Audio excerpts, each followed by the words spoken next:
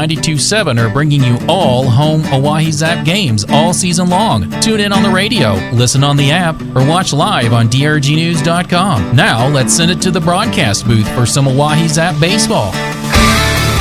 How about a little day baseball for your Thursday afternoon? Hello, everybody. I'm Justin Cowart alongside Dylan Beach and Eli Lewis, welcoming you into the broadcast booth at Hyde Stadium. We got not one but two games coming your way here this afternoon.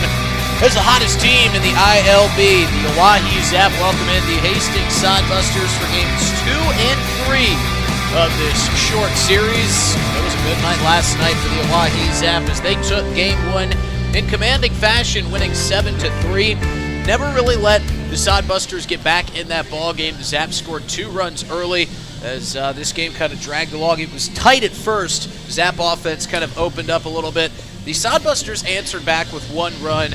Then the Zap came right back, bounced back for 4 runs. The Sodbusters would score 1 more. Zap would add 1 more as well. A little bit of insurance on a Vince Palizzi base hit late in the ballgame. Turns out they didn't need the insurance.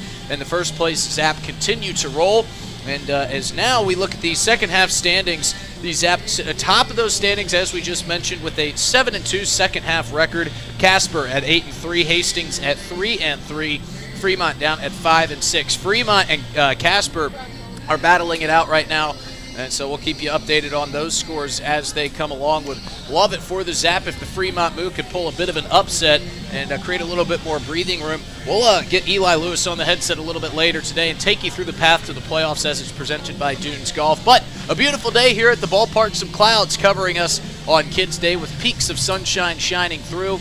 Zap are out warming up. The Sodbusters looking to try to get back on the right track here with a big game against the Zap. But it doesn't seem like anybody can slow down the Zap offense right now, Dylan. Yeah, and this team has been firing on all cylinders, and arguably yesterday they had their biggest performance of the year. I was talking with the coaching staff, and even they were saying a month ago they're not sure if this team wins that game. There were some of those innings last night where you were like, the wheels are going to fall off. You had that inning with Gladue where he issued a few walks. You have Van Lucian get the bases loaded. You have Hammonds walk the first 2 runners of his outing, and you keep getting out of all of those jams with just a couple of runs here and there.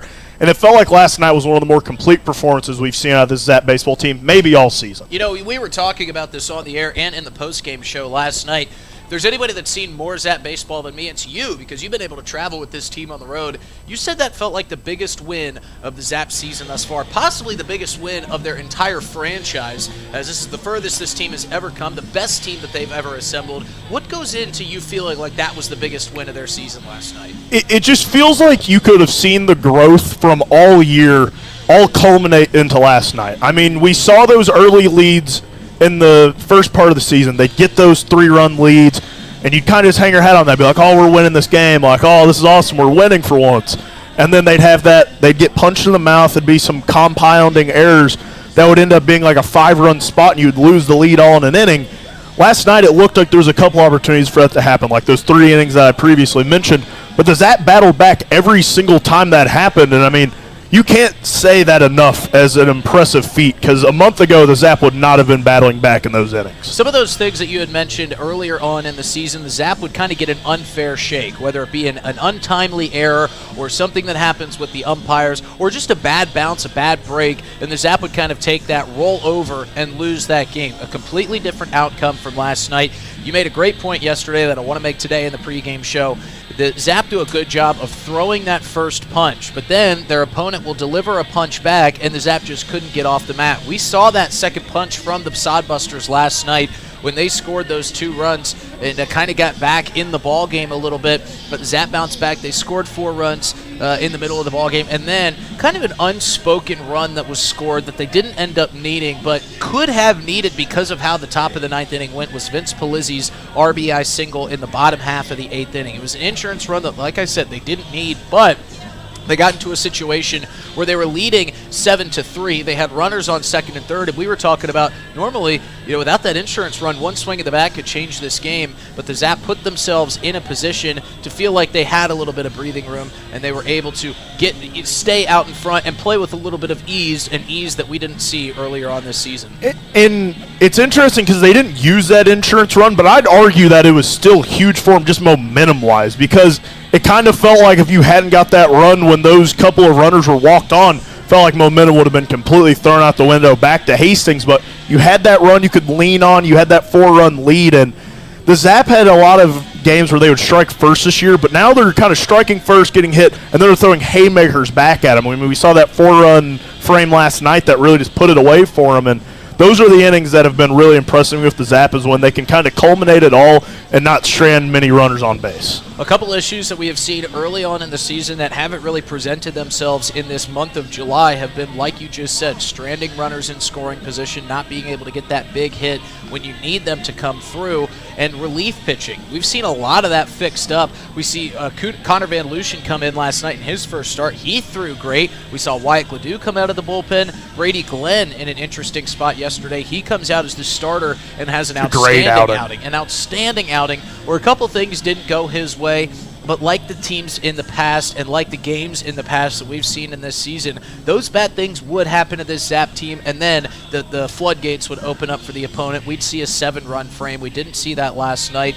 Brady Glenn got into a jam, or I believe Connor Van Lucian actually got into a jam last night where the bases were loaded, and he got a great ground ball pitch that was grounded to Ty Farwell. Ty Farwell fired it home to Mason Lang, who then threw it down to first base for Quinn Ludvigson. Now, the Sodbusters would score 2 runs in that inning with a 2-out base hit. However, that was one of those innings that we've seen in the past. Broken bat single, too. I mean, those little things that happen to the Zap, those are things that we have seen in the past turn into 7-run innings. They didn't last night.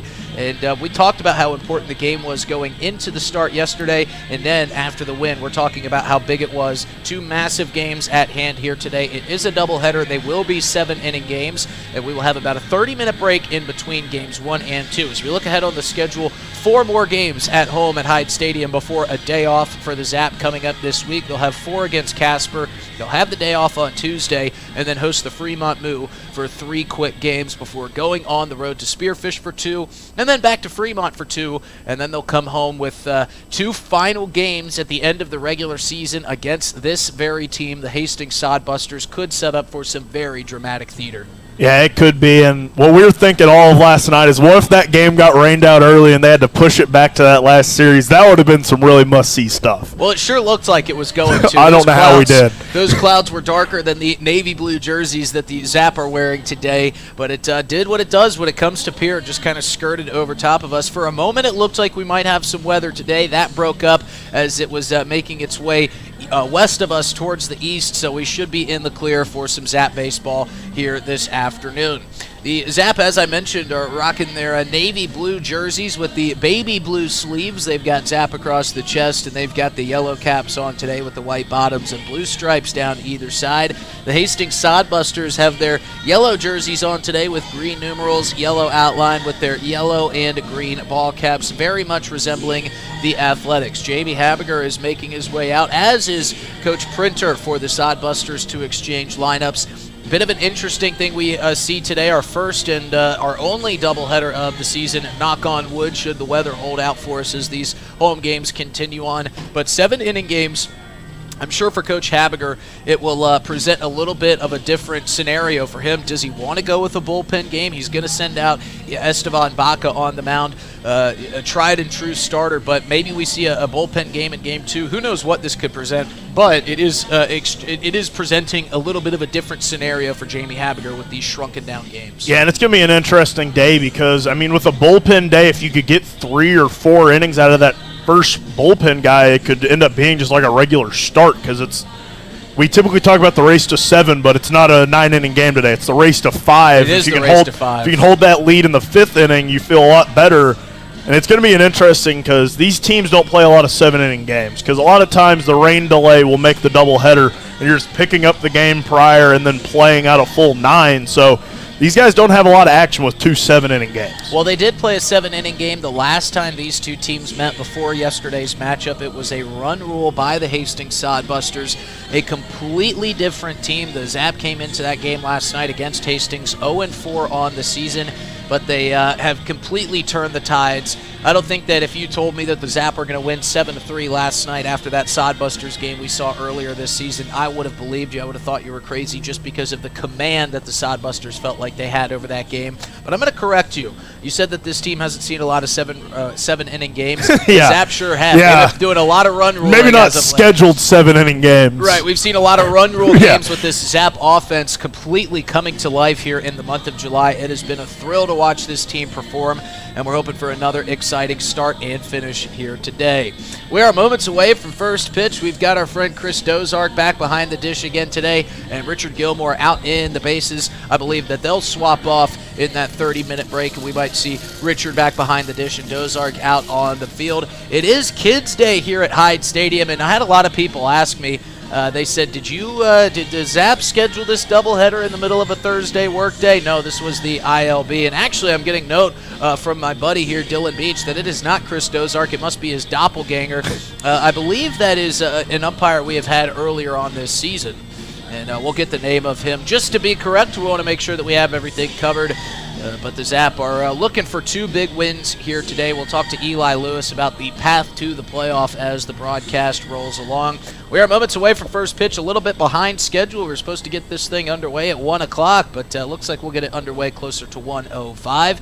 But, we've seen a lot of growth in these players. And we talked about it yesterday, and you did a great job kind of referring to it, Dylan. This lineup for the Oahe Zap has gotten to a point where there is really nobody to hide. And before we do that, we do just want to make the correction. It is Jason Seitz who is behind the dish today. We did see Jason last week, and I think I called him Chris Dozark that week as well. So I'm sure that the third time around we'll get it correct. That's on me, Jason. Hey, we'll get him in the doubleheader. That'll be the third time. We will make sure that he gets his perfect and correct notoriety. But going back to this Zap lineup, the kind of what we were talking about, Dylan, there's really nowhere to hide with this team. You go through this 1 through 9.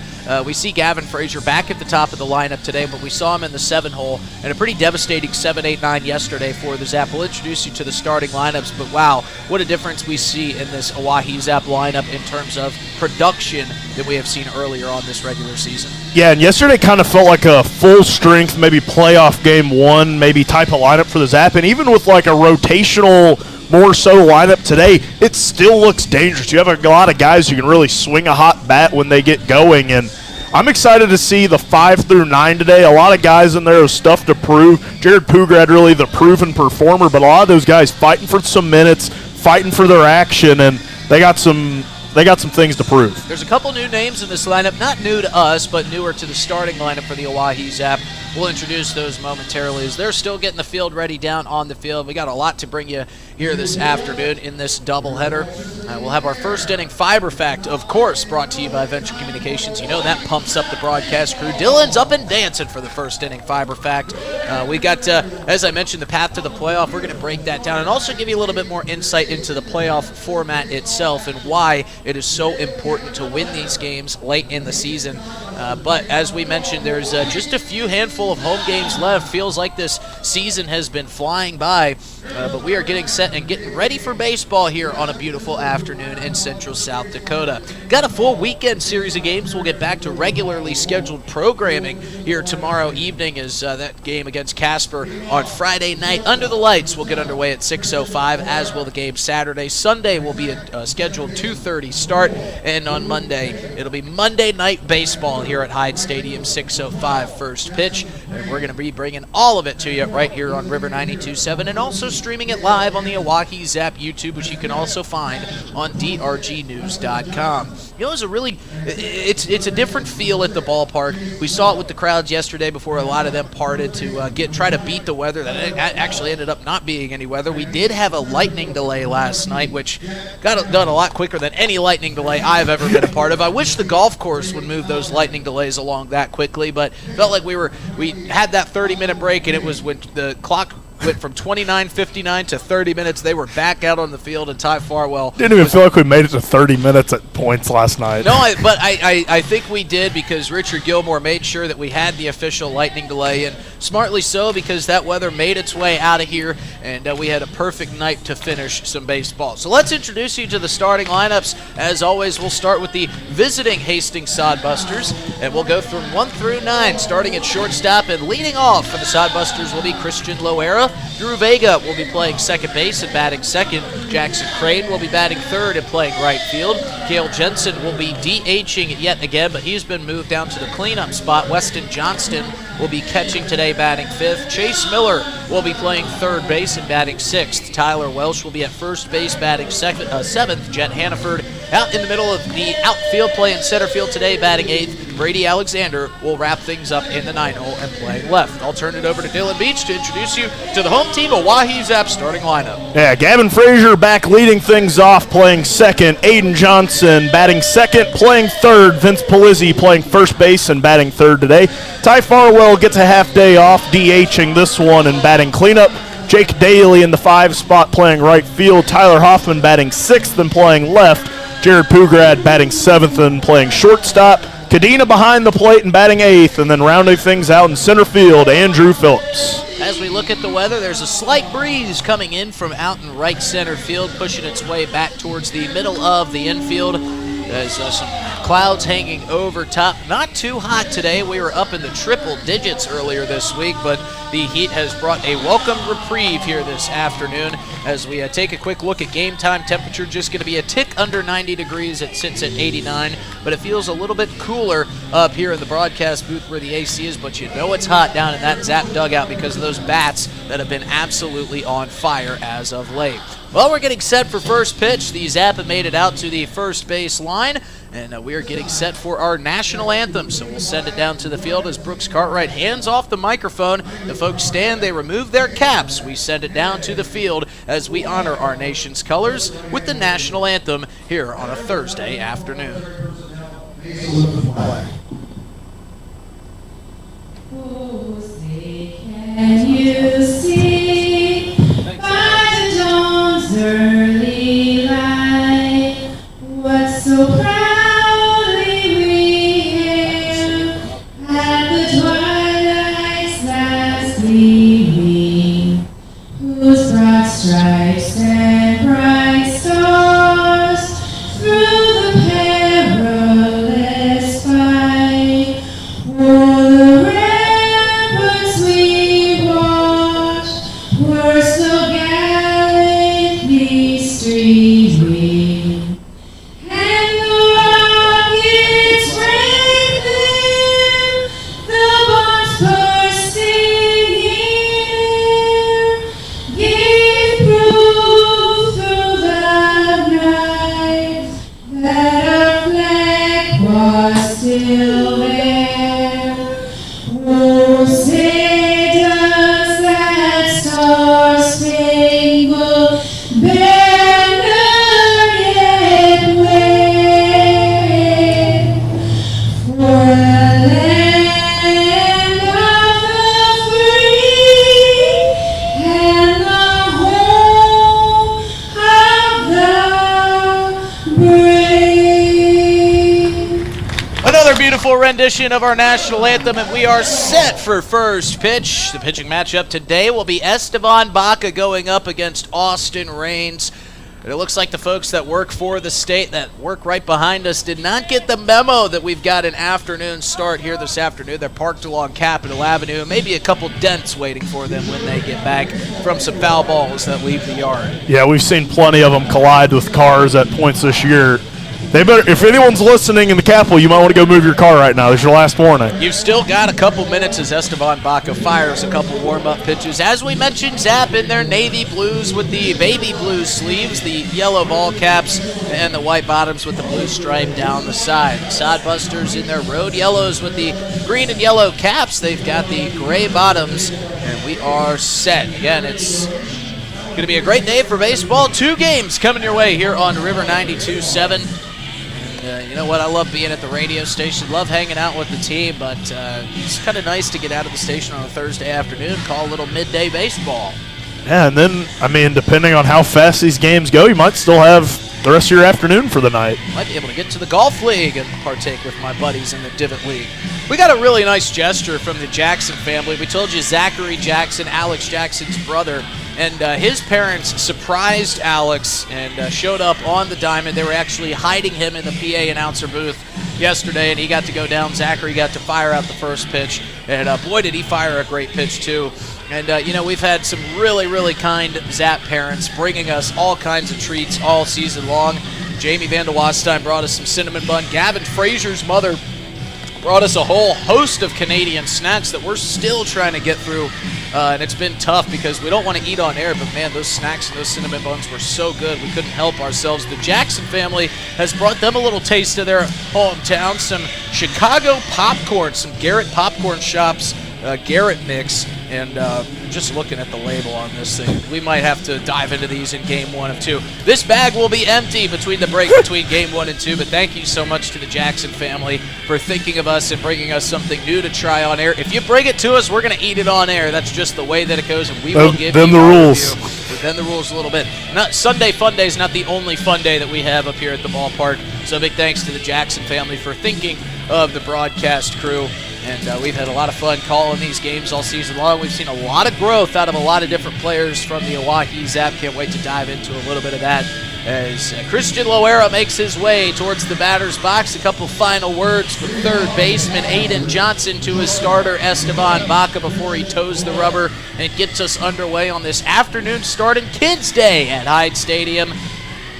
Loera adjusting the batting gloves, drawing a little piece of artwork in the chalk before he steps into the right-handed batter's box. Esteban Baca looks rearing back and ready to go. Adjusting the belt buckle, the foul ball window is slid open, and now for the ball game as Baca comes set. A long look into his catcher today, Noah Cadena, and the first pitch is going to be in there for strike 1. A good start for Baca, firing a fastball, catching the outside corner, and we are underway. And any families listening at home in the Pier area, there's a bounce house today. Bring your kids on down. Get off the YouTube stream. Get it down here in person. Baca just barely missing outside with ball 1. And there's no age limit sign on that bounce house, so if any of you dads want to go and partake in the fun, that's where you can find me in between games 1 and 2. Baca with a 1-1 count on the way to Loera. That one runs high for ball 2. Man, what a great start from Brady Glenn yesterday. He's been outstanding out of the bullpen. I always get a little bit nervous when a reliever turns starter, but he looks like he's been starting this entire season for the Zap as the 2-1 is on the way. Another off-speed pitch misses high for ball 3. Yeah, and when you've been playing at Hyde Stadium as long as Brady Glenn has, he's probably got to be comfortable in every role. I think we could probably throw him out there at first base and he'd figure it out eventually. Hey, if the Zap offense gets going, we might see that. Here's the 3-1 from Baca. Fastball paints the edge of the corner for strike 2, and he runs the count full. This will be a great start for Esteban Baca to get behind in the count 3-1 and then come back and get the K of a good hitter in Christian Loera. Loera taps the plate a couple times, twirls the bat. Here comes the payoff pitch from Esteban Baca. And that one's ripped towards the second baseman over the head of a leaping Gavin Frazier. And a great piece of hitting for Christian Loera starts the day off with a single for the Sodbusters. And that'll bring up Drew Vega. One of the things, Dylan, that we have hoped to see some improvement on, which we have a little bit, but it's always different from starter to starter, is these long first innings for these guys. We've seen a lot of 30-pitch frames to start off the day, something that Esteban Baca hopes to avoid here. Yeah, and he can still settle in. I mean, a ground ball could get him rolling quickly, but I think that you would rather have than walking a batter there. As this one's fisted the same exact spot. They're going to paint a little mark out there in shallow right field as the throw in from right fielder Jake Daly plunks the back of Christian Loera. He probably thought that he was going to be able to avoid getting hit by a pitch after he hit that single to start off the game, but he takes one right between the numbers from Jake Daly, and kind of a laugh and a tip of the cap saying, my bad, from Daly out in right field. But the Sodbusters are off and running. They've got 2 hits. Nobody out here at the top of the first inning. Runners on first and second. That'll bring up Jackson Crane. Yeah, I was going to make the point to trust your defense and put it over the plate, and then they're just hitting them to the same spot. And now they have walked the bases full. Jackson Crane gets plunked on the first pitch in the left shoulder, and Devin Skelton is already making his way out to try to calm down his starter. Yeah, that's not the start you wanted there. Don't want to load the bases, nobody out. You need another one of those bases loaded double plays here. Well, here's kind of one of those situations that we had referred to as avoiding those big innings for the Zap. Again, there's still 7 innings of baseball in front, not 9 because it is the doubleheader. They're splitting up these games, shrinking them down just a little bit. And now a rosin bag comes flying out of the Zap dugout as Baca might be dealing with a little bit of moisture on that hand from a humid afternoon here in Pier. First pitch temperature 87 degrees announced by Jeff Adele. but it certainly is thick and a little bit muggy here for South Dakota, so maybe Baca dealing with a little bit of control issues. And we'll see if he can settle back in. Well, we talked about keeping the pitch count low. He's done that, but he's loaded the bases in just 8 pitches, so kind of counterintuitive from what the Zap are looking for. But if anybody can settle in, it's Esteban Baca. He needs to get that first out, and you'll see him kind of drop his shoulders a little bit and ease into this game. Aiden Johnson and Vince Polizzi on the hot corner and over at first base are standing on the skirt of the infield. Middle infield playing back at normal depth. And this one, he's hit 2 batters in a row on 2 straight pitches, and that'll walk in a run. Cale Jensen wears it off the right calf. So the rosin bag got brought out onto the mound. And maybe he needs to get a little bit of use for Esteban Baca. He has lost a little bit of control here early. He's hit 2 batters, given up 2 hits. And the Sodbusters lead 1-0 here with bases still loaded and nobody out. That'll bring up the catcher, Weston Johnston. First pitch to Johnston runs way up and in over the head of Johnston. He might need to use that rosin bag a little bit. He's having some sort of issue. And he might be fighting the mental battle here. He's lost control of a couple pitches. Here's the 1-0. That one curves in nicely for strike 1. It's a good comeback pitch from Baca. And the way he snapped that ball out of the air on the throwback from Noah Cadena, you almost feel like he finally said it. Finally got that one to find the zone. Asking Cadena to rerun the signs by twirling the glove. Now he comes set. And the 1-1. Swung on and missed on a high fastball up in the zone. And that'll work the count to 1-2. If you get a strikeout, it would be massive. Get that double play set up to end the inning. Try to get this out of your head with just that 1 run allowed.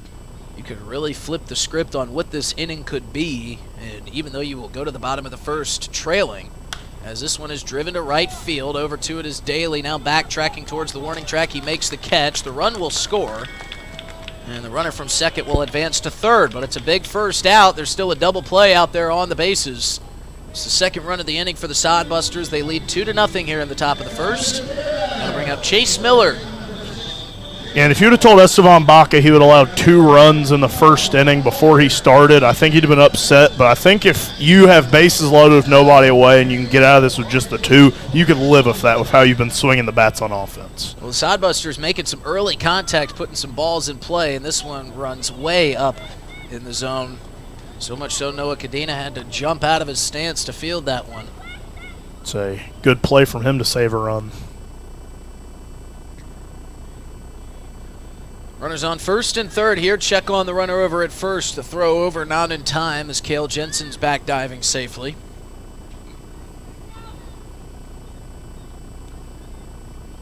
Sodbusters doing a lot of work on the tee and in their batting practice session. They're going to check on the runner again. He's back again safely. Esteban Baca wanting to keep that double play in order. So he looks to keep Jensen close over there at second. Baca would kill for a ground ball over to Jared Pugrad or Gavin Frazier right now. Turning to bunt, popping it up in the air, and almost caught by Aiden Johnson. At third base, Chase Miller squared to bunt, was bunting the whole way, and popped it up down the third baseline. That's the last thing you want to do as a hitter trying to bunt, is put that ball up in the air like Chase Miller did there. Luckily for him, Johnson wasn't able to get to it in time. It's a 1-1 count here with 1 out in the top of the first. See what Miller's plans are with this at bat after the foul bunt. That one falls in for strike 2. A good pitch from Baca.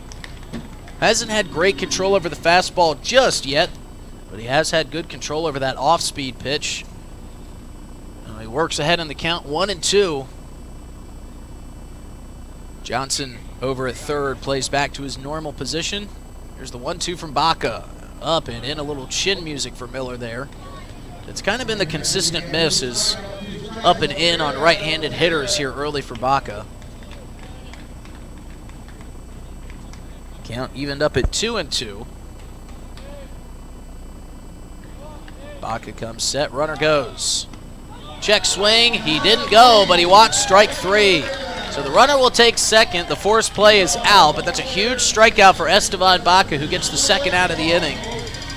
And he will face Tyler Welsh to try to get out of what was a monumental jam.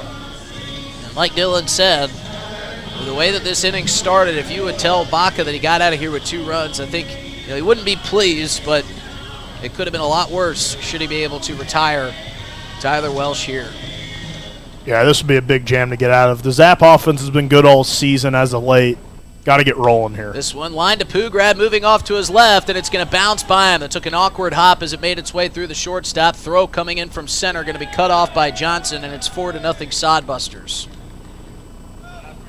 Thought that Pugrad might have a chance to catch that one on the fly, but the way that it was tailing away from him, he had to play it on the bounce. And some gnarly spin on that one got by Pugrad. Man, that's one you'd love to have back as Pugrad and Baca there. Just first pitch, he saw something he could put into play and couldn't get a glove on it to bat it down, and that one will score all the runs. So Welsh clears the bases. It's 4-0 Sodbusters. Baca fires a first pitch strike.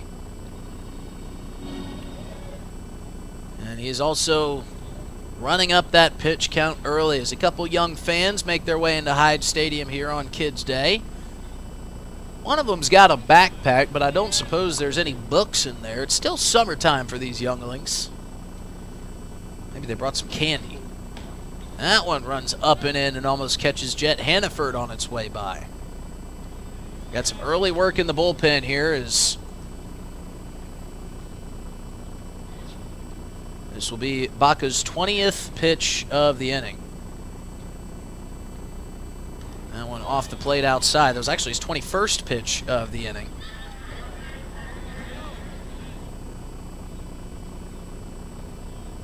Welsh over there on first with a short lead. Not necessarily a stolen base candidate. Here comes the 3-1 from Baca. That one fouled off into the netting and will bounce on top of the Zap dugout. The count runs full. And Baca trying to keep his pitch count low. Would love to get this batter here and not have to start a whole new at bat with Brady Alexander. 3-2 count, 2 outs here at the top of the first. Baca with a quick peek over at Welsh. Now delivers to Hannaford, and that one's low. And now the count will run full as the scoreboard got a little bit ahead of itself predicting the future, but they were right, so you can't blame them. They stole our crystal ball. I was confused. I thought you were saying 22 pitches, and I said, well, which one is it? Is it 20, 21, or 22? He was just telling me the count is 2-2, but now it runs full to 3-2. So now we'll see if Baca can get out of this inning. Here's the payoff pitch. It's off the end of the bat, a little nubber down the first baseline, but all the spin worked it foul. I don't know how he made contact with that one. The core on the end of the bat just barely caught a stitch of the baseball. I was wondering how that one made any sort of contact. That was a stay-alive swing that just barely got any part of that ball. So much so that home plate umpire Seitz wants to check the ball to see if there's a scuff mark on it from that little core on the end of the bat. He examines, says it's all good. And we'll do the 3-2 all over again. Here's the pitch. That one ripped down the left field line, but curling just a bit foul. Boy, was that lucky for Baca. He had to reach down and grab that one, did Hannaford. He had to reach over the plate, almost into the left-handed batter's box to get to that off-speed pitch. And in doing so, he kind of wrapped the bat around it and caused some left-sided spin that forced that one foul. Not the start that you want if you're Esteban Baca, but it's not nearly an insurmountable total as 4 runs, especially for this Zap offense. Here's another payoff pitch. This one lined into right. Jake Daly with a couple backpedaling steps. He's under it, and he squeezes the third out of the inning. But the Sodbusters bust one open here at the top of the first inning. They lead 4-0. We'll stay right here for our first inning fiber fact, brought to you by our friends at Venture Communications. Well, we told you that you want to get fiber with some of these crazy storms that moves through central South Dakota. Unlike copper wires, fiber optics are immune to electromagnetic interference, making them ideal for delivering uninterrupted internet service. That means that when those storms roll through, your normal Wi-Fi might go down, and you know that all too well, but not if you've got Venture Communications fiber optic technologies. Give them a call today. Check them out on Facebook, Venture Communications, bringing you all your fiber needs. Big thanks to Venture for sponsoring our first inning fiber fact. We get our first look here at Austin Raines out on the bump. He is a tall right-hander who delivers his pitches with seemingly everything he's got. I mean, it is a colorful delivery to say the least. He's got a fastball, a couple off-speed pitches, and we'll see if the Zap can get to him early. They don't need to get it all back in one inning, but again, in a shortened game with the doubleheader today, only 7 innings out here for the Zap this afternoon, and Aiden Johnson will be the 2-hole hitter before Gavin Frazier leads things off, and in the 3-hole it will be Vince Polizzi, and hopefully a couple more Zap hitters as the Sodbusters nearly batted around there in the top of the first inning. But Gavin Frazier back at the top of the lineup. We've seen him there for probably 85% of the season. He got moved to that 7-hole yesterday. Lineup looked good, scored 7 runs. Hopefully changing things up won't do any mental damage to this team as Gavin Frazier makes his way to the batter's box. Yeah, and you don't got to get all of these 4 runs back in 1 inning, but what you have to do is you have to get some sort of response. You've got to be able to put some sort of answer on the board, whether that's 1 run, maybe 2 runs. You don't got to get them all back, but you've got to get some life in this ballpark. See if Gavin Frazier can start that. It's always good to get the leadoff hitter on, as we saw the Sodbusters do there in the top of the first inning. That led to 4 runs. If Gavin Frazier could get on, I'm sure that the Zap could probably find a way to bring him around. Frazier with a couple extra stretches before he steps into the right-handed batter's box. Austin Raines will come set. And the first pitch from Raines, after a long look into his catcher Johnston, is in there for ball 1, down and in over the shoe tops of Gavin Frazier. Take some patient at-bats, get some base runners on, see if you can't get some sort of response here. 1-0 off the plate for ball 2. Another thing we've seen a lot of this season is patient at-bats, as Dylan mentioned, from this Zap lineup. Here's the 2-0 to Frazier. That one catches the outside corner for strike 1. Raines works quickly. One of those guys that never strays far from the rubber. Here's the 2-1. That's ripped up the middle. Backhand play by Vega. Turns, fires to first, and in time to get Frazier. So Frazier put a good charge into it, but Vega with a nice flash of leather over there at second base will get the first out at the bottom of the first inning. And that'll bring up Aiden Johnson to the plate. That was a good swing there from Frazier, and can never be too upset about a well-hit ball, but good play there from Vega to record the first out. Aiden Johnson will come up as Raines, like I said, works so quickly out there on the bump. And first pitch is inside for ball 1. He's got a lively fastball. There is a breeze, but not much, as that one's fouled off into the backstop for strike 1. It is working back into the batter's eye. So you're really going to have to swing one hard to get it out of the ballpark today. It was sitting dead silent, was that flag over in right center yesterday afternoon, until about the 4th inning, as that one misses outside. When the winds picked up, the clouds rolled in, and the weather completely changed. We had a dust storm making its way across Pier yesterday afternoon. The 2-1 misses outside, make it 3-1. And that wind started howling.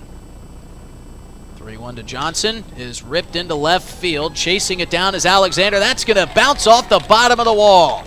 Alexander will fire it into his relay man. Johnson slides safely into second. And that's a 1-out double for Aiden Johnson. And now Vince Polizzi will come up to the plate after he had a couple days off to travel back home. And we'll see if he can get back to the ways we've seen him earlier this season and bring in Aiden Johnson. Yeah, man, that was absolutely belted there from Johnson. And if he had a little bit more wind or was under it just by a fraction of an inch, I think that one leaves. Aiden Johnson is a big fan of that part of the ballpark. We're going to have to rename that wall the Aiden Johnson left field wall. I think we can come up with something a little bit more creative than that. Here's the first pitch to Polizzi. That's chopped towards the shortstop, charging, and now firing to first is Loera, and that is in time for the second out, but it moves Aiden Johnson over to third. And now if you're the Zap in a 7-inning game like this, you feel like this is a huge run to bring across to cut into that Sodbuster deficit. And Ty Farwell will be the man called on to bring him home. Yeah, and I don't think there's anyone you would rather have trying to bring him in right now than Ty Farwell. And got to get a run here to respond, kind of stop that momentum a little bit here. First pitch from Raines to Farwell's in low and almost gets away from Weston Johnston, but Seitz's right knee guard actually saved that one from getting to the backstop. So a stroke of bad luck for the Zap there. Keeps Aiden Johnson at third. Looked like it might scoot away from Johnston for the moment. Johnson over on third was making his way down the third baseline. 1-0 pitch misses just a bit low for ball two. Good frame job there from Johnston. Yeah, I think Austin Raines was looking in, wanting to know where that one missed from Seitz. I'm sure he got his answer. Here's the 2-0 pitch to Farwell. That breaks down and over the shoe tops for ball three. And if Farwell could reach, it'll bring up Jake Daly. And we'll see if he gets a rare 3-0 green light here. I think trailing by 4 and with Farwell at the plate, you got to think about it. He looks like he might want to swing, but he takes ball 4 low. And now the Zap will have him at the corners for Jake Daly. Yeah, I think he got the go-ahead. I just don't think he got a green light pitch to swing at. Yeah, that one was nowhere close to where you would want it for a 3-0 pitch if you were going to be swinging. It needs to be tailor-made. It has to fit your eye perfectly. And even hitters have a certain part of the strike zone that they like the ball. Some guys like it up in the zone. Some guys like it down in the zone. That one nowhere near where Ty Farwell wanted it. So let's see if Jake Daly can now bring in that runner from third. And he is hit by the pitch. And it's now becoming customary in the first inning, it feels like, for the Zap to get hit by pitches. But that'll bring up Tyler Hoffman, and with 2 outs, he now has the bases loaded. And a jam has kind of formulated itself here with 2 straight walks. One to Farwell on 4 pitches, and 1 pitch to Jake Daly that plunked him on the left hip. And now 1 swing of the bat could tie this game up. Yeah, and this is the biggest at-bat of the season so far for Tyler Hoffman. Got his feet wet versus the Bison, but welcome back to Pier, man. This is a big spot. So we'll see if Tyler Hoffman can come through in a huge moment here for the Zap, and we're only in the bottom of the first. Here's the first pitch to Hoffman. That one breaks in for strike one. A good pitch for Austin Raines to start off this at-bat. It was a breaking ball that caught the inside inner half of the corner. So Raines is ahead 0-1 to Hoffman. Ducks on the pond for the Zap. This one lifted down the right field line, but curling foul, and Raines has gotten ahead of Hoffman 0-2. We've seen it all season long. Zap with 2 outs have some serious production. Feels like they've done a lot of it when they were ahead in ball games. How about a 2-out hit when you're behind? Here's the 0-2 to Hoffman, and he goes down swinging. So Austin Raines puts himself in a bases-loaded jam, but gets out of it with a strikeout. We head to the top of the second inning, Zap trailing 4-0. Looking for happenings in Central South Dakota? The Pierre Area Chamber of Commerce Community Calendar is your go-to for all the latest events. From entertainment to local benefits, community activities, and more, there's something for everyone. Email your event to contactchamber@pierre.org and it will be listed on the weekly calendar. To view the calendar, go to www.pierre.org. Let's celebrate together in the heart of South Dakota. The Pierre Area Chamber of Commerce, connecting our community one event at a time.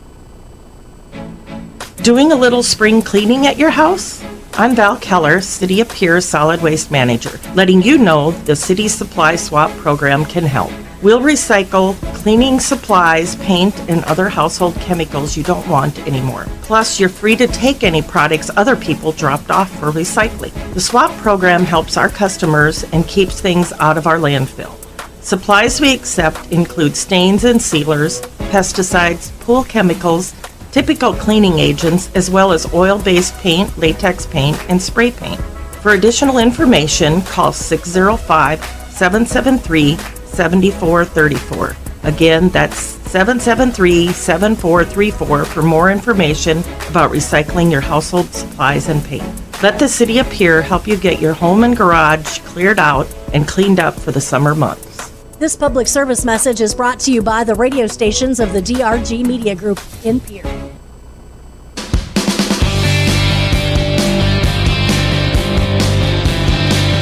Zap leave the bases loaded in the bottom of the first, unable to respond after the Sodbusters added 4 in the top of this ball game. As Esteban Baca comes back in, trying to settle in on this outing, in which that first inning just was kind of a bit of a nightmare beginning for him. Walked a couple of runners, hit a few to score some runs, and then a couple of base hits brought all those runs around. And it was one that kind of squeaked through the middle infield with some wicked spin that did all the damage for the Sodbusters. Yeah, they did a little bit of two-out hitting themselves. But again, it's 4-0. You got 6 innings to play. Plenty of time for the Zap offense. We saw them score 4 runs in a frame last night. And we saw them load the bases there in the bottom of the first. So, a couple hard-hit balls from the Zap, too. I think Ibaka just kind of tries to channel this thing back in. He's a great pitcher. He knows he's got the stuff. Hopefully he got that early inning out of his system. See, his first offering of the second inning fires. That one swung through and missed from Brady Alexander. It's the 9-1-2 due up for the Sodbusters. Baca comes set once again. The 0-1 fired, fouled off. So Baca quickly ahead, out in front 0-2. That was kind of the key to that first inning. He wasn't ever really ahead in those at-bats. No, he wasn't, and this would be a great situation for him to get an early, quick strikeout to try to average out his pitch count. 0-2 from Baca. That one just missing for ball 1. I think Noah Cadena was set up on the outside corner there. So it looked good. It did cross the outer half of the plate, but a good miss spot right there from Baca. Comes set, off speed, swung through. Baca gets his second K of the day, and that one at a big spot to get some momentum back in his favor. Well, just in that one at bat alone, he looks like a different pitcher from the top of the first inning. All sorts of control. He hit each one of his spots on those 4 pitches. It's a good sequence. Great sequence, and he did it in 4 pitches, which is also what he needs to make sure he can extend this outing as long as he can. That last one was his 31st of the day. As he comes set for the 0-0, bunt pulled back for ball 1. Quinn Ludvigson was warming up in the bullpen. I think it's now a new pitcher up and moving for the Zap. He was getting work started in the first when they thought they might have to pull Baca during that inning. 1-0 in there, drops for strike 1. Love watching Baca fire these off-speed pitches. He's got great command of that pitch. Baca coming set the 1-1. That one chopped towards Johnson. Fielded cleanly, firing across the diamond in time to Polizzi for the second out of the inning.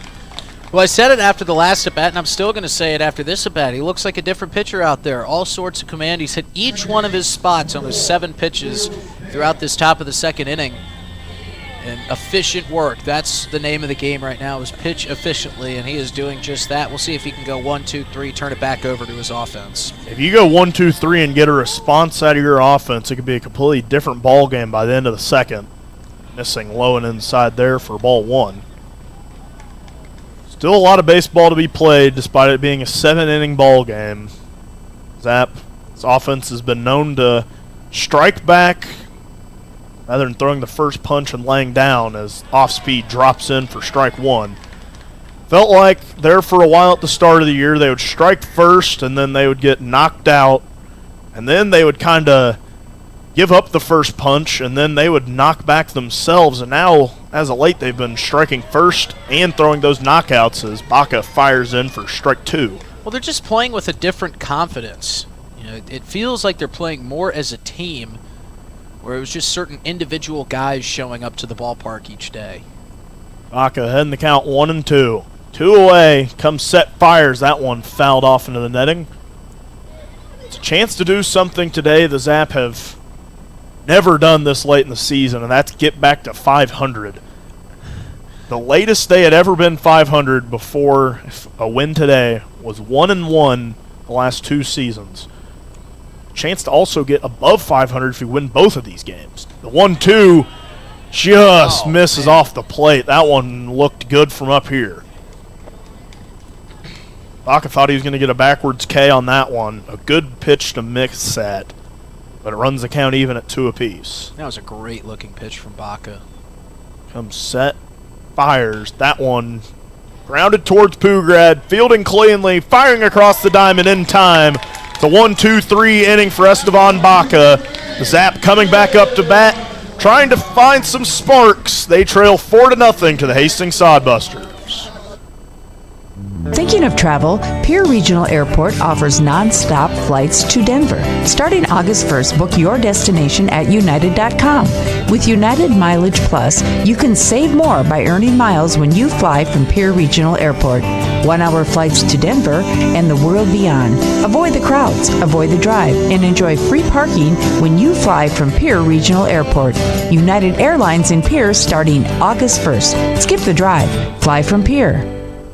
We're good at making excuses for things we don't want to do. I can't work late because my cat has a job interview. Unfortunately, we're also good at making excuses for things we shouldn't do, like driving drunk. There's nothing on the back roads but cows. The truth is, there's no good reason to drink and drive.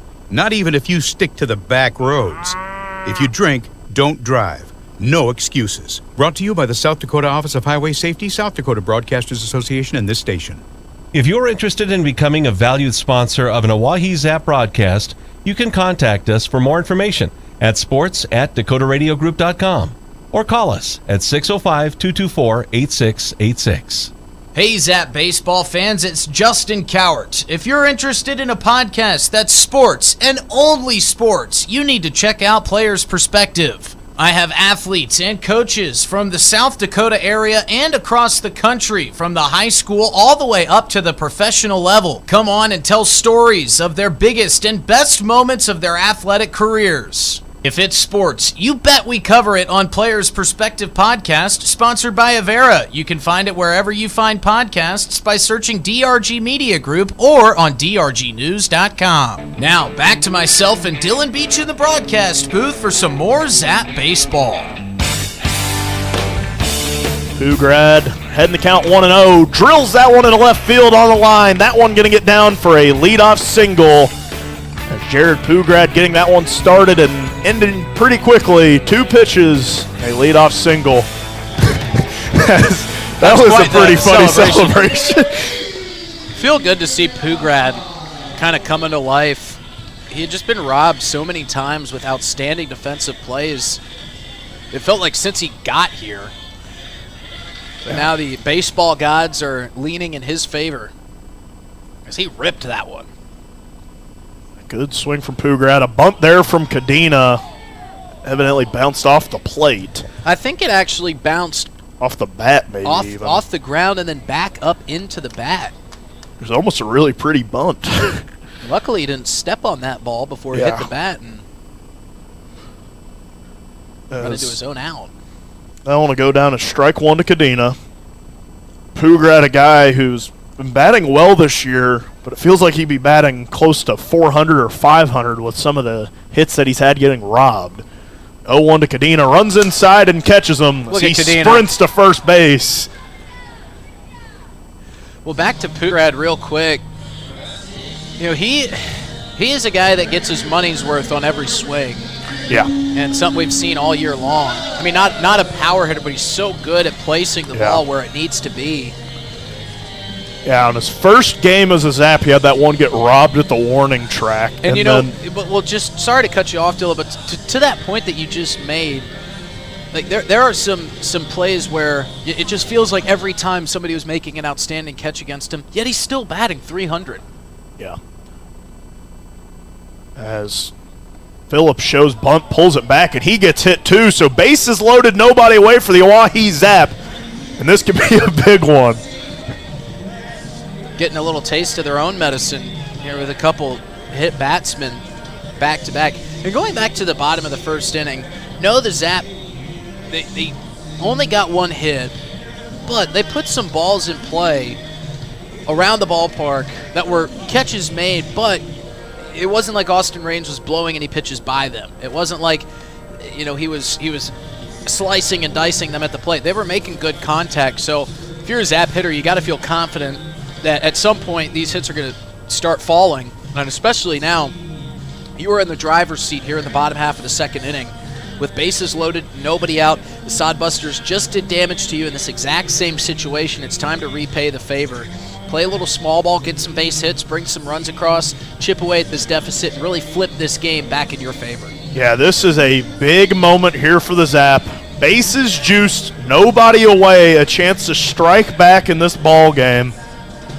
As the lineup turns over for Gavin Frazier, you have some fast runners on. It's going to be interesting to see what the Zap can do here if Gavin Frazier can jump on an early pitch and clear these bases, or maybe even watch a few and see if he gets hit and walks in a run like how the Zap did to Hastings earlier. If you see enough pitches, I think that you're bound to get hit. That's just the way that the Zap offense has worked this year. There's ball magnets. 0-0 misses for ball one to Gavin Frazier. And I love, too, hearing the Zap dugout right now with each pitch just audibly vocal. They're not out of this game. They're not feeling sorry for themselves that they got behind in an early deficit. They're trying to will their guys at the plate to get a big hit. 1-0 to Frazier, in there for strike one. And that's been a new kind of part of this Zap team, too, is the dugout has been so vocal during this second half when they've really come alive. A lot of guys buying into this team and showing that energy from the dugout. The 1-1 to Frazier, swung through and missed. A nasty pitch there from Austin Raines. Yeah, it looked like a fastball the whole way, and the bottom fell out underneath it. Frazier unable to get down to it. And we're probably going to exhaust our listeners with this, but Frazier, another guy who's been seeing the ball really well. 1-2 to Gavin Frazier. Skied into center field. That one sizing it up, making the play is Loera. Sounded like he might have broke his bat on that swing. It certainly felt like that. Yeah. As Gladouche checking it out. And he pointed to the handle that there might be a tiny little crack there, and a couple other Zap players going to take a peek and do some inspecting. Caden Bazanski going to get the final word on this one. Well, see if Aiden Johnson can clear the bases. Maybe one out to left field to Aiden's area. The left field wall. I came up with a better name, Justin. I was thinking about it. Could you tell by my reaction that I liked that? As that one in there for strike one. Hurt my neck, I turned my head so fast. Love that. Aiden's area. But it's not the wall, it's the spot on the other side of the wall. 0-1 drops in for strike two. As Aiden Johnson now working behind in the count. Zap had the bases loaded with nobody out before the sky out from Gavin Frazier. Now Johnson behind in the count, back against the wall, 0-2. Raines sets, fires. That one swung through in the dirt for strike three. Well, Raines is not out of the woods yet. Two nice at-bats there to get Frazier's sky out shallow enough that nobody could tag. And then getting Aiden Johnson down swinging on three pitches. But you've got Vince Palizzi, one of the strongest hitters in the Zap lineup, and one swing could tie it up. And there's a little energy in the air. Yellow to Palizzi. Watches that one in for strike one. Thought that one might have missed a little high, but I will say this about Austin Raines, though. He gets himself into some jams, and he just tightens down the bats down the hatchets, and really lasers in. He just peppers the zone. 0-1 to Palizzi, misses low for ball one. Raines trying to get out of another bases-loaded jam. He stranded all of them in the bottom of the first, trying to strand all three once again. But a tall task at the plate in Vince Palizzi, trying to get something on the board for the Zap. He swings out in front of that one, chopping it foul for strike 2. And, we talk about the heads-up mentality and really the high spirits that the Zap play with each and every day, but you'll sure be a little bit disappointed with yourselves, and that'll kill a little bit momentum if you load the bases with nobody out and don't get anything from it. 1-2 to Polizzi. Watched off the plate for ball 2. Good take there from Polizzi as you hear the dugout saying, let's go, Vinny. Just got back yesterday. He's trying to get the Zap on the board. Counts 2-2. Bases loaded, 2 away. Off speed, high foul ball from Polizzi. That one going to get out of play. That thing got up there. Yeah, he was thinking home run on that pitch. That was one he liked to see across the plate. I'm sure that's one he'd like to have back. That was a great-looking swing from Polizzi there, too. Just like you mentioned, one of his home run swings on that attempt. Couldn't get the barrel on it. Count still even at 2 apiece. Raines trying to work out of a jam. Sets, fires. That one grounded sharply to the third baseman. Fired across the diamond in time. A soft liner from Vince Polizzi ends it, and the Zap have already stranded 6 runners in the bottom of the second. Hastings Sodbusters lead 4-0. We'll be right back for the top of the third. Hey, it's your phone talking. Yeah, your phone. You know, that thing you're constantly picking up and poking around? Listen, when you're behind the wheel, would you please give me a break? You'll have plenty of time for your TikToks and, I don't know, texting your friends after you put it in park. Distracted driving, friend. No joke. One quick text or social media feed can cause a crash. And hey, I don't want any part of that. You got someplace to be. And trust me, I'll enjoy the downtime. Brought to you by the South Dakota Office of Highway Safety and this station. Dunes Golf is celebrating their 30th anniversary this summer. They look forward to seeing old friends and new acquaintances on the driving range and on the course throughout the summer. Play 9 or 18 holes, pay by the round, save with a punch card, or become a member for unlimited play. Dunes Golf is a great location for group outings or a summer play day. Call 605-223-2525 or see golfdunes.com. Just 1 mile north of Fort Pierre on Highway 1806. Dunes Golf. Thinking of travel, Pierre Regional Airport offers nonstop flights from Pierre to Denver. From there, you can fly anywhere. Book to your destination and check bags through on United, Delta, or American Airlines. 1-hour flights on 50-passenger jets to Denver, then connecting to your destination. Save travel time and money, avoid the crowds, and free parking when you fly from Pierre Regional Airport. Skip the drive. Fly from Pierre Regional Airport. Looking for happenings in Central South Dakota? The Pierre Area Chamber of Commerce Community Calendar is your go-to for all the latest events. From entertainment to local benefits, community activities, and more, there's something for everyone. Email your event to contactchamber@pierre.org and it will be listed on the weekly calendar. To view the calendar, go to www.pierre.org. Let's celebrate together in the heart of South Dakota. The Pierre Area Chamber of Commerce, connecting our community one event at a time. We head to the top of the third inning, and we mentioned that the Jackson family surprised Alex. Zachary, his brother, got to throw out the first pitch, and they even brought us some treats from Chicago, some Chicago popcorn. And folks, you know those snacks where they say you can't just have one handful? That's not the case with these. You can't stop. You simply can't stop reaching your hand down in the bag and pulling this stuff out. I mean, it is fantastic. A little bit of cheddar, a little bit of caramel in there. Yeah. It says love at first bite. I understand completely on the bag. I mean, it was love at first sight for me. I looked down in the bag, and, well, if you don't hear us talking throughout this broadcast, you know why. Big thanks to the Jackson family. Esteban Baca back to work here in the top of the third, and he gets a big swing and a miss from Jackson Crane for strike 1.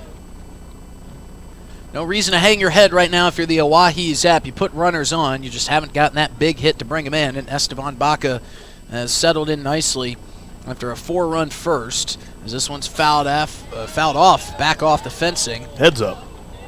And that's going to make its way over to the Ponciano table. About hit the Ponciano family. AJ's family got the Ponciano jersey. I'd love to know where that jersey comes from, what era he wore that in, whether it be middle school, high school. Here's the 0-2 from Baca, swung fouled off into the netting. And after that first inning where Baca looked kind of erratic, maybe a little bit of nerves pitching in front of his family who's here sitting front row, but boy, has he settled in nicely.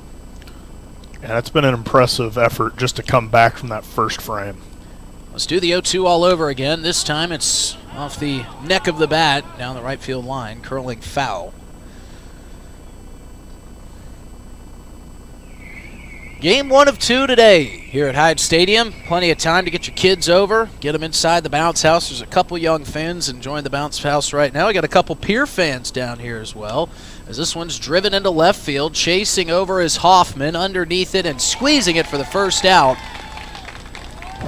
There was a good swing on a 2-strike count from Jackson Crane, but he forgot about the speedy Tyler Hoffman over at left field. Yeah, and if you're the Zap, you would love to have either one of those bases loaded situations back, but this game's far from over. Oh yeah, absolutely. Well, it's kind of what do you take away from those innings? As Jensen faces Baca for the second time, he takes strike one right over the middle of the plate. What do you take away from those innings? You know, how do you approach? How do you think about it? Do you think about glass half full or glass half empty? You can think about it two ways. You can think, oh man, we loaded the bases and we couldn't get a hit. Or you can think about, hey, we loaded the bases and we were just one hit away. There's the 0-1 just missing outside for ball one. It's all about how you respond, and the Zap have responded well here in the month of July. Here's the 1-1 from Baca. That's fouled off, and it's quickly 1-2, and Baca has worked extremely efficiently here over the last two frames.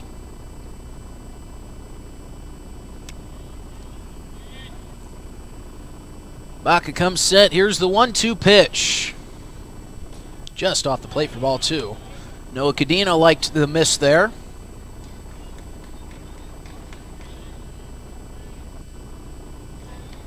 Baca working quickly. And from the windup, the 2-2. Line foul. We'll do it again. The Sodbusters had an elongated hitting session earlier today. They took about every minute they were allotted to take batting practice. They were hitting off tees, doing some hitting drills, and, well, it has paid off today. Here's the 2-2. Swung on and missed. He couldn't hold up the swing. And that's another strikeout for Estevan Baca's second out of the inning as they fly it around the infield. It'll be Weston Johnston making his way to the plate. But, you know, they felt like they should have won that game last night, probably coming into it. They probably felt like they were the better team, but again, nobody has been playing better baseball than the Zap right now, so they tried to work out a few kinks offensively. They scored 4 runs in the first inning. As this one is lifted high on the infield, a one pitch. If Cadena can make the catch, it'll be the third out, and there he goes. So a great job by Estevan Baca. He is fired up, patting his catcher on the back. We head to the bottom of the third inning. Zap still trailing 4-0, but we'll see if they can crack into this one when we return. The summer is here, and you know what that means. The Oahe Zap are back, and we at DRG Media Group are bringing you coverage of every Zap home game all summer long. You can hear all the home Zap games on River 92.7, or you can watch them live on drgnews.com at the River 92.7 station page. The Zap are offering you fans something new every single night, so get out to Hyde Stadium for some Zap baseball this summer. Purchase your tickets on oahezap.com or buy them at the box office. If you can't make it to the game, we've got you covered on River 92.7 Oahe Zap Baseball, brought to you by DRG Media Group.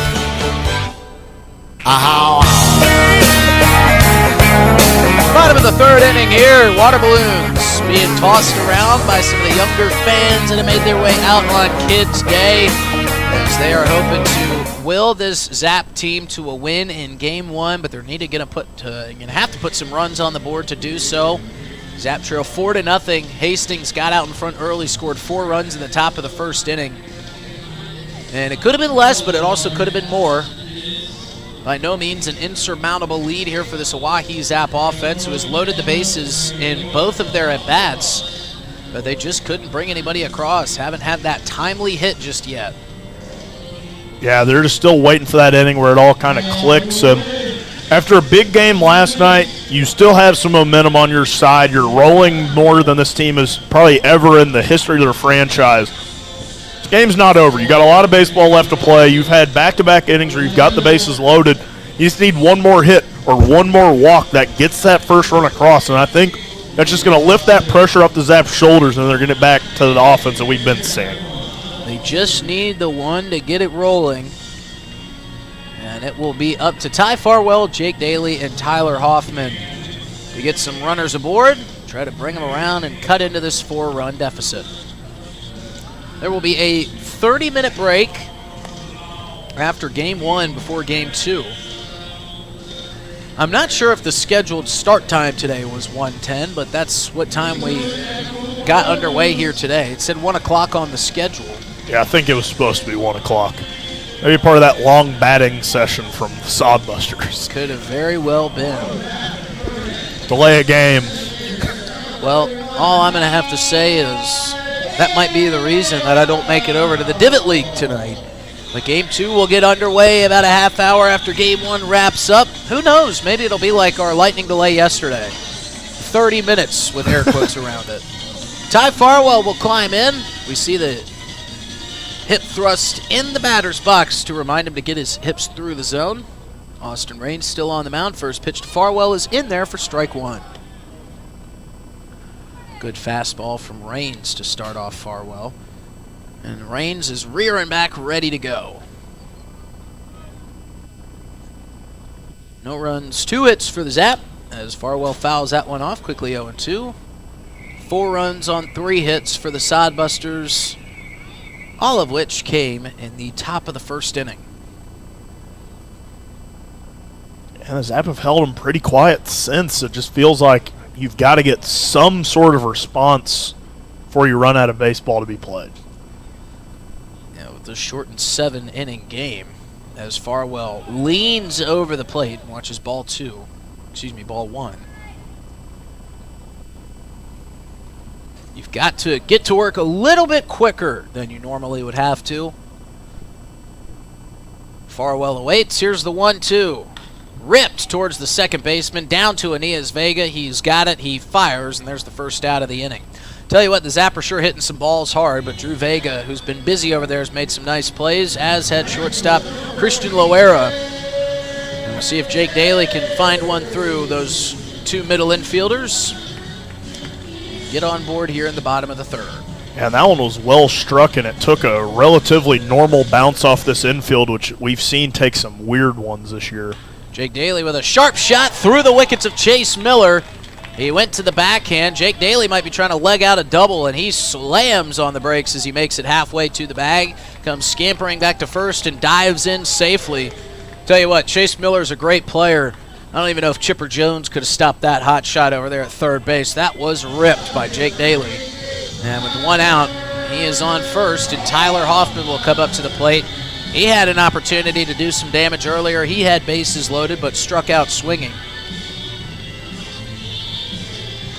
As a rogue mini water balloon has made its way out into the little dirt path between home plate and the on-deck circle for the Zap. Raines will miss up and in for ball 1. If that had drifted any further, that one would have given Hoffman a free bag. That one was about as close as they get. It's what we call chin music. Raines comes set for the 1-0 to Hoffman. Check swing. He went. Throw down to first. Not in time. Jake Daly back sliding safely. Seen that pickoff attempt a couple of times from Hastings. I believe it was Naruto Saito who got picked off at first against this team the last time they were here. Dylan Beach looking up to the clouds as if to say R.I.P. Naruto's still with us. He's just not with the team. Swing and a miss by Hoffman. And that'll work the count to 1-2. Just such a class act, man. He was a fun guy to be around. We didn't get to see him play much because of an injury. But when he was out there, man, it sure was fun.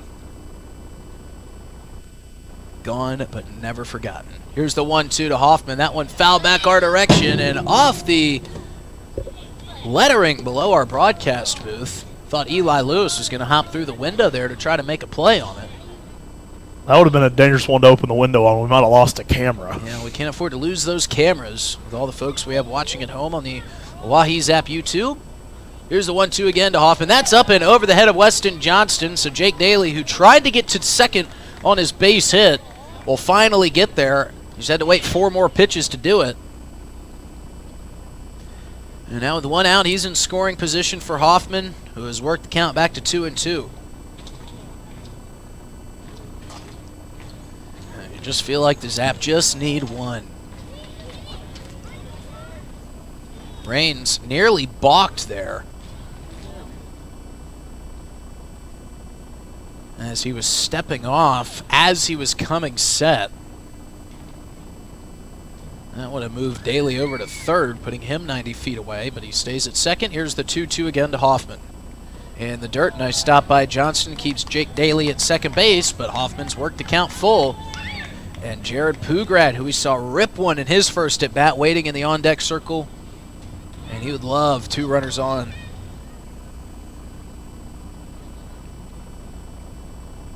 So now a payoff pitch coming from Austin Raines. Just off the plate, ball 4. Great take from Tyler Hoffman. A dangerous one, I will say. But he takes first base. And now right on cue, Jared Pugrad, who's 1 for 1 today, will climb into that right-handed batter's box with runners on first and second and only 1 out. And another interesting thing about Pugrad, it feels like he kind of sees the ball better out of the pitcher through that first time in the lineup than maybe the rest of the lineup. We saw it against Alex Sheets where the rest of the team was maybe struggling against that arm slot, but he was getting good contact from him from the beginning. And then even in that first and second inning, he had that just absolute laser into left earlier. First pitch to Pugrad, a slow, lethargic off-speed pitch that falls in for strike 1. Yeah, that's one of the big reasons why Pugrad's numbers are so high is because he doesn't need one trip through the lineup. As he watches the 0-1 sail low for ball 1. He just kind of comes out of the dugout ready to hit. Count even at 1 apiece. Pugrad waited on that off-speed pitch, but popped it up in the middle of the infield. Loera looks up, casually catches it for out number 2. And it'll be up to Noah Cadena here with 2 outs to try to bring that runner in from second. And it's a 7-inning ball game, and there's still a few innings to play, but you're going to have to strike first, or you're going to have to get your first runs on the board sometime soon before you just, the momentum game is just not in your favor. You've got to strike before Hastings strikes again. That's right. It's a 4-run game right now. As Cadena takes strike 1 on the outside corner. You just can't afford to keep stranding runners. You've already stranded 6. Can't keep bringing that tally up. Yeah, I was about to say, it's a 4-run game right now, as that one misses outside for ball 1. But you still have to sit down Hastings and not allow them to make it a 5-run or a 6-run or even a 7-run ball game. Cadena with that closed stance in the right-handed batter's box, and that one scoots away from Johnston, so Hoffman and Daly will move up 90 feet. And now a base hit could almost surely score 2. With 2 outs, both runners will be moving on contact. So Cadena just has to find some grass.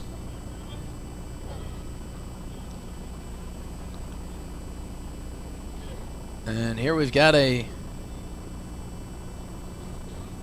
substitution. It looks like, well, I don't know what's going on. Looks like home plate umpire may have issued a warning to the Zap dugout. Not sure what that was. He went to his book and wrote something down, and Devin Skelton was peeking out intently. Here's the 1-2 off the plate for ball 2. I have no idea what that could have been. Yeah, I'm not sure. Maybe we'll be able to find out in that 30-minute gap in between these games. Seitz looked over at the Zap dugout, said something, and with a smaller crowd in numbers being in the middle of a Thursday afternoon, we can hear a lot of stuff, but didn't get to hear what he said as Kadena swings and misses at strike 3. We'll see if we can figure that out for you. 2 more runners stranded on second and third for the Zap. We head to the top of the 4th inning. Sodbusters out in front, 4-0. Hey, it's your phone talking. Yeah, your phone. You know, that thing you're constantly picking up and poking around. Listen, when you're behind the wheel, would you please give me a break? You'll have plenty of time for your TikToks and, I don't know, texting your friends after you put it in park.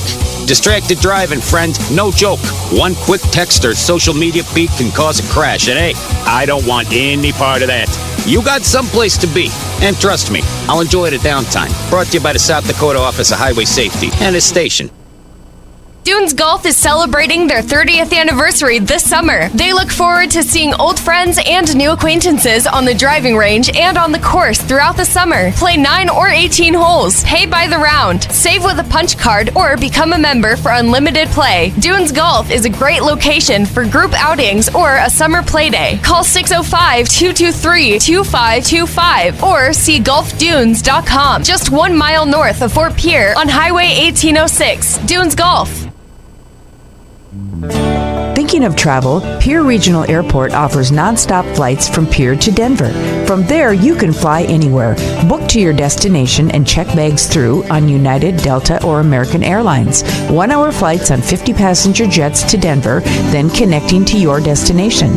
Save travel time and money, avoid the crowds, and free parking when you fly from Pierre Regional Airport. Skip the drive. Fly from Pierre Regional Airport. Looking for happenings in Central South Dakota? And now Devin Skelton. We mentioned that there was a warning issue. Devin Skelton has walked Seitz, the home plate umpire, almost all the way down to third base. Richard Gilmore has had to step in between Devin Skelton and Seitz. And you know what? This could be Devin Skelton doing his best to fire up his team, put them in a situation where they kind of feed off some of that energy. He's been known to do that. So we kind of figured it out without even having to ask. It was a warning issued to the Zap dugout for head assistant coach Devin Skelton. Now Jamie Habiger having a colorful conversation with Jason Seitz. His hands are out beside him, wondering what's going on. And Devin Skelton still giving it to Richard Gilmore. Now Richard Gilmore's been around the block a time or two, so this is nothing that he hasn't heard before. But Devin Skelton getting ever more colorful as he makes his way back into the dugout. Richard Gilmore assisting him on his way. And, you know, the Zap dugout was none too pleased with some of the calls last night from last night's umpiring crew. And now Devin Skelton kind of seeing some of that frustration carry over to today. And it looks like Devin Skelton just got tossed from the ball game. Is that what the signal was there? I'm thinking so. I don't think he's grabbing his backpack to go to the bathroom right now. Well, he's welcome to come up and join us on the broadcast booth. You want me to go grab him? I think we might want to let him cool down real quick. So Devin Skelton has left the dugout, but certainly has probably fired up his team. You know, I have to imagine it probably wasn't, and he probably wasn't too upset. But now as he talks to Alex Jackson's dad, I'll hand it over to Dylan for the top of the 4th inning. Baca firing off speed in there for strike 1. And maybe after Coach Skelton cools off a little bit, we can ask him what happened in that one. That's his second ejection of the year. As a fiery moment here, as that is a fiery fastball in for strike 2. Well, like I said, I think there's one thing that Devin Skelton was trying to accomplish, maybe multiple things, but in those situations, sometimes coaches, when their team feels a little stale. 0-2 from Baca, misses high and inside for ball 1. When their team feels a little bit stale, sometimes you need something to light a fire underneath the guys. And we'll see if that's what Devin Skelton did for his team. 1-2 from Baca. Misses low. Good block there from Kadena. Although there's no one on base, so that one maybe more so for the highlight reel. Baca trying to get the beer batter down as he readies on the mound. Agrees with the sign. Winds, deals. That one missing low. Ball 3. So count runs full. Head in the count 0-2. Devin Skelton was explaining what happened to Alex Jackson's dad, and now a young fan has come up, and it looks like Devin Skelton explaining it just as he did to Jackson's father as that one runs up and in for ball 4. Missing on the payoff pitch. That's a batter Baca would love to have back, as Andrew Van Houten now maybe consoling Coach Skelton a little bit. You might need to give him a roll tide to cheer him up a little bit. Maybe he needs to go spend some time in the bounce house. I know that would cheer me up. That's a cure for any issue that I know you've got. I know that'd cheer me up. I would love to hear him in the bounce house. I would love to hear him in the bounce house explaining what happened to some of the other kids. Yeah, all I did was just tell him that his zone was a little bit off. Baca checking on the runner, not in time. Comes set, fires. That one skied towards left center field. Settling under it, making the play is Hoffman for the first out of the inning. Good job by Baca to settle back in after that walk where he got in front, or got out ahead of the first leadoff hitter of this inning, but just ended up losing him. Get that sky out. Now you got a double play that could get you out of this inning. I'm interested to see if the Zap get any fire. And, well, we didn't even have to ask him if he wanted to come up on the booth. Get a roll tide from Coach Skelton as that one's lined into left. Drilled towards left. Hoffman giving chase. That one going to bounce at the wall. He's going to have to fire back in. Runner heading to third. Will both be in standing at second and third. A one-out double for the Sodbusters. As Zap tried to settle back in here. Felt like despite giving up those 4 runs in the top of the first, Baca has settled back in nicely and started to try to claw some momentum back, but some issues stranding some runners here for the Zap as they trail 4-0. Runners on second and third. Svan Baca comes set, fires that one in there for strike 1. And we are joined by the newest member of the broadcast team, Devin Skelton, who had an early exit in Game 1. Are they going to let you back in for Game 2? Yeah, I'm back for Game 2. It is what it is. Get out of this inning right here and score some runs. Just a little frustrated. It was I just can't believe that happened, man. Well, my question was, are you doing that in part to try to fire up the team that feels a little bit stale right now? 100%. Had a long day yesterday. Early day today. You know, it's a little warm out here. Yesterday was pretty warm. And, yeah, we just kind of came out flat. You know, the first inning didn't help. Gave up 4 pretty quick. And I think Steve was a little amped up. You know, he had to settle in. And then once he settled down, it was like everybody else settled down, and we do a lot better when we have energy going. Baca steps off in anticipation of this 1-2. Runners on second and third, 1 away. Zap trying to navigate another tricky jam. Baca sets, fires. That one drilled towards left. That one going to get down. Play, Hoffman firing in. Play won't be in time as it gets past Cadena. Another runner coming in. 2 will score for the Sodbusters. Coach, not like this game's out of reach by any stretch, but, you know, when a team comes out flat like this, how hard is it to turn around in just a half an hour and get ready to go to Game 2? Doesn't feel like this team needs much to get motivated. Yeah, I'm not really worried about Game 2. I mean, we'll be fine. We'll hit the reset button. I would like to see, you know, regardless of the outcome of this game, I would like to see us compete these last few innings, try and get momentum. That's what baseball is. It's especially at the college level. It's all about momentum. These are amateur players.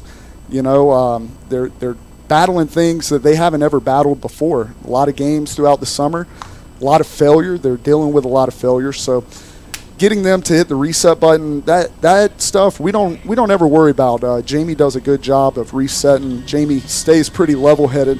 I guess that's why I'm sitting up here with you guys. Jamie does a good job at that, and I'm a little fiery. It is what it is. Well, we did want to know, what was the conversation with Esteban when you went out to greet him in the first inning after a couple pitches? What does that conversation sound like? Yeah, so Steve's a fiery guy, man. He has the highest of the highest when he gets going. His family's in town. I think he put a lot of pressure on himself. You could see it pregame.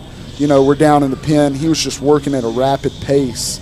So I think it just took him a little while to get going. So I walked out there and, you know, just asked him what's up. And he had, of course, Steve's always got something to say. He sure does.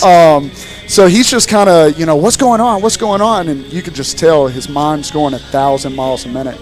And I'm like, hey, man, you have to settle down. You have to settle down and execute pitches. And he's done that. I mean, from the second inning on, you know, yeah, you got this little rough patch right here, but he's done a pretty good job of attacking the zone. He just couldn't find it early. Well, what I was going to say was what you just said. It seemed like whatever you said paid off because he certainly has kind of found the zones, shrunk down his pitch chart. Yellow from Baca, driven back the other way into right Philly's field. got Jake Daly making the play, and collision falls out. That one a scary moment. They're firing it back in. Runner heading around third. Pugrad firing to the plate. That one gets past Cadena. Another runner trying to come in. Baca trying to relay it in. He's safe. And now, you know what? Those runs will score. It is what it is, but now all the attention gets sent out to left or right center field with Andrew Phillips and Jake Daly. Philly's a tough guy, though. Jake is, too. Philly, he'll be good, man. He's got that football gene in him. He's used to getting hit and getting back up, man. He's a tough kid. Well, there is, you know, one thing that's been a bright spot, you know, it's an 8-0 game right now for the Sodbusters. Just feels like they might have the Zap number in this short game one. Had their number last night, and a guy we saw perform really well last night and all season long, and a guy we've seen grow a lot has been Nick Golden. And he has been a guy who just seems like a grinder, has come a long way since the start of this season, and he has kind of represented the trend that this team has been on. Well, now we can have Coach Jamie up here, too, because he's also been ejected. Wow. Oh, Jamie Habiger. That's his first ever. He was talking about how he's trying to get ejected at some point. I don't think he wanted to do it today. Yeah, we get Wiggins leading the charge. I wouldn't put it past us to come back. Yeah, Wiggins you know on what? top right here. And on Kids Day, too. This is yeah, I mean. Good role model. Look. No, Jamie Habiger is a great role model, as is Devin Skelton. But we're just messing with you. And now Wiggins is leading the charge. Do they all want to be up here? I don't think we have enough headsets, guys. We might have Steve running the show down there after it's all said and done. But, you know, kind of going back to Nick Golden and the great things he's done this season as Jamie Habiger has now been escorted out of today's game. But Nick Golden has been a guy that has certainly grown a lot in his role, but he kind of represents the trend of this team. You know, starting off slow, kind of not able to piece 9 innings together, but as Nick Golden's season's come along, his at-bats have gotten better, this team has gotten better. What kind of upward trend have you seen Nick on? Yeah, man. Nick he's a kid that showed up, and to be honest with you, you could tell that he was just fighting some things. It was almost as if he had never really truly felt that he could be himself on the baseball field, but learn how to respect the authority that's in front of him. And he challenged Jamie and I from the get-go. He really did. But it was 100% out of competitive spirit. And as you see from today's game, Jamie and I are pretty fiery guys. We love the game of baseball. We want to compete. And when you get to know Nick, at the end of the day, that's what he wants. He just wants to compete. He wants to win ball games. And he's turned out, man, he is probably one of the best teammates you'll find around. He's going to fight for you. He's going to fight for the team. And, man, just to see what he's done off the field, but I think more importantly, his characteristics that he's had has really come to show. Yesterday we had Bolt Buddies. We got 40 kids out here running around, and we put him in charge of the young ones. And he's over there teaching them. If you go on the social media sites, you'll see him teaching kids how to bat, you know, holding the bat for them, teaching how to swing, and it was awesome to see that. And, you know, before the game today, I just took a moment to tell him how proud I was of him, and to hear things like, man, I love you, Coach, and things, it just shows what kind of kid that guy really is. That one skied to left. Hoffman settling under it at the warning track and making the play for the second out. Baca was even in the count 2-2, but gets a long out to Tyler Hoffman. And I will clarify, Alex Jackson's father is not here. It was his mother who brought us these delicious treats. And she is About as nice as they come. I mean, as you can tell, Coach, you want to try some of this Garrett's mix from the Jackson family? Oh, absolutely. It's some good stuff, Coach. While I'm here, man. Baca comes set for the 0-0. That one skied our way. Come on, that's you. Catch a ball. Come on, skip our way for once. Skips into the mulch. We've been trying, Coach. We want one. We want one, man. Look, I want to commend you guys. I've got folks back in Georgia watching, and you two guys have really led the charge on, announcing the games, calling the games. You guys have done a really awesome job throughout the year. The guys enjoy it. They go back and watch the film. You two guys are rocking it. We really appreciate what you guys are doing. We appreciate that, Coach. 0-2 from Baca, fired in, fouled off.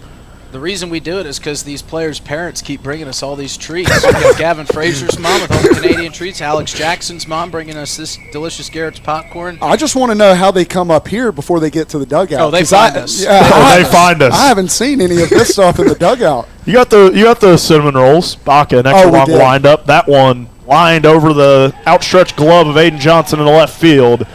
So a 2-out hit for the Sodbusters. It's going to be a play at second and gets through the wickets of Gavin Frazier. A good play from the covering Baca to keep that one from getting out of play. Yeah, those cinnamon buns were a Jamie Van de Wastein special, a family recipe that's been in his family for generations. And you could tell they nailed that recipe. They were good, man. I took 2, actually. Don't tell the rest of the team, but I took 2.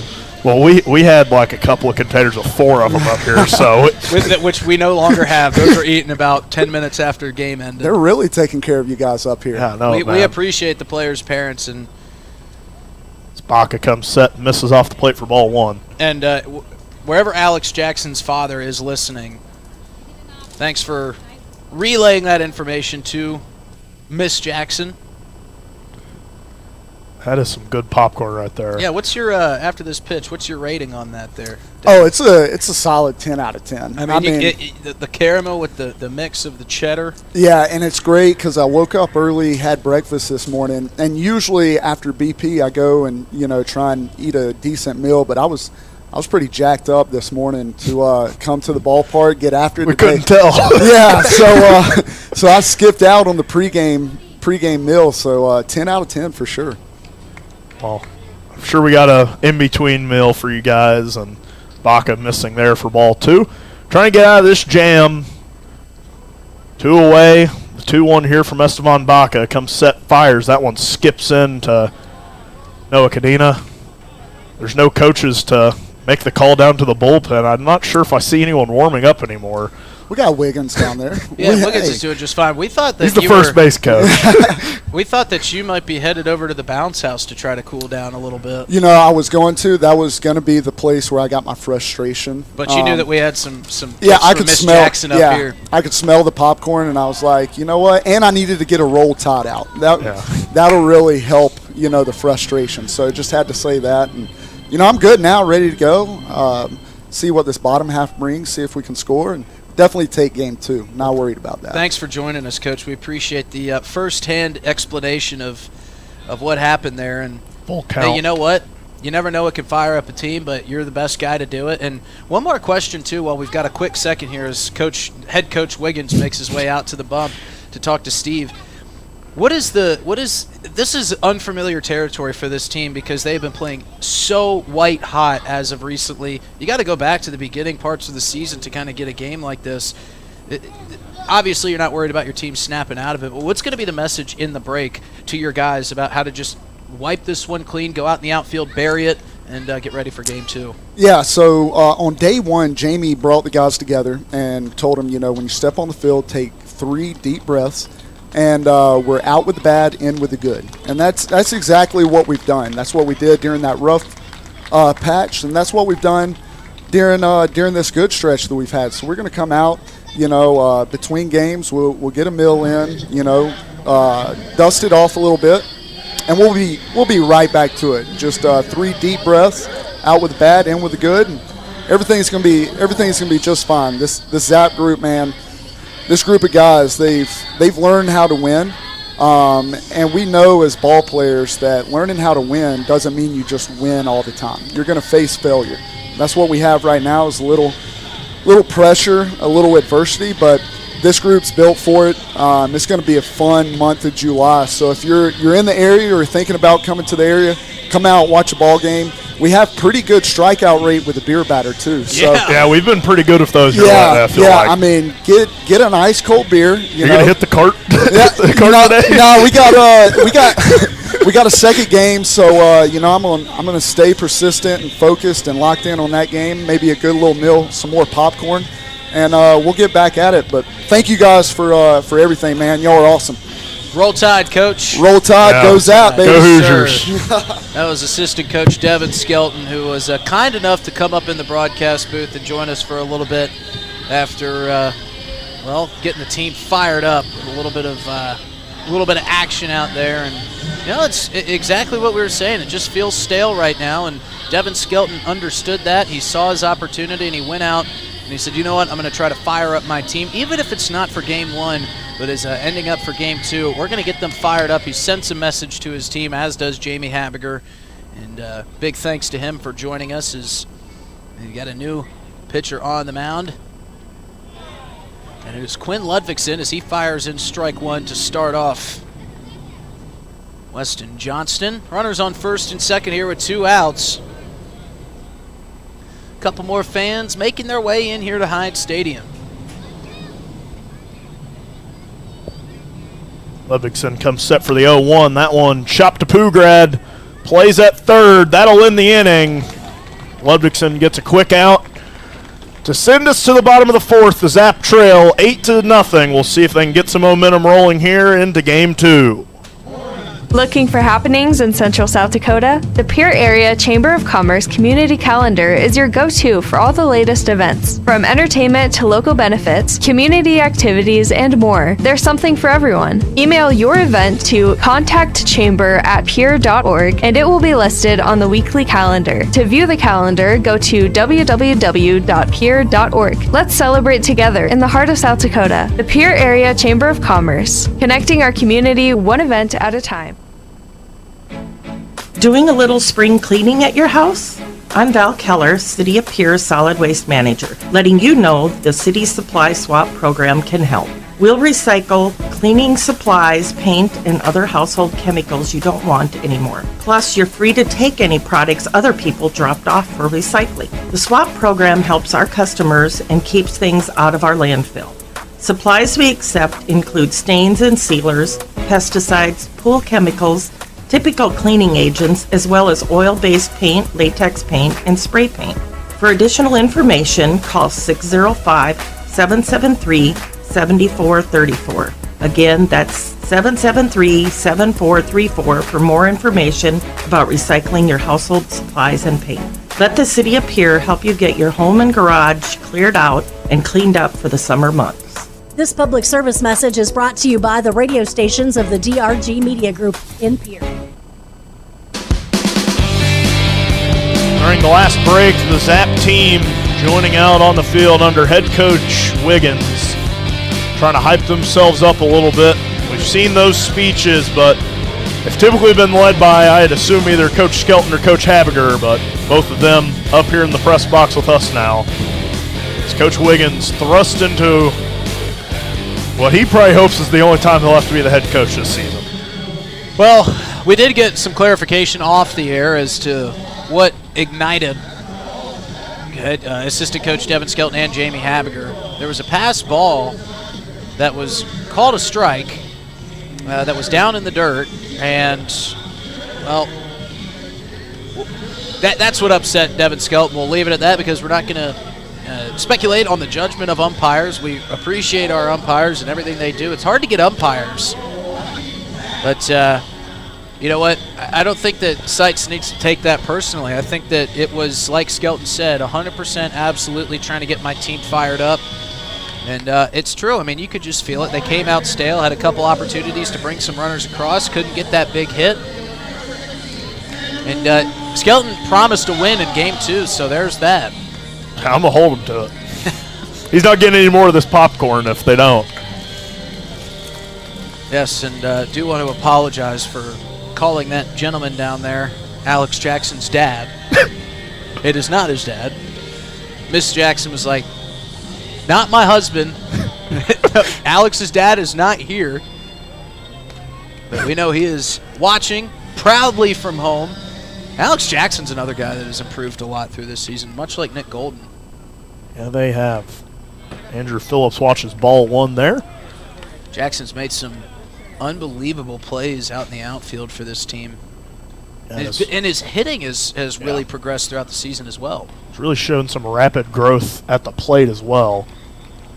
Phillips watches that one in for ball 2. See if Phillips can get a good leadoff at bat here. He's ahead 2-0. As Philly swings that one, line sharply to the first baseman, right into the mitten of Tyler Welsh. And it doesn't surprise me one bit when we saw Esteban Baca coming off the mound, a.k.a. Steve, as he's so lovingly referred to. He had a big smile on his face. And I don't think you can ever take the smile off his face. As we talked about the growth of Alex Jackson as he's been promoted to first base coach. Don't think he thought he was going to do that this season. Gavin Frazier watches that one in for strike 1. Jackson knew he'd be on first a lot, but not in the coach's box, actually on the bag. Where did you get those sunglasses? I think these are Skelton's. Want to see if I can get some of that energy in an 8-0 game. Gavin Frazier fouls that one off to the netting. What do you think? You rock them. Very green. As the 0-2 here to Gavin Frazier. A stay alive swing fouls that one off. Oh, and what a play by the guy we thought was Alex Jackson's dad. Or I thought was Alex Jackson's dad. I think it's his host dad. Might be his host dad. Because he umps some games in the area as well. That's Corey Baker, isn't it? Yeah, I believe that is Corey Baker. The 0-2 to Gavin Frazier. Another stay alive swing, but that one put into play. Welsh settling under it, sizing it up and making the play for the second out of the inning. If I'm Corey Baker, I wouldn't stray too far from the ballpark. Yeah. Could possibly need another umpire in game 2. I think Seitz has had enough of this Zap team. We saw Corey Baker out the other day. I was working post-state concessions, as some of us interns do, to kill the time, make a little bit extra money, and they threw a ball in from the outfield, and it just drilled Corey Baker as he swings through that one for strike 1. Corey Baker caught him right in the calf on just a laser from the outfield, and he dropped pretty quickly, but thankfully it was okay. We were prepping the ice, but he never came and asked for it. As Johnson sends one out to left field, see if it gets to Aiden's area or not. That one gonna get out! That one hit to Aiden's area. Chris Paul home run for Aiden Johnson. Cuts this lead down to 7. Thought you were going to say 43, but what a swing by Johnson into Aiden's area, and it's stuck now. It could only stick if he hit a home run in this ball game, and he did. And hey, we've seen crazier things at this ballpark. I don't mind one bit missing the Divot League tonight if these guys can rally back from down 8-0, come back and win this game. What a swing from Aiden Johnson. Yeah, that was a pretty one. Bit of a 2-out rally here for the Oahe Zap. We'll see if that one's the start of a comeback as Palizzi takes strike 1. Aiden Johnson was upset a while ago about some of his home runs as that one skips in for ball 1, coming in these big deficits. But a lot of his home runs were early in those games before the Zap kind of lost control of it. Now in this one, cutting it down to a 7-run lead. We'll see if that sparks some momentum as Palizzi lines that one sharply into the metal back stand. Yeah, and I think Jason Seitz done a good job behind the plate tonight. Or today, I should say. That's a tough job back there. 1-2 misses off for ball 2. He's had a consistent zone essentially both ways. I think it was just that one pitch that kind of set off that coaching staff for the Zap. But all in all, he's had a really good zone. Yeah, the 2-2 here to Palizzi, driven back the other way. That one was a mile high, but it's drifting foul. Gets out of play. They're giving chase, but they would have had to have jumped over the wall to catch that one. Palizzi stays alive. We got the story from Coach Skelton. I'll have to talk to Coach Habiger in a little bit after he maybe cools off in that nice AC press box. Coach Skelton cooled off pretty quickly. I mean, he walked pretty much straight from the dugout up here. Well, when that door opened, I knew exactly who was coming through it. Yeah, I did too. Didn't think that was the GM coming to grab some more pretzels. As Polizzi watched ball 3.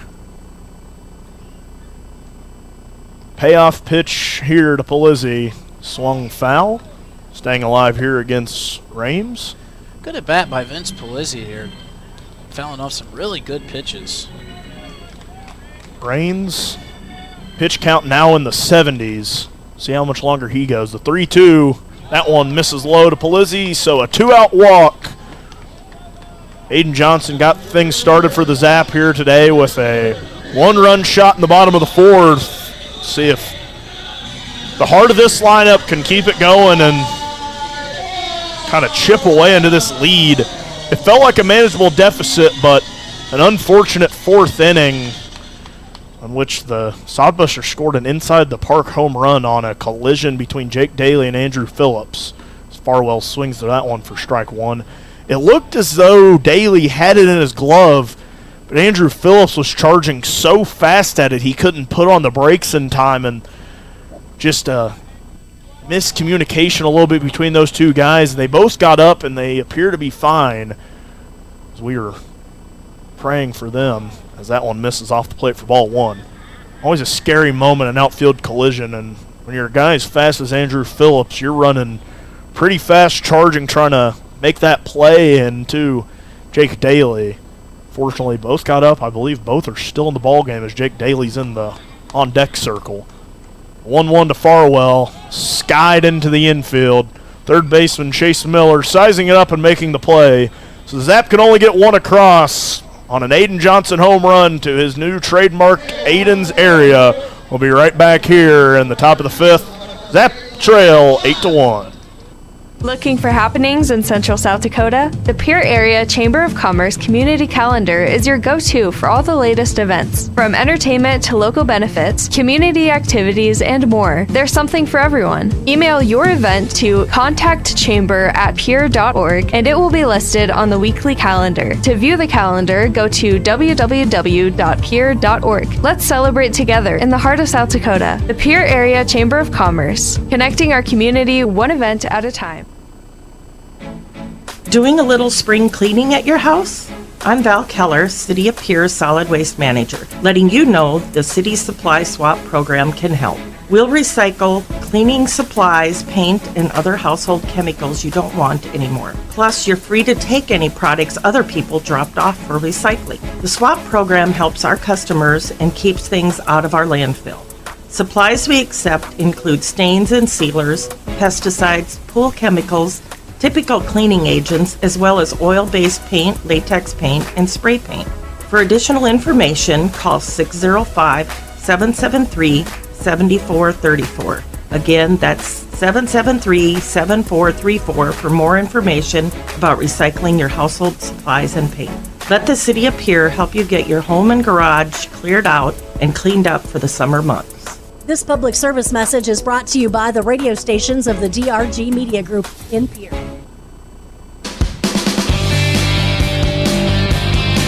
Top of the 5th inning, Quinn Ludvigson back on the bump. And it's Coach Wiggins' team now. If Coach Wiggins got ran from the ball game, who do you think takes over in that position?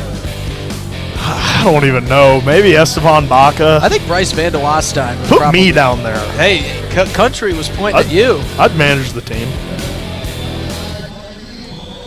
8-1 deficit for the Zap. Very unlike themselves here in game 1 of this doubleheader, as Ludvigson starts him off with a fastball down the middle for strike 1.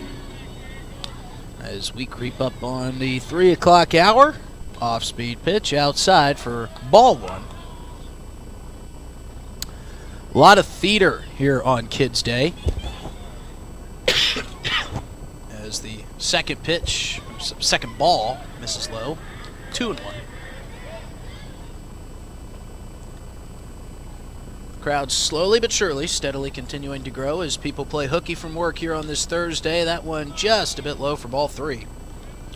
And that is so funny because Coach Skelton and Coach Happiger are such good role models. You see it at Bolt Buddies every day, but on Kids Night, that's the day they both get ejected. Swing and a miss on strike 2 as the count runs full for Ludvigsen. I mean, you really takes a lot to get Habiger fired up like that as the 3-2 is belted into left center. Over chasing and making a great grab on the run is Andrew Phillips for the first out of the inning. And Coach Habiger had never been ejected before that. He had told me that he had tried many times and they just wouldn't do it. But maybe Coach Skelton gave him the courage he needed today to just go over the edge and get ejected, I guess. Hey, that looks like fun. I want to get on the action. He said, oh man, Coach Skelton's up in that AC booth. I'm going to join him. One out as this one's chopped towards third, and underneath the outstretched glove of Aiden Johnson, rounding first and putting on the brakes is Tyler Welsh. So the Sodbusters with another runner, and this one gets through the infield, and now Welsh is going to make his way to second. He's going to round second. He's going to chug for third. The ball is scooted all the way down towards the little inversion in between the Zap dugout and the Zap bullpen. And other than the Aiden Johnson home run, there really hadn't been much good about this ball game for the Zap here in game 1 of this doubleheader. Sloppy play, heads out of it a little bit, and, well, I think after seeing that, if Jamie Habiger had cooled down, he might be hot again. That is, you allow a single into left field and then a throw getting through your infield on the relay back in when the runner's not even trying to take second base. Allows him to get all the way to third. A swing and a miss from Jet Hannaford. Start this at bat off 0-1. One out here in the top half of the 6th inning. Or excuse me, top half of the 5th inning. Somehow Hastings just scored 8 runs on the scoreboard. This one swung on and missed. It's strike 2. It was a 16-1 ball game for a split second here at Hyde Stadium. I saw that. They told the future on a 3-2 count earlier today. Hopefully that's not fortuitous of things to come here in the 5th. Off-speed pitch. Ludvigsen gets the strikeout as Hannaford goes down looking. Great curveball from Quinn Ludvigsen. Gets the second out of the inning. So hopefully they can leave well stranded over there on third base. This will bring up Brady Alexander in the 9 hole with 2 outs.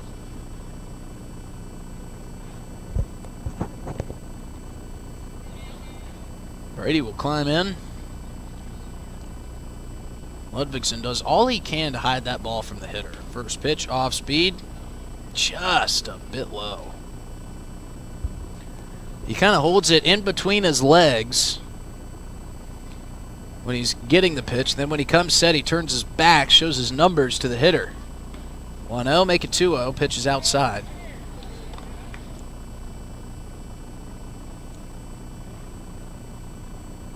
Well, this will surely be interesting as Skelton and Habiger are allowed back in the dugout for game 2. As this one's lifted foul back our way, strike 1, 2-1 is the count.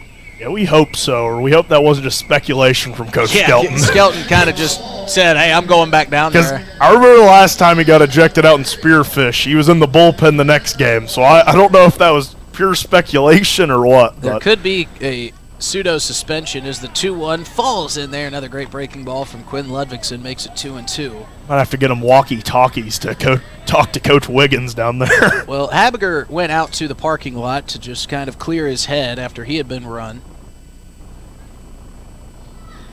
As that one's fouled into the netting. And then he is staying away from the dugout. Doesn't want to get in any more trouble. There was a Mets manager years and years and years ago who got thrown out of a game. And he still wanted to coach. Here's the 2-2 pitch. That one off the plate for ball 3. So he went into the clubhouse, threw on a fake mustache and a pair of glasses, and hung out down near where the cops sit at the end of the dugout.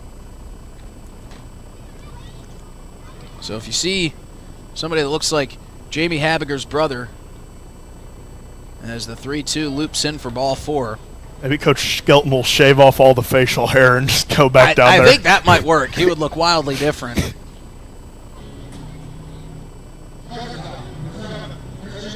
Yeah, that was no matter what the result of this game ends up being, it'll no matter what, just go down as a very interesting day here at Hyde Stadium, to say the least. Yes, that is true. You always see something you might never have seen before at a ballpark when you come to the Zap game. That was Bobby Valentine, that Mets manager, that put on the disguise and hung out in the dugout. And no, that guy in the mustache in the dugout is not Jamie Habiger. It's Jaime Babiger. his evil twin. 0-1 to Loera. Runner goes, and he just kind of sticks his bat out, chops that one towards second. Going to be a tough play for Frazier. Nowhere to go with it. Run will score. He fires to third. That's through the glove of Aiden Johnson, and another run is going to come across. They're just kind of trying anything out there on the diamond, and it's now 10-1. Sodbusters lead here with 2 outs in the top of the 5th. One more run here by the Sodbusters and none by the Zap in the bottom of the 5th would make this a run rule in a 7-inning game. And maybe it would be a decent thing for the Zap. I know you never want to get run ruled, but you're never going to talk to a Zap player down there that says, yep, this game's over, let's just hang it up, call it a day. But this is definitely one that they might want to forget, as this one is railed into left field. Giving chase is Tyler Hoffman. He's under it, and he gets the 3rd out of the inning. But 2 more come across for the Sodbusters. They lead 10-1 here as we head to the bottom of the 5th inning at Hyde Stadium. Hey, it's your phone talking. Yeah, your phone. You know, that thing you're constantly picking up and poking around. Listen, when you're behind the wheel, would you please give me a break? You'll have plenty of time for your TikToks and, I don't know, texting your friends after you put it in park. Distracted driving, friend, no joke. One quick text or social media feed can cause a crash, and hey, I don't want any part of that. You got someplace to be, and trust me, I'll enjoy the downtime. Brought to you by the South Dakota Office of Highway Safety and its station. Dunes Golf is celebrating their 30th anniversary this summer. They look forward to seeing old friends and new acquaintances on the driving range and on the course throughout the summer. Play 9 or 18 holes, pay by the round, save with a punch card, or become a member for unlimited play. Dunes Golf is a great location for group outings or a summer play day. Call 605-223-2525 or see golfdunes.com. Just 1 mile north of Fort Pierre on Highway 1806. Dunes Golf. Thinking of travel? Pierre Regional Airport offers nonstop flights from Pierre to Denver. From there, you can fly anywhere. Book to your destination and check bags through on United, Delta, or American Airlines. 1-hour flights on 50-passenger jets to Denver, then connecting to your destination. Save travel time and money, avoid the crowds, and free parking when you fly from Pierre Regional Airport. Skip the drive. Fly from Pierre Regional Airport. Looking for happenings in Central South Dakota? The Pierre Area Chamber of Commerce Community Calendar is your go-to for all the latest events. From entertainment to local benefits, community activities, and more, there's something for everyone. Email your event to contactchamber@pierre.org and it will be listed on the weekly calendar. To view the calendar, go to www.pierre.org. Let's celebrate together in the heart of South Dakota. The Pierre Area Chamber of Commerce, connecting our community one event at a time. Jake Daly will step in, and big thanks to Jake Daly for letting the Pierre Area Chamber of Commerce ad play out. We had to cut it short the last time as Daly takes ball 1 down and away because, well, we had to get to what was happening on the field with Devin Skelton and Jamie Habiger. If you're just joining us, both Skelton and Habiger, well, got to hang up the cleats a little early today as Daly swings and misses at a fastball up in the zone for strike 1. Before they have to put them back on in a couple, like 30 minutes. Lace them back up here shortly for game 2. Daly on a 1-1 pitch, rips it up the middle. You're going to get tired of hearing it, but Jake Daly, another guy in the Zap lineup who continues to hit well. They call him Rake Daly for that reason exactly.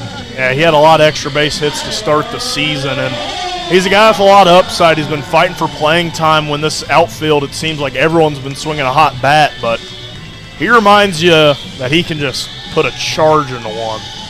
Seems like every room is getting full with talent. The catcher's room, the middle infield room, and now the outfield room. As Hoffman steps up, fouls that one off the end of the bat. A mad dash for that foul ball. on Kids Day. I want a foul ball to be hit towards the bounce house because I think it would just be utter chaos. It already is over Yeah. there. There's shoes scattered about in front. Here's the 0-1 to Hoffman. He swings over top of an off-speed pitch from Austin Raines. And give a lot of credit to Austin Raines. With all that's gone on out on the diamond, he has just kind of stayed steady Eddie. He's gotten himself into jams and gotten out of them with some ease. He goes deeper into this game and trying to keep that bullpen fresh for game 2. Hoffman thumbs one off the neck of the bat, chasing over and making the play is Tyler Welsh. And that will be the first out of the bottom of the 5th. I'm going to bring up Jared Pugrad. Pugrad's had another good day. Good day at the plate. He hit a sharp base hit in his first at bat and then popped out his second at bat. He's made a couple good plays out there at shortstop. Be interested to see if they flip Gavin and Pugrad over to second base and shortstop, where both of them have played a little bit of both this season.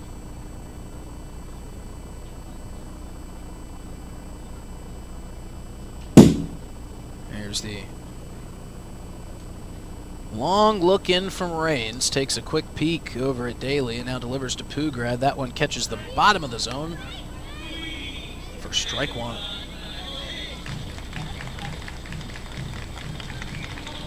Pugrad and Raines having a quick work standoff. Who could be ready faster as Pugrad chops this one over the head of Raines? Going to be a tough play for anybody to make, and no one's there to cover the bag, and Pugrad with another single as he legs that one out. Raines tried to get to that one off the mound. Tyler Welsh kind of came to back him up, but all that happening, there was nobody there to cover first base. Drew Vega tried to cover from his second base position, but you got to be lightning fast to get over there before Pugrad reaches the bag. So with one out, runners on first and second for the Zap, and Noah Cadena coming up to the plate. First pitch, check swing. They'll check with nobody, as that's ball 1. And now they'll check with Richard Gilmore, and yes, he obliges ball 1. He had no interest in giving him a sign there. Well, I think he was just waiting for Sites to say, do you want the appeal or not? So here's the 1-0 to Cadena. Off the end of the bat. That one sounded like it splintered. This one's going to get to Vega. He spins, twirls, and fires to a covering Austin Raines, but Raines couldn't squeeze it. And I think that Richard Gilmore's probably happy he didn't, because that was going to be a tough call to make either way. That was bang, bang. Noah Cadena showing off the wheels. And 2 base hits that have just kind of found their way into no man's land here on the diamond. And Josh Printer going to come out and talk with Austin Raines, try to calm him down a little bit. This is the 3rd time in this ball game Austin Raines has loaded the bases for the Zap, but the Zap just have not been able to get that one big swing. They have had bases loaded with 1 out, couldn't do anything with it. They've had bases loaded with nobody out and couldn't bring anybody across. Jason Sites and Andrew Phillips having a little chat there at the home plate spot on the diamond. Printer has said all he needs to say. He leaves Austin Raines.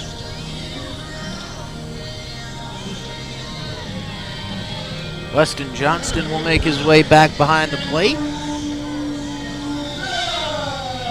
Andrew Phillips with a deep breath before he steps into the left-handed batter's box.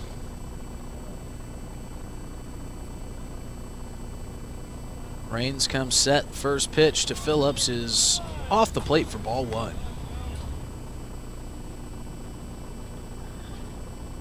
Well, I don't think you're going to have to fire up the Zap to get ready for game 2.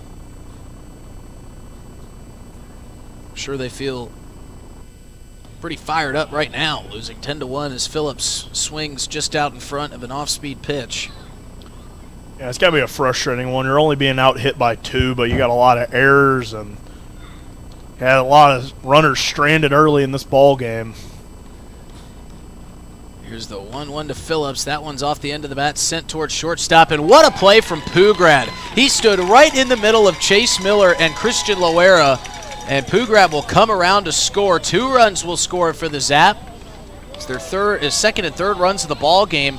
But that play was all made by Jared Pugrad running from second to third. He saw that one bouncing, and as a shortstop himself, he knows how tough it is when a runner runs in front of the ball.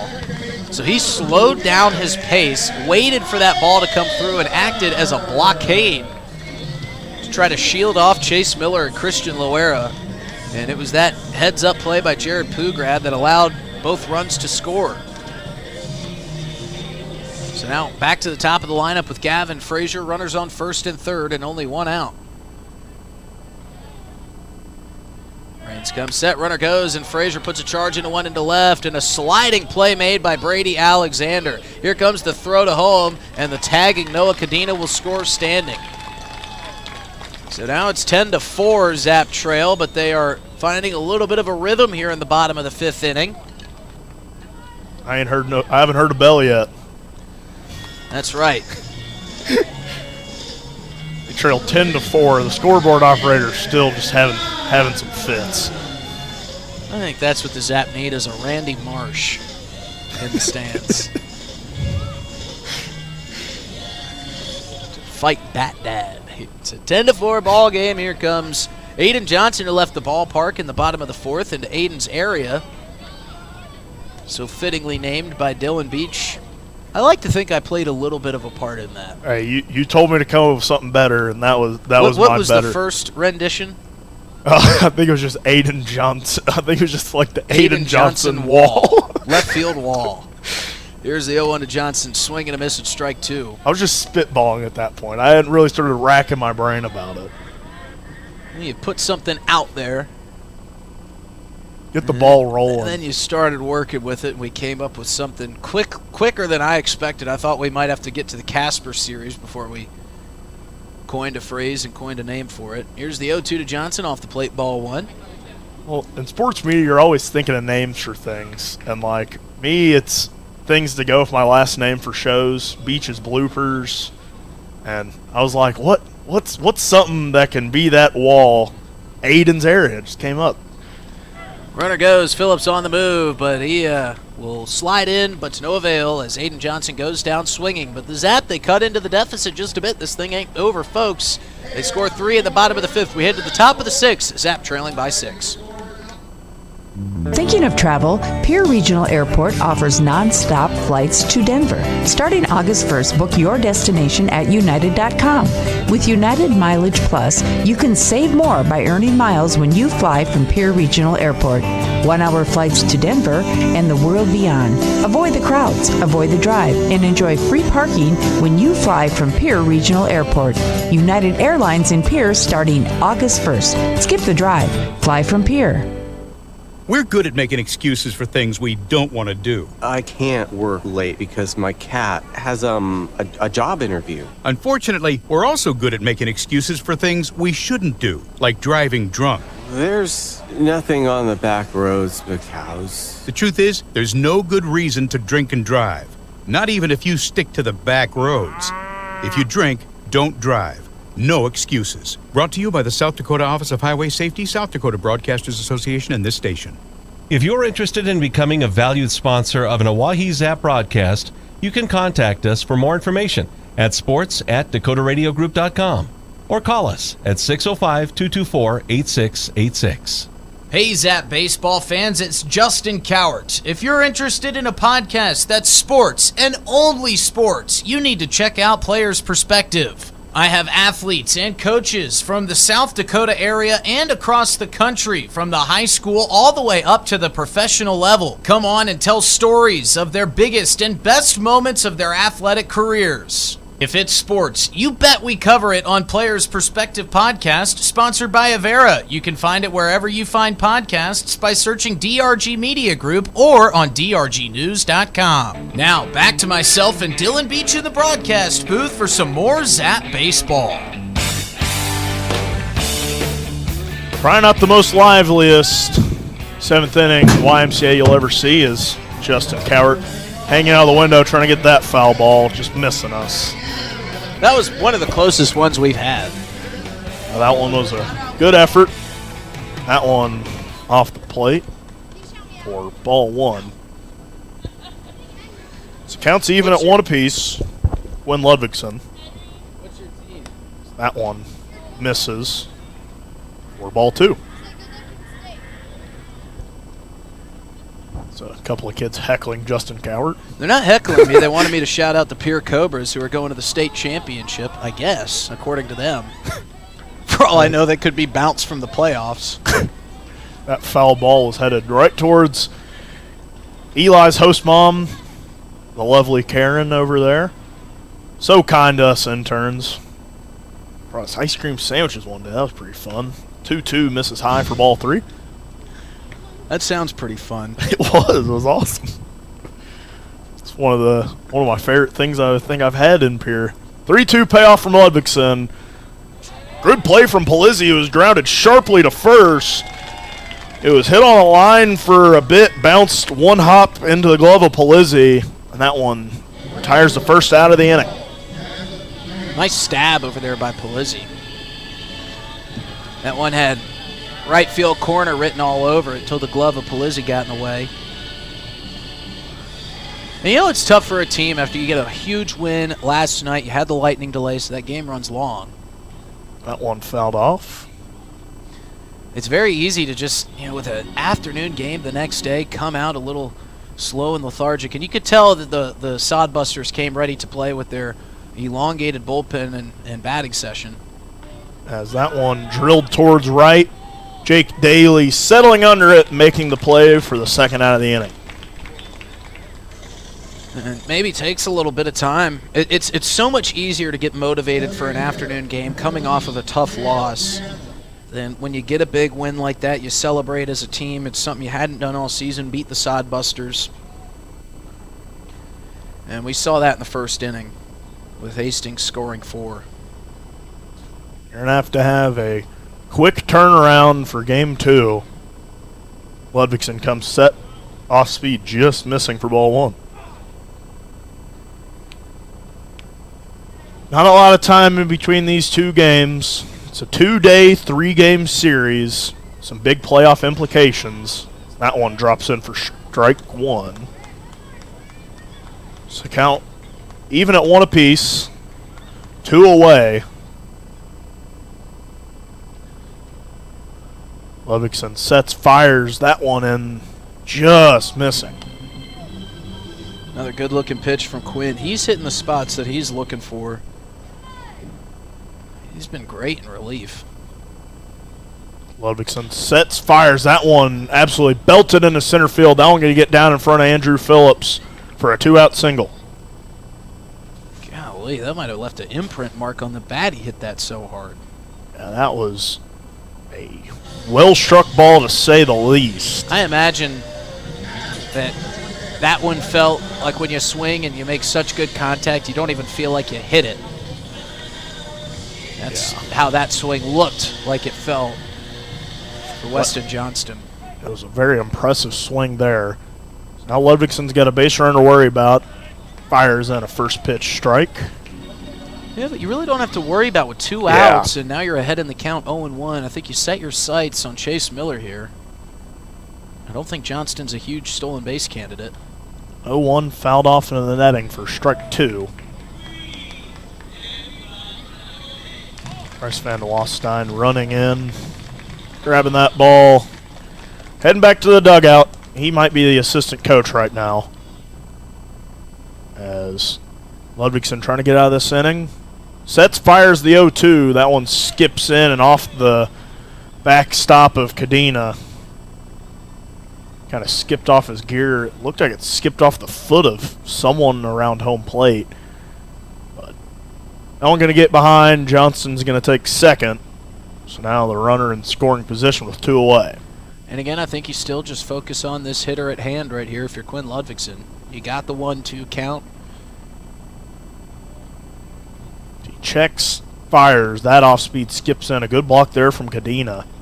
Yeah, you're fine with that runner getting to second, but when he gets to third, that's when things get a little bit dicey. So Cadena doing a nice job staying active behind the dish, sliding over, showing off that good defensive prowess.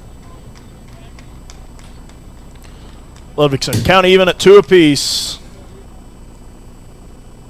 Readies himself on the mound and fires. That one just misses. Count runs full for Ludvigsen. Was ahead 0-2.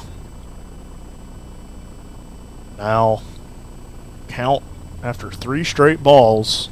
Shakes off a sign, shakes off a second. Finally agrees on one. Or stepping off the mouth. It looked like I finally saw a little head nod, and then he was like, I want time. 3-2 payoff from Ludvigsen. Misses low. Well, now you got to force at every base. So that's good. Yeah, that's good at least news. one positive. Problem is you got to face Tyler Welsh. Tyler Welsh 2 for 3 on the day. It's been a good day for him, as is. It's been a good day for most Sodbusters today. So they're taking the first game of this doubleheader 10-4 right now. Off speed drops in there for strike 1 for Ludvigsen. It'll say a lot about this team for the Zap. If they're not able to come back in today's first game, but how they respond in game 2. Certainly. That one misses for ball 1. Not sure where that that's why I was scream came from. I think someone trying to invite the ump to call that one a strike. Scoreboard operator was confused. He hasn't put the ball up yet. That one in there for strike 2. That's 2. Are we sure, Jeff Adele? Counts 1-2. It's been a good season for the beer batter. Feels like the second half we've had at least one a night. Welsh went down earlier, but hasn't been down swinging. That one does. Ludvigsen gets some discounted beer for all the children in attendance. We might have to make it the milk batter for game 2. Zap trail 10-4. We'll be right back here with the bottom of the 6th. Hey, it's your phone talking. Yeah, your phone. You know, that thing you're constantly picking up and poking around. Listen, when you're behind the wheel, would you please give me a break? You'll have plenty of time for your TikToks and, I don't know, texting your friends after you put it in park. Distracted driving, friend. No joke. One quick text or social media peek can cause a crash. And hey, I don't want any part of that. You got someplace to be. And trust me, I'll enjoy the downtime. Brought to you by the South Dakota Office of Highway Safety and its station. Dunes Golf is celebrating their 30th anniversary this summer. They look forward to seeing old friends and new acquaintances on the driving range and on the course throughout the summer. Play 9 or 18 holes, pay by the round, save with a punch card, or become a member for unlimited play. Dunes Golf is a great location for group outings or a summer play day. Call 605-223-2525 or see golfdunes.com, just 1 mile north of Fort Pierre on Highway 1806. Dunes Golf. Thinking of travel, Pierre Regional Airport offers nonstop flights from Pierre to Denver. From there, you can fly anywhere. Book to your destination and check bags through on United, Delta, or American Airlines. 1-hour flights on 50-passenger jets to Denver, then connecting to your destination. Save travel time and money, avoid the crowds, and free parking when you fly from Pierre Regional Airport. Skip the drive. Fly from Pierre Regional Airport.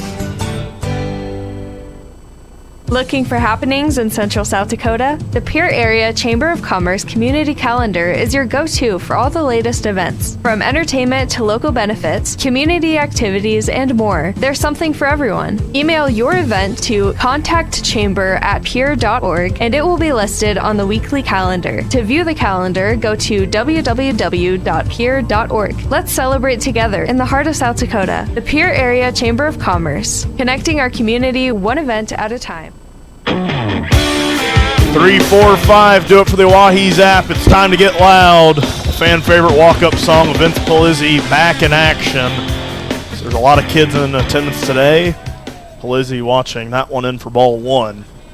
I'm sure the kids at the bounce house don't have to be told to get loud with that walk-up song. I think they've probably been screaming all day. Polizzi ahead in the count 1-0. Watches that one drop in for strike 1. Good frame job there by Johnston. That one felt like it was kind of drifting low, but a good frame. So that one runs inside. Ball 2. Got a very sweet part of the lineup coming up right here if you're the Zap. No reason you can't put a couple runs together. 2-1 chopped off by Polizzi foul. Evens up the count at 2 apiece. Zap got some runs in the bottom of the 5th to cut into this deficit a bit. Trailing by 6. Stranded a lot of runners in scoring position early in this one. Polizzi swings and somehow gets a bat to that one to chop it away. Man, he got down to a ball that I was surprised to see him be able to get down to. That thing, Barrett was just about touching dirt when he made contact. It skipped instantaneously into the dirt because it was about on the ground as Polizzi drills that one to center field. That one going to be way too high. That one settling into the glove of the center fielder, Jet Hannaford. Was just a bit underneath that one. So he hit that one a mile high into center field. Polizzi's been close. You know, we saw him foul one off earlier. That was a great-looking swing, but he just got underneath it. Yep. That one a little bit underneath as well. But some good swings from Polizzi nonetheless. Yeah, the launch angle just a little off on that one, but you got to put a lot of power to hit one that high into the air. As Farwell watches ball 1. Rain's still on the bump. He has thrown now over 100 pitches in this ball game. Haven't seen that yet this year. Farwell swinging through that one for strike 1. That the 103rd pitch of his day. He's going for the complete game. As he is going to be feeling that in the morning. Got a long bus ride back to Hastings. That one fired in there for second. And I know Corey Baker turned down the ice when he got hit by that throw coming in from center field. I don't think that Raines is going to turn down the ice after this outing.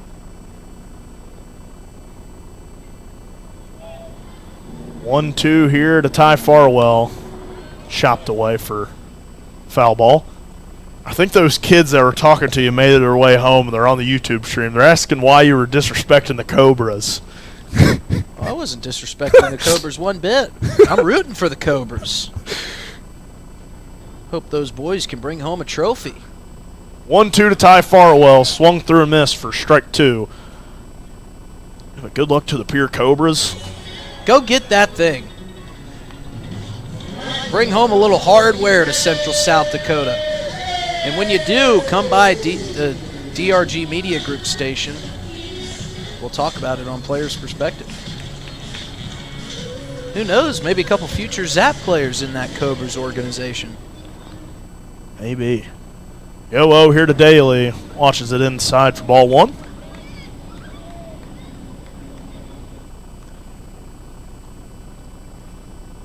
(1-0) to Daly. Swung through, missed for strike 1.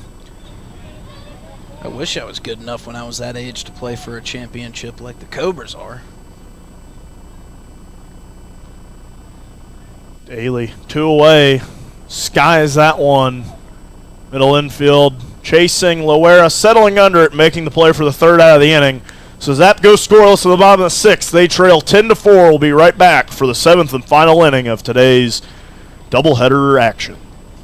Hey, it's your phone talking. Yeah, your phone. You know, that thing you're constantly picking up and poking around. Listen, when you're behind the wheel, would you please give me a break? You'll have plenty of time for your TikToks and, I don't know, texting your friends after you put it in park. Distracted driving, friend. No joke. One quick text or social media feed can cause a crash. And hey, I don't want any part of that. You got someplace to be. And trust me, I'll enjoy it at downtime. Brought to you by the South Dakota Office of Highway Safety and its station. Dunes Golf is celebrating their 30th anniversary this summer. They look forward to seeing old friends and new acquaintances on the driving range and on the course throughout the summer. Play 9 or 18 holes. Pay by the round. Save with a punch card or become a member for unlimited play. Dunes Golf is a great location for group outings or a summer play day. Call 605-223-2525 or see golfdunes.com. Just 1 mile north of Fort Pierre on Highway 1806. Dunes Golf. Think Speaking of travel, Pierre Regional Airport offers nonstop flights from Pierre to Denver. From there, you can fly anywhere. Book to your destination and check bags through on United, Delta, or American Airlines. 1-hour flights on 50-passenger jets to Denver, then connecting to your destination. Save travel time and money, avoid the crowds, and free parking when you fly from Pierre Regional Airport. Skip the drive. Fly from Pierre Regional Airport. Looking for happenings in Central South Dakota? The Pierre Area Chamber of Commerce Community Calendar is your go-to for all the latest events. From entertainment to local benefits, community activities, and more, there's something for everyone. Email your event to contactchamber@pierre.org and it will be listed on the weekly calendar. To view the calendar, go to www.pierre.org. Let's celebrate together in the heart of South Dakota. The Pierre Area Chamber of Commerce, connecting our community one event at a time. Back here at the top of the 7th inning, it's Connor Hammonds on the bump for the Zap. And, well, we saw the Pierre Cobras commenting in the YouTube, and then they had to retract their messages. You can talk the talk, you better walk the walk there, young kids. As Hammonds takes the bump, and now no timeout awarded, and Hammonds fires a strike in there to start off Jet Hannaford. He was pleading and begging for time. Sites did not award it. Hammonds took the opportunity, fired a fastball in there for strike one, and now he's finally awarded time. Hannaford asked for it the first time, didn't get it. He got it the second time around.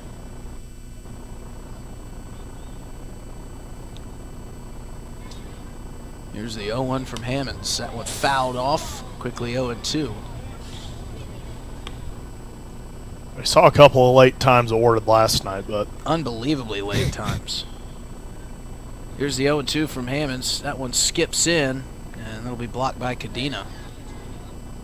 Even like the Sodbuster logo, like looks like something like the A's would have. Like, this feels so imitational of the A's. This one ripped through the left side of the infield. That's going to get down for a Jet Hannaford base hit. It is another hit for the Sodbusters, their 11th of the day. Zap have had their fair share of hits. They've scored 4 runs on 8. But those hits not coming at the times they needed them. And the Zap had bases loaded twice earlier in this ballgame. That'll bring up Brady Alexander. And he takes strike one on the inside corner. So we'll see if Connor Hammonds can get a well-timed ground ball here. 0-1 to Alexander, just off the plate for ball one.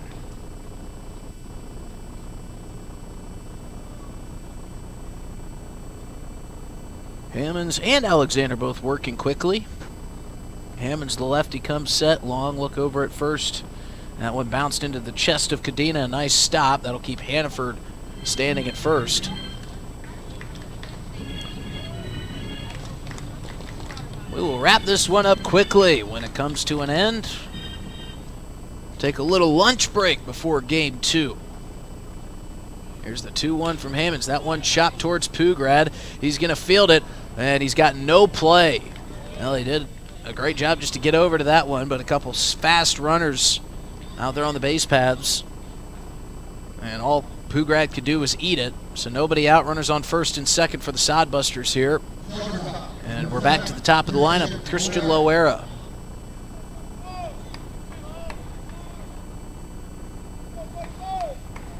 Couple somewhat dangerous clouds hanging over the top of the ballpark today, but we don't expect rain, so we'll just welcome the shade as Hammonds miss low for ball one.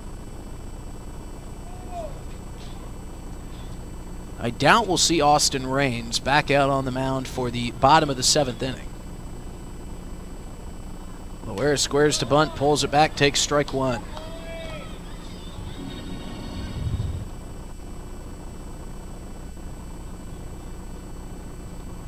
Ten to 4, Sodbusters out in front in our matinee game 1. This one driven into center, sizing it up as Phillips. He makes the catch, nobody tagging, so there's the first out. Loera goes down. Drew Vega will come up here for Hastings. And Vega, large part of why the Zap didn't score in some of those early innings when they had runners on, was making some great defensive plays on some well-struck balls. Yeah, you robbed Gavin Frazier of a base hit earlier today. Vega steps in, wobbling the bat out in front of his right breastplate. That will be strike one. Hammonds is painting the zone. Good location on a lot of his pitches.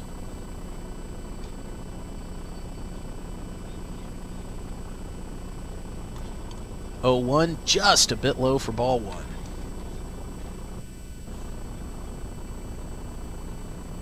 Wonder if these guys will change uniforms in between games. I have a feeling the Zap will want to. Sodbusters probably want to keep everything that they've got on the same. This one chopped towards third. Johnson's got it. He fires to second for one. Frazier pump fakes the throw to first, and now they might have the runner picked off, but some speed there shown by Jet Hannaford as he rounded third. And Frazier, who deked the throw to first. Hannaford was in between the third base bag and home plate. And Johnson, who had fielded the ground ball initially, didn't have time to get back to third. And Hannaford was already so far around third base, he said, I'm just going to try to take home. And he did, and he scored. And it's 11-4 Sodbusters.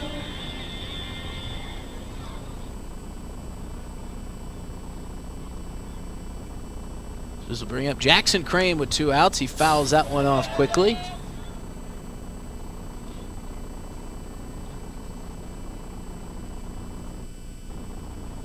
Hammond's ahead 0-1. Look over at first and delivers. This one chopped towards Frazier. He'll field. Toss to second. Pugrad there to cover. And he'll tap the bag for the third out of the inning. So we head to the bottom of the 7th. Zap need to score 7 to tie it up. We'll see if they can do it right here on River 92.7. Looking for happenings in Central South Dakota? The Pierre Area Chamber of Commerce Community Calendar is your go-to for all the latest events. From entertainment to local benefits, community activities, and more, there's something for everyone. Email your event to contactchamber@pierre.org and it will be listed on the weekly calendar. To view the calendar, go to www.pierre.org. Let's celebrate together in the heart of South Dakota. The Pierre Area Chamber of Commerce, connecting our community one event at a time. Doing a little spring cleaning at your house? I'm Val Keller, City of Pierre Solid Waste Manager, letting you know the City Supply Swap program can help. We'll recycle cleaning supplies, paint, and other household chemicals you don't want anymore. Plus, you're free to take any products other people dropped off for recycling. The swap program helps our customers and keeps things out of our landfill. Supplies we accept include stains and sealers, pesticides, pool chemicals, typical cleaning agents, as well as oil-based paint, latex paint, and spray paint. For additional information, call 605-773-7434. Again, that's 773-7434 for more information about recycling your household supplies and paint. Let the City of Pierre help you get your home and garage cleared out and cleaned up for the summer months. This public service message is brought to you by the radio stations of the DRG Media Group in Pierre. The Zap need the rally of all rallies here in the bottom of the 7th. They trail 11-4, but need not fear. This won't be the only Zap ball game today. We got another one coming up in a little bit over a half an hour time. Game 2 of this doubleheader against Hastings. And it will be on the bump. Christian Loera in. We're going to close things down for the Sodbusters. They go to a position player leading by 7 runs with only 3 outs to get. Makes sense. Great outing from Austin Raines for the Sodbusters. He had a sparkling day. Allowed 4 runs on 8 hits. Went over 100 pitches. First time we've seen a pitcher go over the century mark here at Hyde Stadium here this season. Might be the last, too. Yeah, I would imagine so. You don't see a lot of guys going 100 pitches anymore. No, you don't. As analytics has taken over the game, they realize that that's not great for your arm. Yeah. Your arm looks like Swiss cheese when you hang up the glove. They're like, man, how did this happen?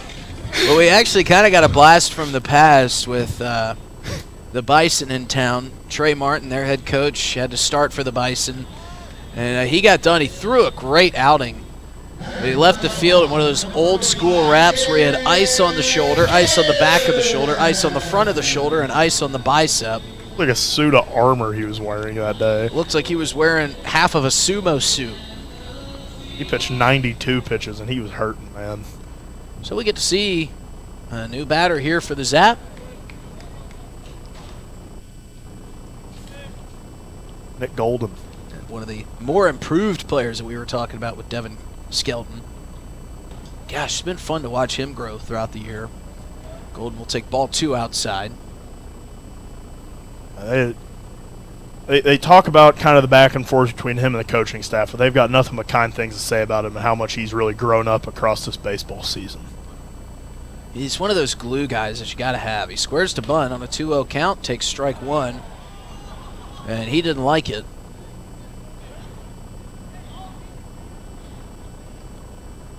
But he's still ahead in the count, 2-1. Pitch from Loera. Lively fastball from Loera, swung on and missed by Golden. And I would be shocked if we didn't see Nick Golden in the starting 9 for game number 2 here today. Yeah, it feels like maybe this first game, bit of a time off for him, and then get him back in the lineup for game 2. He was out there participating in the tug of war earlier today. 2-2 misses high, count runs full.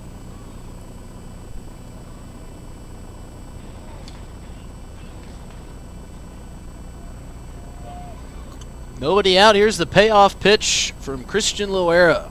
On the way, and just a bit outside for ball 4. So Nick Golden draws a 6-pitch walk. And that'll bring up Jared Pugrad. I know I'm going to sound like I'm getting way too far ahead of myself, but if a position player on the mound, it feels like if the Zap could get some momentum going, that bullpen would get working in a hurry over there for the Sodbusters. They only need a 3-run homer and a grand slam to get back in this one here in the bottom of the 7th. Not even like that much. Pugrad rips one down the third base line, but that'll curl foul. Only trailing by a touchdown, dude. It's Hail Mary time. We see a DK Metcalf jersey out in the stands. That one's a little outdated, though. It's a Seahawks jersey. Got to get him updated in some Steeler gold and black. Here's the 0-1 to Pugrad. That one in there for strike 2. Tell you, Loera feeling no fear with a 7-run lead here in the bottom of the 7th. He is firing him in and just saying, hey, take your best swing at it. If you get me, you get me. Pugrad behind 0-2. Takes that one high. I like the way that Weston Johnston operates back there behind the dish for the Sodbusters.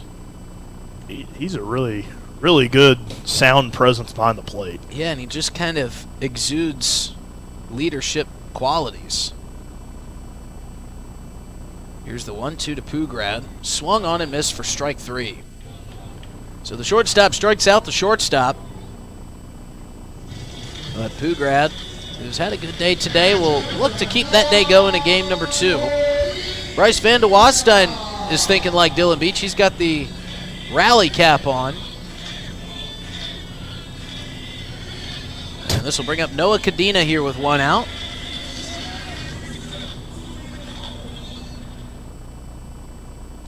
Cadena legged out an infield single earlier today. First pitch to Cadena, taken outside for ball 1.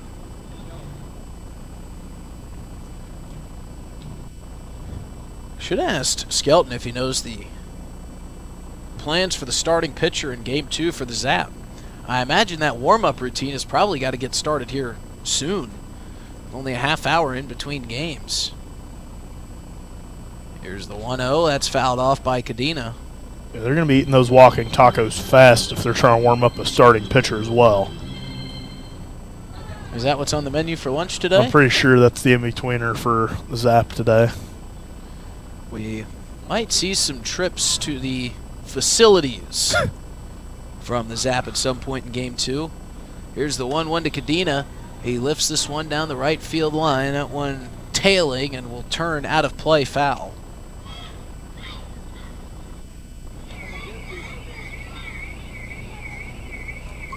Cadena evened up the count at 1-1.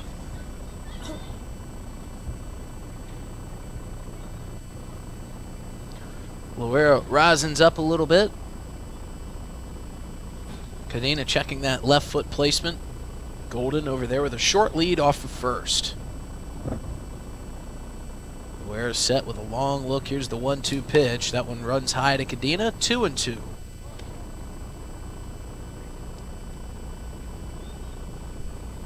And maybe the Zap just need to get that second out here in this bottom of the 7th. Again, it's the final frame of the day, possibly, with the doubleheader, 2 7-inning games. As he rips that one to the left side, and that'll get through for a base hit. So some good 2-strike hitting by Noah Cadena. Now Andrew Phillips has runners on first and second with just 1 out. Yeah, this is where you kind of look back in the earlier stage of this game where stranded 6 runners in scoring position and 8 total in the first 3 innings, and think back, man, if we could have had a couple of those, we'd be really in striking distance right now. And the Zap haven't really swung it all that badly today. It's just giving up those 11 runs on some timely hitting and some costly errors is kind of just what did the damage for them. They had the opportunities presented to them. It just kind of felt like they were grasping and trying to claw back and get everything back all at once after going down 4-0 in the first. First pitch to Phillips is way high. Johnston has to climb out of his crouch, and now Loera wants a new ball.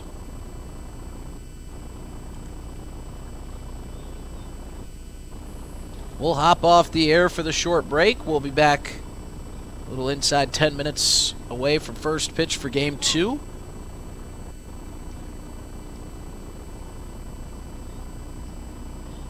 As the broadcast team will get to reset the mindsets as well. Here's the 1-0 pitch. Make it 2-0 to Phillips.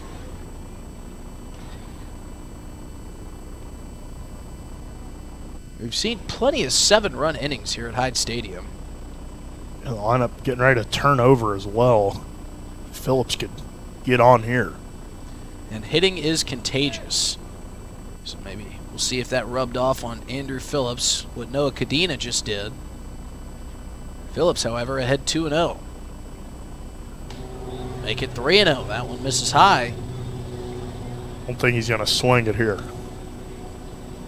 Yeah, maybe a green light earlier in the game, but when you've got 3 outs left and runs are at a premium. It's been a good day for Phillips, though. Yeah. 1 for 2, 2 RBIs. Maybe getting him kick-started here. That one in there for strike 1. Phillips was headed down to first base. He thought that was ball 4. I can't lie, so did I. But he'll climb back in, still ahead in the count. It's 3-1. Still, again, just the 1 out.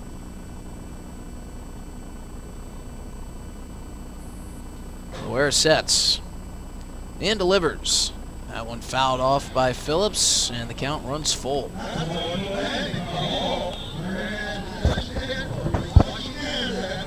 We said that those state workers parked in the wrong place this afternoon along Capitol Avenue that sees so many foul balls hit that direction. We really haven't seen that many heading out into the street today. So not too many vehicles have been in danger. I'm sure Phillips will foul one off right in that direction here on this pitch. Runners go, swung on and missed, strike 3, throw down to third, ends the ball game. So one to forget for the Zap. They drop it 11-4, but they will try to get it back in game number 2 about a half an hour from now. So we'll step off. We'll hop right back on for a quick post-game show, wrap things up here, and get you set for game number 2 here at Hyde Stadium. We'll be back after this short break on River 92.7. The summer is here, and you know what that means. The Oahe Zap are back, and we at DRG Media Group are bringing you coverage of every Zap home game all summer long. You can hear all the home Zap games on River 92.7, or you can watch them live on drgnews.com at the River 92.7 station page. The Zap are offering you fans something new every single night. So get out to Hyde Stadium for some Zap baseball this summer. Purchase your tickets on oahezap.com or buy them at the box office. If you can't make it to the game, we've got you covered on River 92.7 Oahe Zap Baseball, brought to you by DRG Media Group. Zap fall in game one of this doubleheader, 11-4. This is maybe the most uncharacteristic performance we've seen out of the Zap since the month of June. They will look to get things back on the right track, as was promised by assistant coach Devin Skelton. 12 hits, 11 runs for the Hastings Sodbusters. They got it started in the first inning, scoring 4. They would score 4 more in the fourth. Zap got their first run in the bottom of the fourth inning. They followed that up with 3 in the bottom of the fifth, but not after the Sodbusters scored 2 more. Sodbusters would score 1 more in the seventh, bringing us to 11-4. And the entire team getting together for a little bit of a pep talk here before they take a little break and get ready for game 2, as are the Sodbusters. Dylan, your thoughts from this game number 1? Yeah, that's one you're going to have to forget quickly, and emphasis on quickly. We got another game in about 30 to 45 minutes. I don't know when that timer starts or how long it'll actually be today, but you've got to get that out of your head. That was a no-good game where you're kind of behind from the start and you never really put too much of a comeback effort to kind of chip away at it. So kind of got to forget. You got to think of what worked in that game and largely dump what didn't work in this and try to take that rubber match in game 3. So the Zap will work on the field a little bit. We'll step away for about 20-25 minutes. We'll be right back here with the pregame show for game number 2 on River 92.7. Have a nice break, folks. We'll see you in about a half an hour's time right here on drgnews.com at River 92.7 with some more Zap baseball. This broadcast.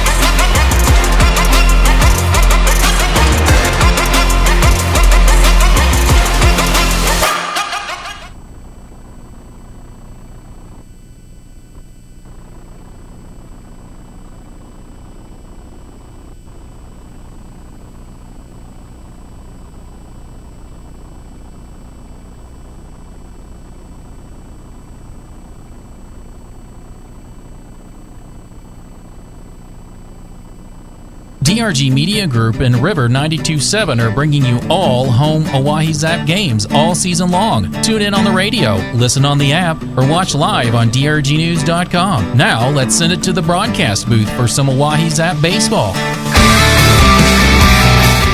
And we're back for game number 2 of this doubleheader here at Hyde Stadium on a Thursday afternoon.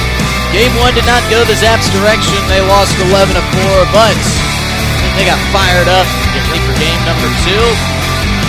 We are getting set moments away here from first pitch. Justin Cowart alongside Dylan Beach and Eli Lewis up here in the broadcast booth with you live. It looks like A.J. Ponciano is going to get the start here for game number 2. Good to see him out on the bump as we are frantically writing lineups, getting our boards made, and all of that good stuff. Big thanks to Country down there for helping me out, getting my boards created.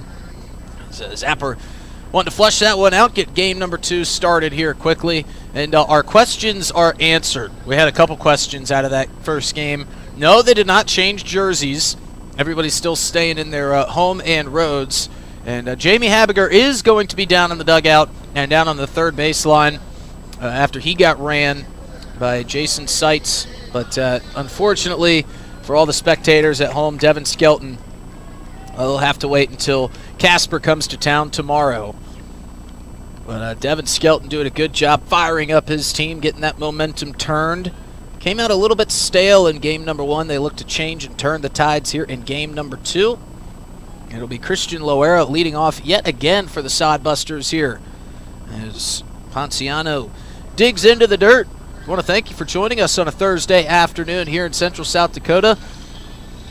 Some folks still making their way to the ballpark here on Kids Day, and we are ready for action as Ponciano comes set, fires the first pitch, bounces it up there for ball 1. Ty Farwell back behind the dish for game number 2. Aiden Johnson out at third base. Jared Pugrad and Gavin Frazier staying put in that middle infield. Connor Hammond's getting the start at first. Fill in on the rest of the defensive alignments. Emiliano Curiel out in center. Nick Golden out in left getting the start now there today as Ponciano misses for ball 2. Alex Jackson out in right field here for the Zap. Drew Vega on deck, so 1-2 is the same here for the Sodbusters in game number 2. Ponciano deals, and that one finds a strike zone for strike 1, says Richard Gilmore. Yeah, if you weren't able to join us for game number 1, there was, well, a lot of fireworks. As Ponciano tries to get back in this at-bat here behind 2-1. And that one's bunted up into the air. Farwell turns the glove over and squeezes out number 1. That's a pitcher's best friend as a popped-up bunt. Ty Farwell shedding the mask and trotting a couple steps over to his left makes the grab. We saw Devin Skelton and Jamie Habiger both get run from game number 1. They were upset with a no interference call at home plate on a 2-run scoring play from the Sodbusters. Jason Seitz issued a warning to Devin Skelton. Devin Skelton went out to talk with him about that warning and ended up getting sent home early for the afternoon, but he's sticking around. There's nothing more than Devin Skelton loves in Alabama football and Zap baseball. Ponciano behind 1-0 here to Drew Vega. That one will miss low for ball 2. They moved Cale Jensen up in the lineup to the 3-hole. Weston Johnston will be playing third for the Sodbusters, but we'll get you that whole defensive lineup when they take the field. Here's a 2-0 from Ponciano. That runs inside for ball 3.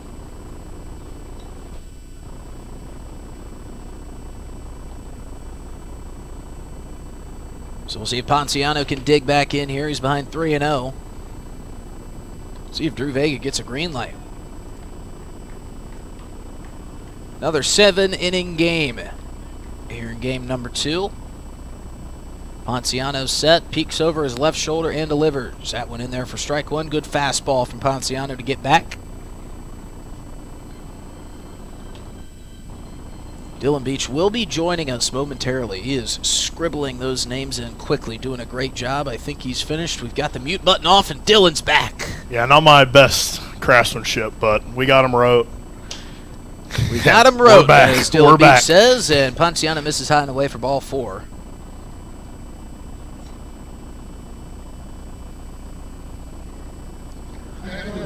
Dark clouds way out past center field. Some lighter clouds hanging over Hyde Stadium. We've had a shady day all afternoon. It's a little bit muggy out there today. As Cale Jensen will come up to the plate here for the Sodbusters.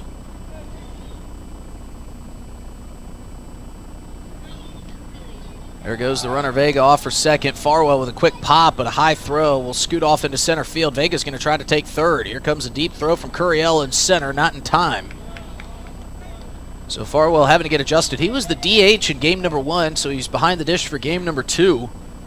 And so we'll certainly take him a little bit of time to get settled in. Quick turnaround between games. Guys got to enjoy a quick lunch.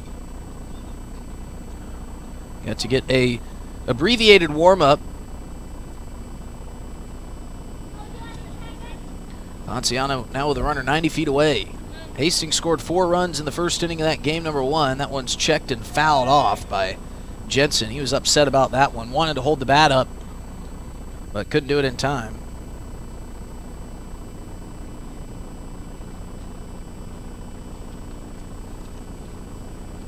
Ponciano ahead 0-2. Love to get a strikeout here. Swing grounded sharply to the right side. Diving stop by Frazier. Run will score. Frazier's up and firing. He got the second out of the inning. So the Zap trade the out for the run and clear out the bases. It's actually Caden Bazanski over there at second.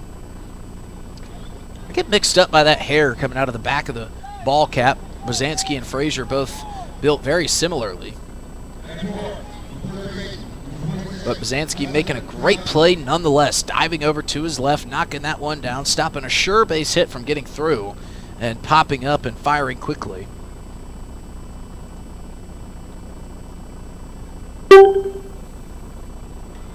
First pitch in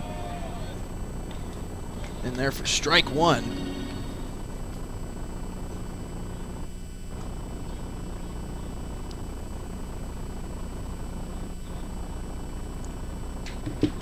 Ponciano ahead 0-1, and that one bounces in there for ball 2. Where's the one you just pulled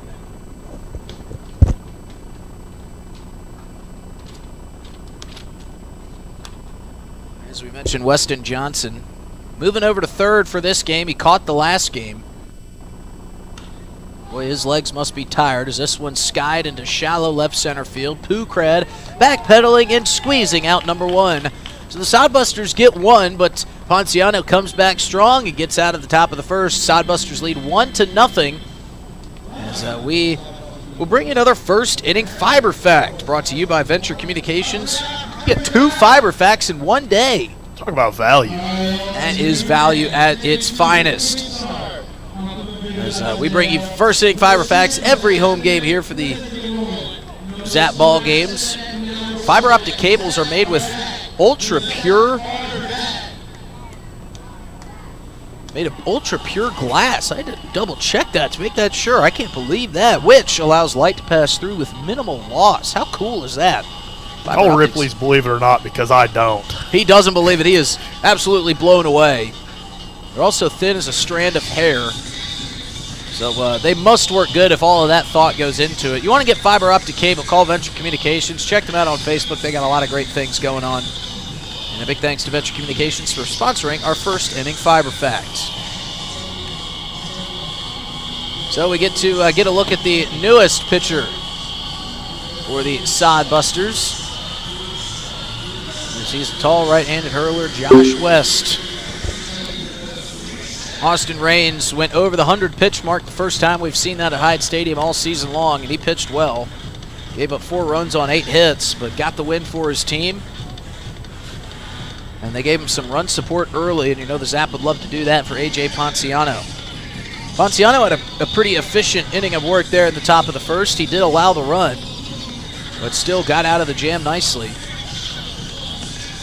And after that top of the first, I think a big sigh of relief was the case for the Zap there, who saw 4 go up in the first inning in Game 1, but a much more attainable comeback, giving up the 1 run in the top of the first, but maybe able to flesh that loss out. have lunch with your buddies, get some food in the belly, get some better moods going into game 2. Yeah, you got to reset. Got to have the memory of a goldfish sometimes. Just forget about it, move on, try to chalk that one down, and play your best baseball here and take this series. So see if Jared Pugrad can get on base. He's done a lot of that lately. We saw him batting in the 7 hole. He's been moved up to that leadoff spot, and he takes a big cut at the first pitch and fouls it off. And him and Gavin Frazier kind of being interchangeable in this lineup between leadoff and that 7 spot. Wonder if the coaching staff almost views that other spot as maybe a second leadoff spot for maybe the bottom half of the order. It's a good point. And Pugrad, doing what he's done lately, finds his way through the middle of the infield and trots down to first with a leadoff base hit. And another awesome celebration out of Jared Pugrad. I don't want to try to explain that one on the air. I love the celebrations from this team. I mean, there's a bunch of guys who just, you can tell they all love being here. And Jared Pugrad is fit into this team, just slotted in perfectly. And that'll bring up Nick Golden. We get our first couple rays of sunshine peeking their way through the clouds above. First pitch to Golden is just a bit high for ball 1.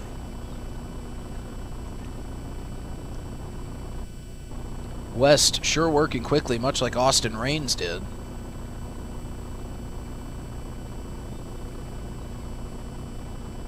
Golden fouls that one off into the netting behind. And there's a couple kids there that are sitting up against the netting with their backs to the game.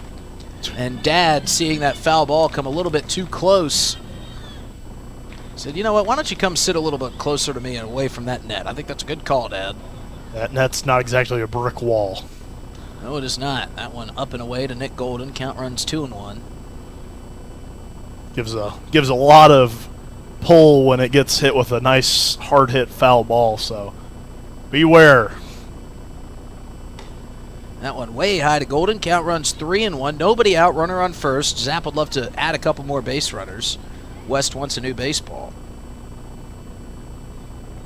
Yeah, the Zap would be just what the doctor ordered if they could get a big first inning, strike first out in this one, build some confidence back into this team.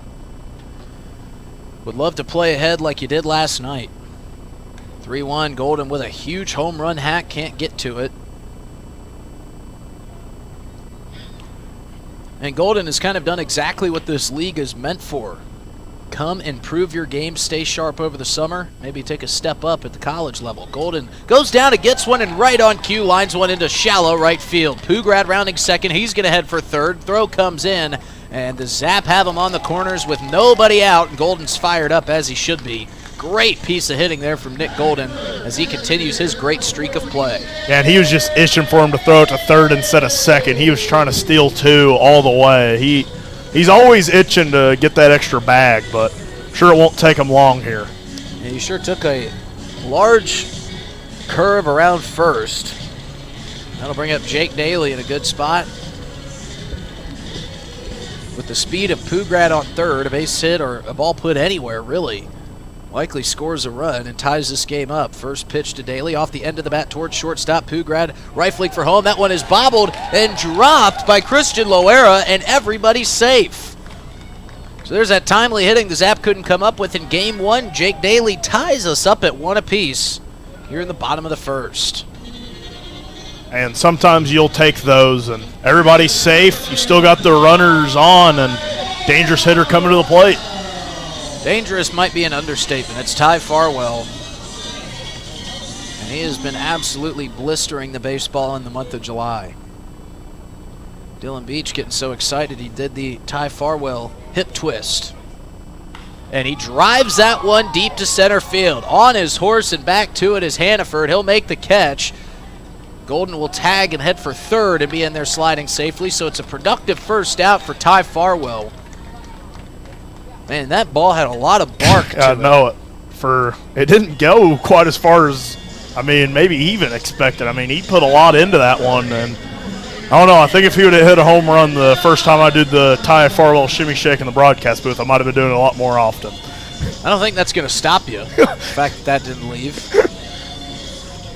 So Aiden Johnson will come up. Aiden scored the first run of the Zaps' 4 runs in game 1. He hit a home run into what Dylan has so ingeniously coined it Aiden's area, which is that left field spot past the wall where he's left the ballpark a couple times. We've talked about the ball magnets that are the Zap hitters. They've worn so many pitches this year. But Aiden Johnson's got a secret magnet past that left field wall. Big swing, foul tipped, strike one. Yeah, and there's guys like Palizzi whose home runs have kind of been sprinkled throughout the ballpark. All four of Aiden Johnson's, all to just pretty much just the exact same spot every time. It's kind of odd, almost, how he hits it to the exact same spot as he drives one, and look out, Nick Golden. Good thing Golden had his head on a swivel and has been working on his dance moves, because he just salsa'd his way out of wearing yet another baseball off the back.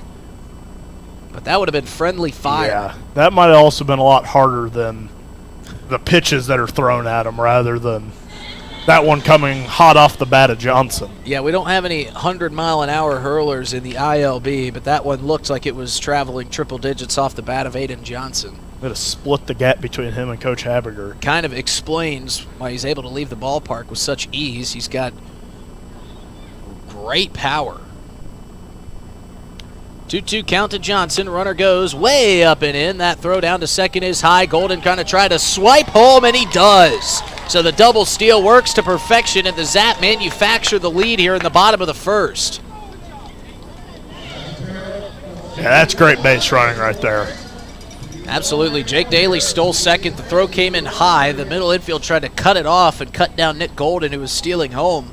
But Nick Golden flies with intent, and he was able to steal home, and the Zap have the lead. And they sold that about as well as I think we've seen with the double steal this year. Nick Golden went just about as – he timed it about as just as well as he could. I don't think they thought they were going to attempt it at first when they were sliding into Daly, but it was an impressive play there from Nick Golden and Jake Daly.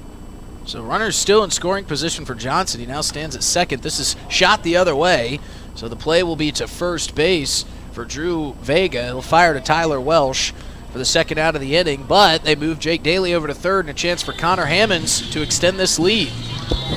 Yeah, this could be a big spot here for the Zap. Get a 3 spot. Anything in the dirt, Jake Daly's got to be ready to go, and Connor Hammonds a lot of room in this infield to just poke one through. It's good to see the Zap playing with a little bit of intensity. Then Nick Golden, who came screaming down the third baseline, brought that intensity back to the Zap dugout as he was pumped up after scoring the second run of the inning here for the Zap. Hammonds fouls that one off into the net behind home plate. I'm waiting for one of his runs where he just like steps on the plate and just doesn't do anything. Just goes stone cold in the face. All the teams can be like, what happened? See, he just shows so much fire when he scores. That one bounces up and off the chest plate of Brock Cross, and Jake Daly, just like Dylan said, is going to trot home on the passed ball, and the Zap lead 3-1. That's more like it. Yeah, that's a big one right there. Get that confidence back in the dugout. All he needs is a spark here or there. And on one hit, they've put 3 across. You'll take that every day of the week. So maybe Devin Skelton's planned ejection has rang true with the home team here, as they have looked like a completely different team here in the bottom of the first inning. They score 3 runs here with 2 outs, and Hammonds chops one down the third base line. That one's going to be fair, says Richard Gilmore. Long throw across the diamond, and it can't be fielded cleanly by Tyler Welsh. That was a tough play for Weston Johnston to make. And Richard Gilmore called fair, but that one, yeah, there was that not one was close. Unless it went over the bag, but that's a tough call to make for a home plate umpire, trying to judge where that ball crosses the line. I sit pretty much on that line in the broadcast booth, and it was close, I'll give him that, but I don't think that one was fair. But the Zap will take it, and that brings up Alex Jackson, who's got his family here in attendance. His mom and his brother came to see him, and you can't see it on the broadcast, but his mother is so proud of him right now. She is standing up. She's got the phone out filming as Jackson sends that one foul. Ms. Jackson was so kind to bring us some Chicago popcorn that we've already dusted about both bags. Just a couple crumbs left. He's trying to deliver a moment. His brother Zachary has moved all the way down to the VIP seating to get the front row seat at what could be... Get multiple angles here. Yeah. See if Jackson can deliver for the footage. Here's the 0-2. That one runs high, ball one.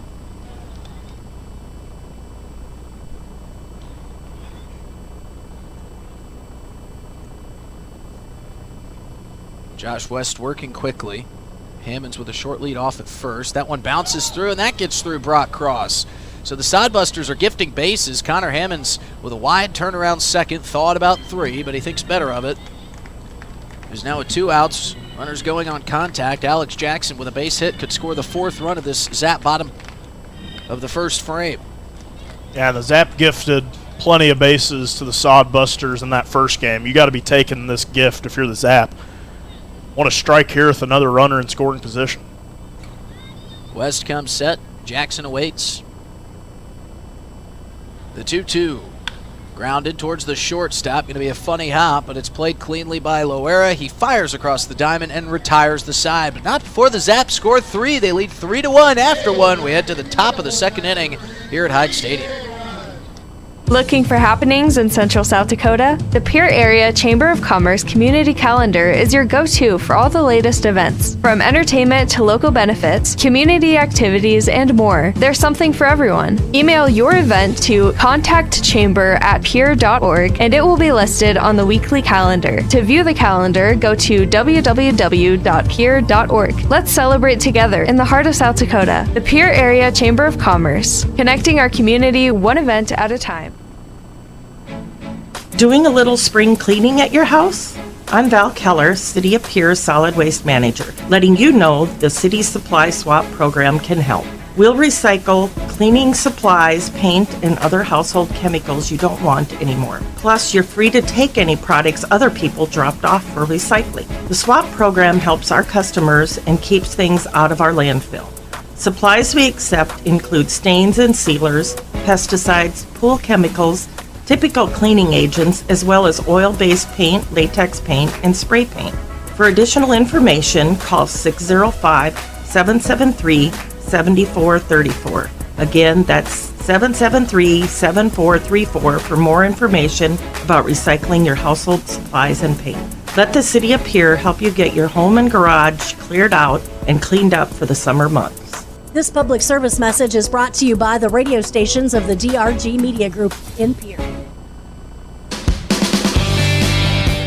AJ Ponciano back out on the bump. For the second inning, the Zap giving them some much-needed run support. They lead 3-1 here in the second as the Zap throwing the ball around the diamond, getting ready, trying to bounce back and take this series and a crucial one for their playoff hopes. Yes, in terms of must-win games, this one is about as must-win games get. Up now, Jackson Crane as Ponciano getting set and firing. First pitch of the second inning off the plate for ball one. Both teams staying in their jerseys from the first game. We'll see if the Zap can get some good mojo on those jerseys in this one. As the 1-0 skied high. Shallow infield, Johnson and Pugrad settling under it. Pugrad calls him off and makes the play for the first out of the inning.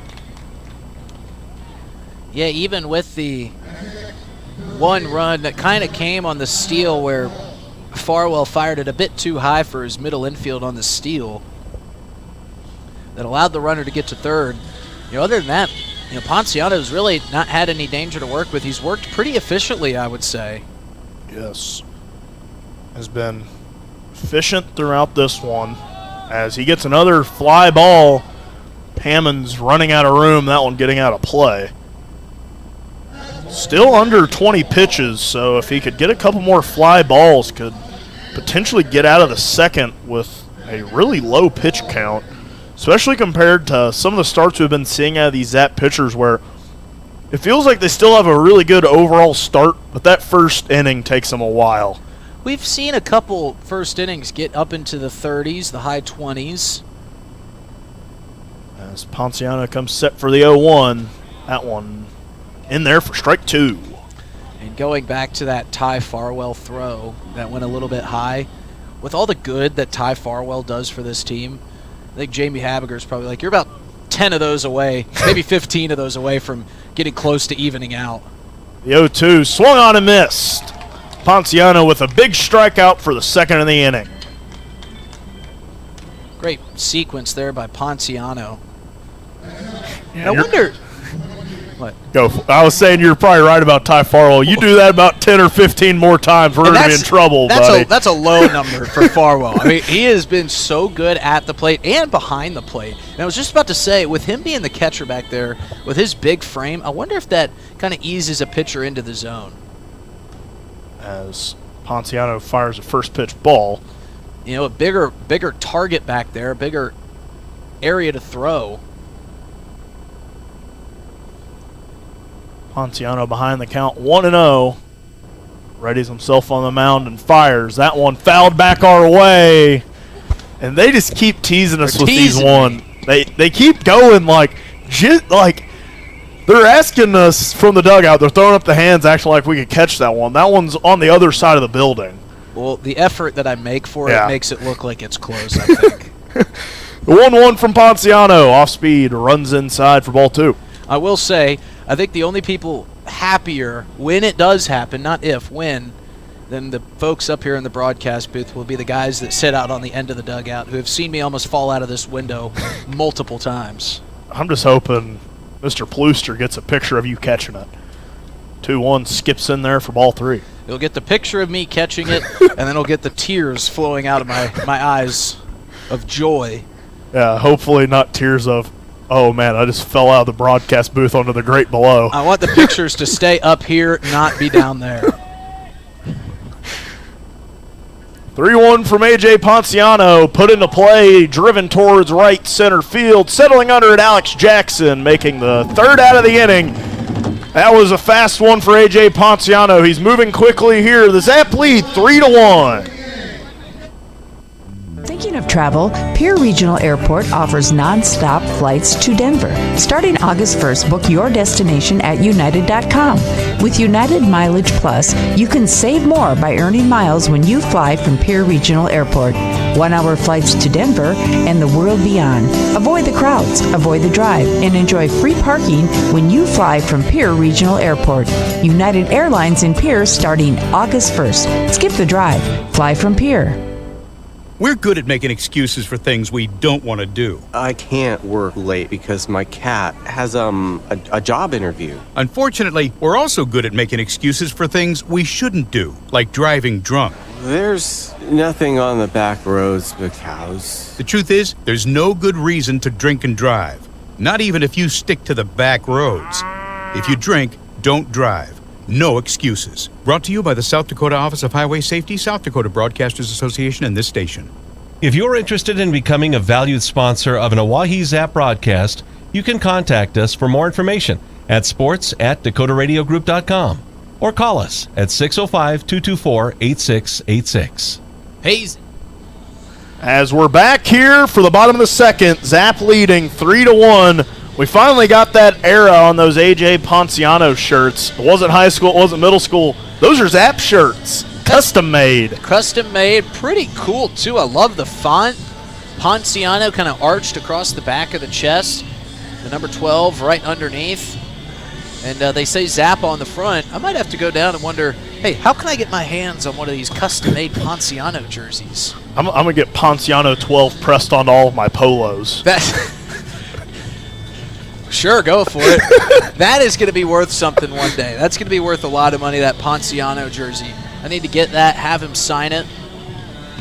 When he goes on to be president of the United States, I can have one of his custom-made Zap shirts. Hey, our crystal ball hasn't been wrong yet. Not yet. You're going to be waiting a while on that one. I don't expect it to be. We're going to be waiting a while, but when you go... The way that the Zap parents have rallied behind the broadcast team, I wouldn't be surprised if we come up and find some Ponciano jerseys on our desk tomorrow morning. Caden Bazanski climbs in, watches ball 1. But just remember... I do want to say this about Ponciano as a competitor. He is the nicest guy.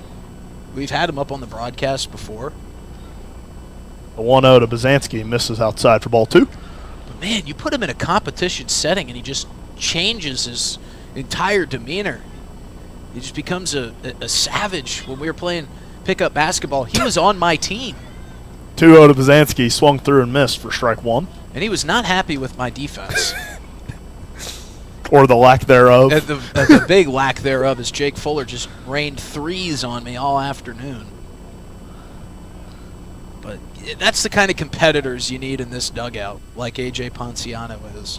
Bazanski swings to that one, fouls it into Capitol Ave. And you can go through a whole laundry list of players that are competitive. Nick Golden, Jared Pugrad, Connor Hammonds. Though he doesn't show it through his actions, you can just kind of tell how competitive he is and how much these games mean to him. And that's a huge part of the reason why the Zap are where they are right now at this point in the season. Bazanski, even in the count, awaits the 2-2, fouls that one off to stay alive. And I'm with you, Justin. You don't go play pickup basketball to play defense. You go to play offense, man. Yeah, and tell Ponciano that, please. If I pull up to the Zap runs, I am not a great defender. I will give you some mid-range buckets. 2-2 to Bazanski. Watches that one outside. Count runs full. I also didn't really provide on the offense, so that probably explains it for Ponciano. That was probably where the frustration was coming from. With me. So what I'm hearing is that if I just score some, as long as I score as many as I give up, he won't get angry at me. If you lead with an even differential, you're in the clear. 3-2, misses to Bazanski. A leadoff walk for the Oahe Zap. And Bazanski's another guy who has seen some adversity this season.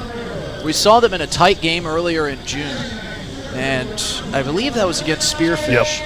And I'm not sure if he didn't know how many outs there were, but he went to second with 2 outs when he could have gone to first to retire the side. Spearfish went on to score a couple runs and take the win. Got a grand slam in that one. There's a lot of guys that would have rolled over, felt sorry for themselves. Bazanski bounced back really strong and has been a really important player for this Zap team. Curiel lines that one back the other way, drifting and finding foul ground. Let's make sure we check with Gilmore before we. Yeah, I was about to say. Fair. That one landed well comfortably out. I was comfortable calling that one foul, but Bazanski certainly known for also his leadership in the dugout, a guy that just about everyone in this team loves, and maybe not one of those leaders where it's Vince Polizzi and he might go out there and hit 3 grand slams for you in a day or something. But Bazanski, a guy who leads by just doing things the right way, and people like him in the dugout. Been a good leader for this team. As that one in there for strike 2 to Curiel. A lot of good leaders on this Zap team. Well, for Bazanski, you really felt for him because the grand slam followed up that fielder's choice. And you could see him. I mean, anybody would be hanging their head out in the field in that moment. 0-2 to Curiel. Goes down looking. But for Bazanski, I think that some of his teammates probably learned something from the way that he rebounded from that just mental blip on the radar.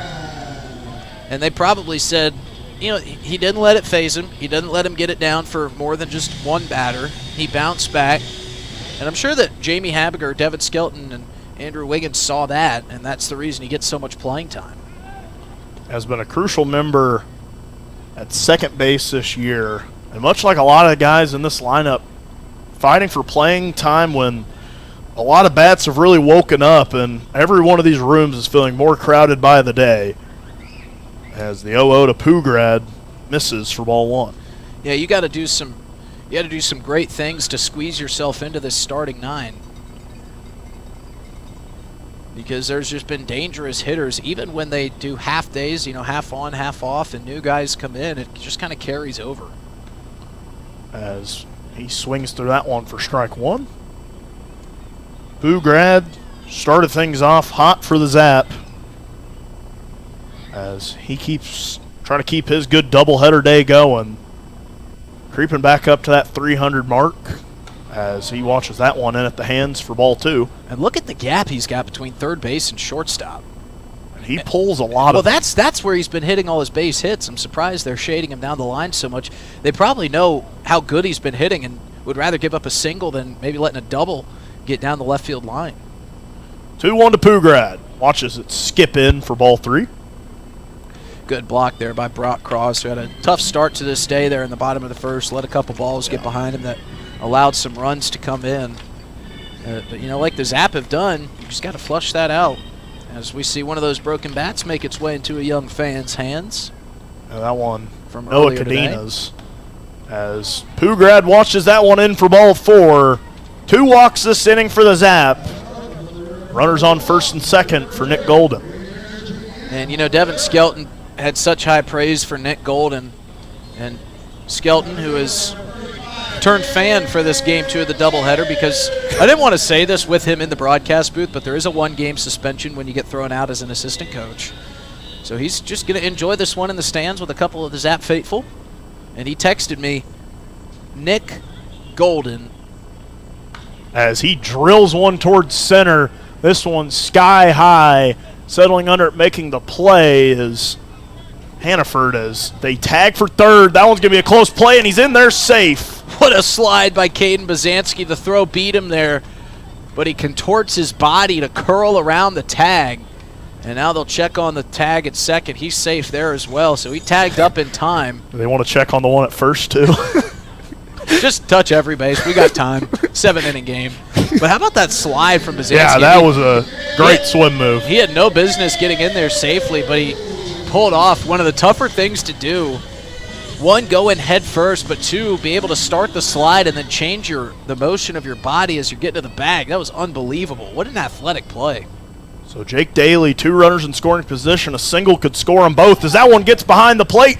Bazanski coming in to score. That'll be the 4th of the ball game. Pugrad at third.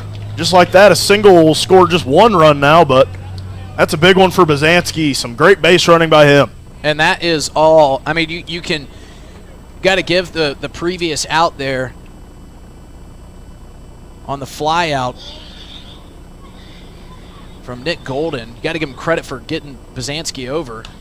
As that one sky high out of play. But you have to give a lot of credit to Caden Bazanski for kind of manufacturing that run right there. That doesn't score if he doesn't push the limits and tag from second. But that's been the MO of this team, is aggressive base running all season long. And some heads-up play from Pugrad, tagging from first to second. Now he's at third after the wild ball. As that one's fouled off our way. Is it going to skip? It does not skip our way as the trainer gets it.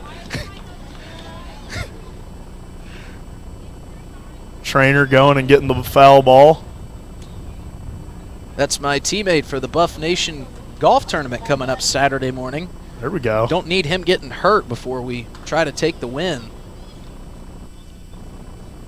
Jake Daly behind in the count 1-2, awaiting the offering. Swings at a high one. How did he get to that? Don't know how he caught up with that one to foul it off, but he did. Just kind of a testament to Jake Daly's bat speed there. Yeah. That ball was coming across about eye level on a pretty good fastball. He had to elevate for that one and gets a bat on it. Couldn't turn it the other way. Still that big gap. They're playing that left field line closely. As West comes set, fires, and that one's going to get through the gap. Loera dived but couldn't bring it in, and that's what we were talking about, a big gap to a lot of Zap hitters who love to pull it.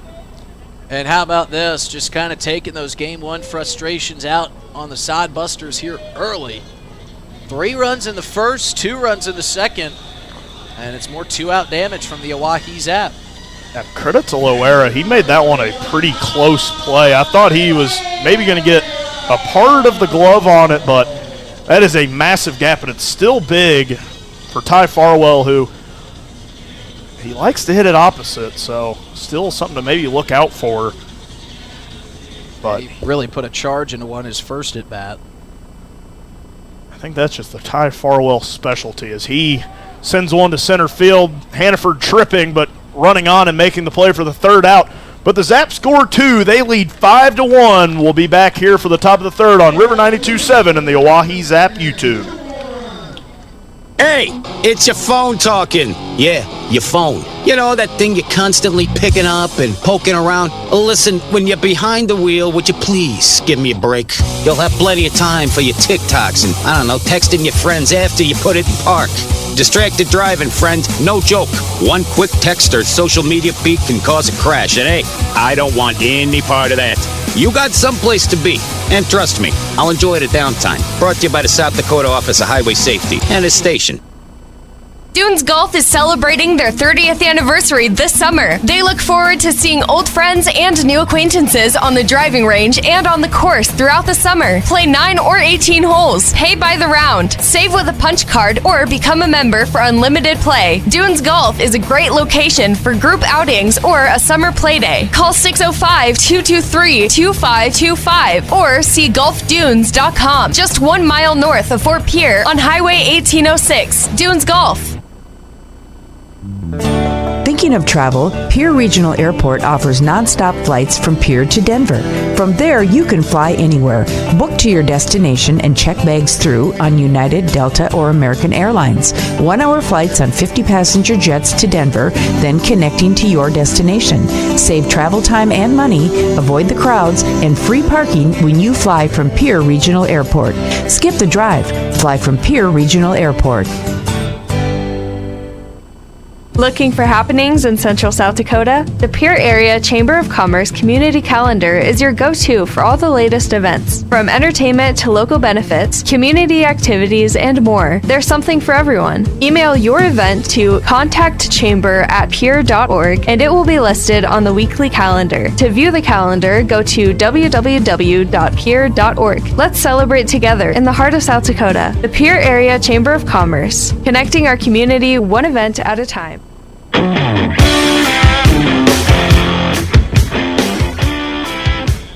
And we're back here in the top of the third inning, rolling along as the Zap lead 5-1. A.J. Ponciano, who has been sparkling here in his first 2 innings of work, looks to continue that. As we welcome you back to Hyde Stadium on an overcast but a comfortable day here for some doubleheader baseball action. The Zap leading 5-1, as I mentioned, after losing 11-4 in Game 1. The game of baseball sure is funny. Now things can just change on the drop of a hat. Yeah, good to see Devin Skelton out there enjoying some of the fans. I'm sure he's told about every single fan what happened and what got him running that first game.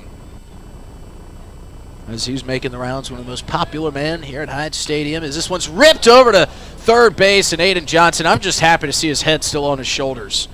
He almost made a great catch on that. But, man, that thing whizzed by his head. My goodness. That was an absolute rocket. That one, that's the hardest hit ball I've seen at Hyde Stadium. And it came there off the bat of Jet Hannaford. And I think Johnson was just glad that didn't catch any piece of him either. He got his glove up in front of that ball and kind of glanced it away from his face. As this one's lined out into left. Walk in the park for Nick Golden. 1 pitch, 1 out for Ponciano in that at bat. And now double play could end it, and Ponciano's just been moving fast in this one. Thinking he might have a tee time in the Divot League here this afternoon that he wants to get to. It's 27 pitches here for Ponciano. And avoided that big first inning, something we talked about so much. It's not like they get big first innings every single time they're out. And, man, I love to watch Connor Hammonds apply a tag on a pickoff. Yeah, we swat a lot of flies up here in the booth, but Connor Hammonds looks like he's swatting one down there when he tags the runner. He doesn't even look down at the runner. He catches the ball and applies a hearty slap to the top of the helmet. And we'll see it again, this time to the back. It doesn't matter if that runner has been safe for 2 seconds. He's still going to apply the tag.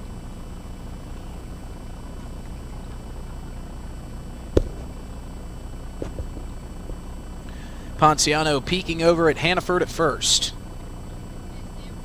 Comes set, delivers that one low to Loera. And did we miss a batter?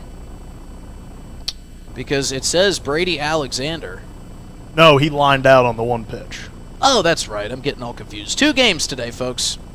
Stick with us. Bunt showed by Loera, and he pulls back. And that is going to be a ball.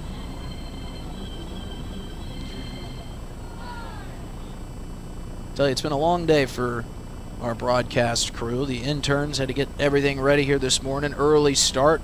We had a great remote down at Dakota Butcher this afternoon. Here's the 2-0 in there for strike 1. Maybe not. I guess that one missed high, according to Richard Gilmore. He clenched his chest like it'd be a strike. He's never pointed for it. Dakota Butcher giving away a $1,000 gift card to all active military service members and veterans who enter. Now they're giving away 1 at each location, as this one finds the zone for strike 1. And I was down at that remote for a couple hours, and my mouth was watering the entire time. So if you're a veteran or an active duty military member, get over to Dakota Butcher, put your information in. You could be drawn to win a $1,000 gift card. And if there's any place in Pierre that I want a $1,000 gift card to, it's Dakota Butcher. Have you been by the Dakota Butcher yet? I keep hearing tales. I think I might need to make it down there. You will be blown away by the great-looking selection and the quality that they have there. Here comes the 3-1 from Ponciano. Hannaford is going to steal. There he goes. This one lined up the middle. This could be, right through the wickets of Bazanski. That took a funky hop as it got to him at second base. I think Bazanski had the exact same thing we did on our mind. That was going to be a tailor-made double play, and it couldn't have been hit to a better spot for a double play if you're Caden Bazanski. The runner was going, so there was going to be a little hope to get him out, except for if a ball was hit right to the bag. But as it got to that skirt, took one of those weird hops we see. Yeah. Maybe just thinking about the throw a second early, and with that weird hop, it's going to be a hard play to make, and that's one I'm sure he'd love to have back. But Ponciano still does have a double play in order. Could see a double steal here with Christian Loera, a speedy runner leading off of first. No runner going. This one lined out to Nick Golden in deep left. He's giving chase, looking up, reaches up. What a play by Nick Golden. And they might want to tag the third base bag. I'm not sure if Hannaford left early or not. They're going to point over. Habiger believes he wants everybody to throw it over to the third base bag. It certainly looked like Hannaford left early. They'll touch third, and Richard Gilmore is going to say safe. We're going to task Dylan Beach with going back and watching the broadcast, I guess, later. The camera's switching. He zoomed in on Nick Golden making that miraculous catch. The run will score. It's 5-2, but my goodness, what a play by Nick Golden.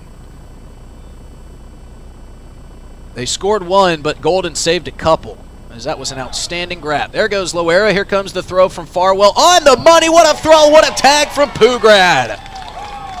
Unbelievable throwdown from Ty Farwell. Gets the stealing runner and Christian Loera, and the Zap get out of the inning. They give up 1, but they still lead 5-2 as we head to the bottom of the third here at Hyde Stadium. Hey, it's your phone talking. Yeah, your phone. You know, that thing you're constantly picking up and poking around. Listen, when you're behind the wheel, would you please give me a break? You'll have plenty of time for your TikToks and, I don't know, texting your friends after you put it in park. Distracted driving, friend. No joke. One quick text or social media feed can cause a crash. And hey, I don't want any part of that. You got someplace to be. And trust me, I'll enjoy the downtime. Brought to you by the South Dakota Office of Highway Safety and its station. Dunes Golf is celebrating their 30th anniversary this summer. They look forward to seeing old friends and new acquaintances on the driving range and on the course throughout the summer. Play 9 or 18 holes. Pay by the round. Save with a punch card or become a member for unlimited play. Dunes Golf is a great location for group outings or a summer play day. Call 605-223-2525 or see golfdunes.com. Just 1 mile north of Fort Pierre on Highway 1806. Dunes Golf. And we are back with a interesting rendition of Beat the Zap, not Beat the Bolt. Looks like Esteban Baca going to be racing an entire third grade class. It's a lot of kids. The kids are off. One runner has made her way well out in front of the pack. There's one way in the back looking out, trying to not get run over by Esteban Baca. Steve has picked up 1. He's picked up 2 and now picked up a third. He's coming up hot on the front runner. And Esteban Baca is going to pass with a breeze and a parting shot as he runs by. Says, why don't you read the numbers on my back? His family loves it. Esteban Baca's family's got the phone out. They videoed the whole thing as he blazed by a couple young Zap fans who made it out for Kids Day. Esteban Baca takes no prisoners, that's for sure. So we'll let the one straggler way in the back slowly make her way off the field. I don't know if she knows that the game's being held up for her. And she's on the hop. And she's back to walking. Now she's back to running. But it's got to be an uncomfortable feeling having an entire diamond of baseball players staring at you as you make your way off the field. So Esteban Baca, doesn't matter if it's Wyatt Gladew's dad or a bunch of 11-year-olds, he's going to try to bring out that competitive spirit one way or the other. Yeah, and we've had some good beat the bolt / beat the Zap races this year. Andrew Phillips gave a big head start and just about won it last night. So we start off the bottom of the third with Aiden Johnson, who takes strike one over the plate. Johnson would love to take another trip back to Aiden's area out there over the left field wall. That one misses high for ball one. And if nobody's getting those home run balls, I'm sure you can go and find them all kind of collected in one spot. He sends a charge back towards Aiden's area, except this one's in shallow left. Trotting over and making the play on it is Cale Jensen for the first out of the inning. Even on flyouts, he's going to that part of the ballpark. I think he likes swinging a pull. I mean, so here comes Connor Hammonds. Esteban Baca getting some kind words from his family over there after his big win. Big win indeed. Josh West still out on the bump for the Sodbusters, and Connor Hammonds gets hit. That one, he's got the elbow guard on. That one also crossed by and got Brock Cross on the way through. But he's got the elbow guard on, and it hit about 2 inches above that. Yeah, that one hurt. That one surely did. Here comes Alex Jackson up to the plate. He can't go this whole game without delivering a photographic moment for both his brother and his mother. Well, they just got to record when a ball is hit his direction, because he might do the Alex Jackson slide for him. And so now Jamie Habiger requesting some water for Brock Cross, the Sodbusters catcher, who took that foul ball in a very unpleasant area. That's good sportsmanship right there. That is good sportsmanship. Now, for all those male listeners out there, this is not the type of thing that a cup of water can fix, although it might help. And we'll just leave it at that. I'll let you deduce where Brock Cross took that foul ball from there. Alex Jackson will climb in. And some good sportsmanship by Alex Jackson, taking a long step outside of the batter's box to let Brock Cross go back from falsetto down to baritone. And Alex Jackson will waggle the bat a couple times. Brock Cross is ready, so is Josh West. Here with one out, Jackson takes that one up and in. Yeah, and the Zap trying to score for the third straight inning. Get a big win. Try to take this series, be big for those playoff hopes. Up high to Alex Jackson, ball 2. Yes, it sure would, and I know I'm getting a little bit ahead of myself, and it's a 3-run game, but if the Zap could continue to score runs like this, as that one is in there for strike 1. If they could continue to score runs at this clip and maybe build up a 10-run lead, you'd certainly save an extra arm coming out of the bullpen. It is a 7-inning game as Alex Jackson gets plugged. So that's not something that his mom's going to want to remember forever. But Alex Jackson tosses the equipment back over towards the Zap dugout. Back-to-back Zap hitters get hit by pitches. And those were a lot of misses inside. That one kind of felt like it was coming at some point. I don't know if that's where he's just kind of missing with his control, but Coach Printer's going to come talk about it. Certainly not intentional. Yeah. With one out and just a runner on first, no way that Josh West was trying to hit Alex Jackson. Yeah. I think it's just maybe, that you can see when a pitcher's kind of going his common miss spots, and he had missed all of those in on Jackson's hands, and then that one runs in and gets him on the body. Alex Jackson, that one stung. He's still working out that left arm. He's moving it around in a circle. Just trying to get it stretched out. Caught him, looked like just inside the shoulder blade. Richard Gilmore and Caden Bazansky having a long chat. I would love to know what those two are talking about right now. That'd be a fascinating conversation. Long Branch, maybe? We know that Richard Gilmore is He's frequent a big fan over at the Branch. Loves their wings. But who doesn't?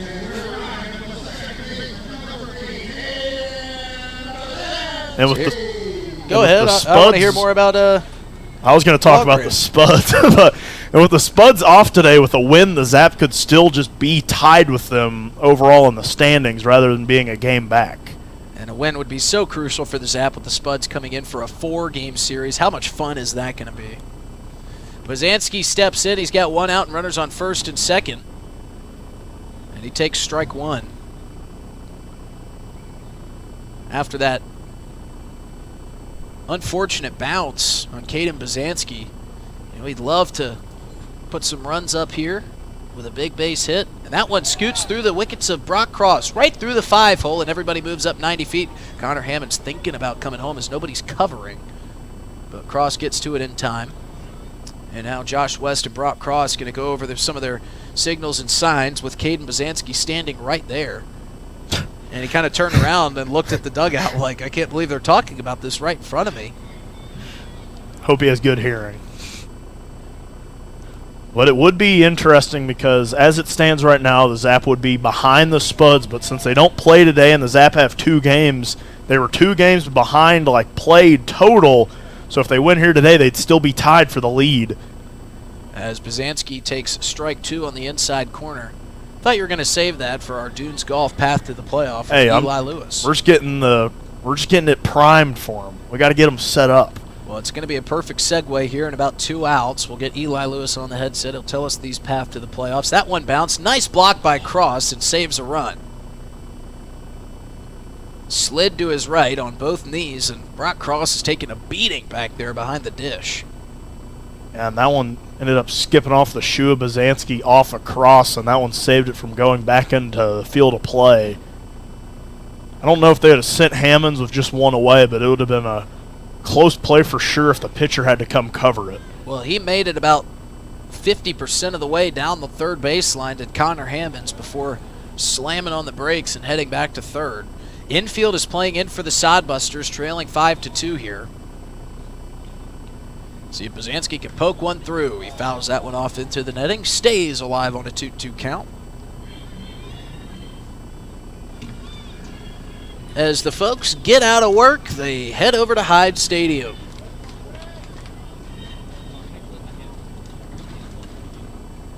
Josh West, every time he gets a new baseball, he leans down on the mound, rubs a little bit of dirt on it, tries to muddy it up a little bit.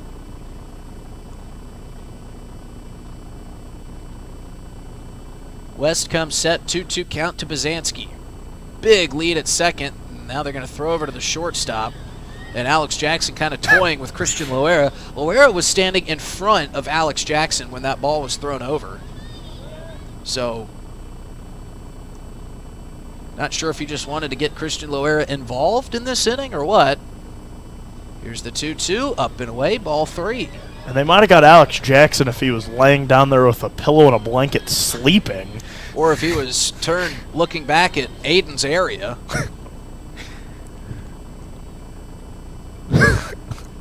And we're referring to a part of the ballpark when we say that. Here's the 3-2 payoff pitch. Bazansky pokes it into left field. That's going to score 1. Jackson rounding third. It's bobbled in left field. He's going to score standing. And Caden Bazansky comes up huge and scores a 2-run RBI single for the Zap. They lead 7-2 here in the bottom of the third. Yeah, that's a massive one there for Bazansky. Already walking in this game, scoring, and then getting a 2 RBI single. Have yourself a day, Caden. Great swing, shot it back the other way, defending the plate on a 2-2 count. And he pokes it over the head of Christian Loera. I'm not sure if Loera would have been able to make the play had he been playing at normal depth. That one had some heat and some height on it. And that'll bring up Emiliano Curiel. Curiel chops one. Baltimore chop up the middle. Tough play for Loera. It squirts out of his glove, and Curiel is safe at first. I'll tell you what, seeing a guy, and I'm not sure if they'll rule that as an error or a base hit. That is a tough play. But seeing a guy struggle to make that play really makes you appreciate the glove of Jared Pugrad and Gavin Frazier over there at shortstop when those two guys interchange out. Yeah, that was a tough one, and Curiel legging it out so fast, and that was a double play situation, but it was just such a high chop. But Pugrad and Frazier make that play look so easy, don't they? Yeah, they do. Speak of the devil, Pugrad will step in and take ball one on the outside corner. 3 runs in the first for the Zap, 2 in the second. They've got 2 in the third, and they're still threatening with 2 on and 1 out. 1-0 to Pugrad, make it 2-0 to Pugrad. And there's nowhere to hide in this Zap lineup as it turns over. Big spot. This is one of the more deadly combinations that Jamie Habger has put together, 1 through 9. 2-0 count to Pugrad. West delivers. Pugrad will take strike 1. They got Coach Skelton on water duty now. Coach Skelton's probably rethinking getting ejected from game 1 as he lugs that water cooler from the Sodbuster dugout into the concession stand.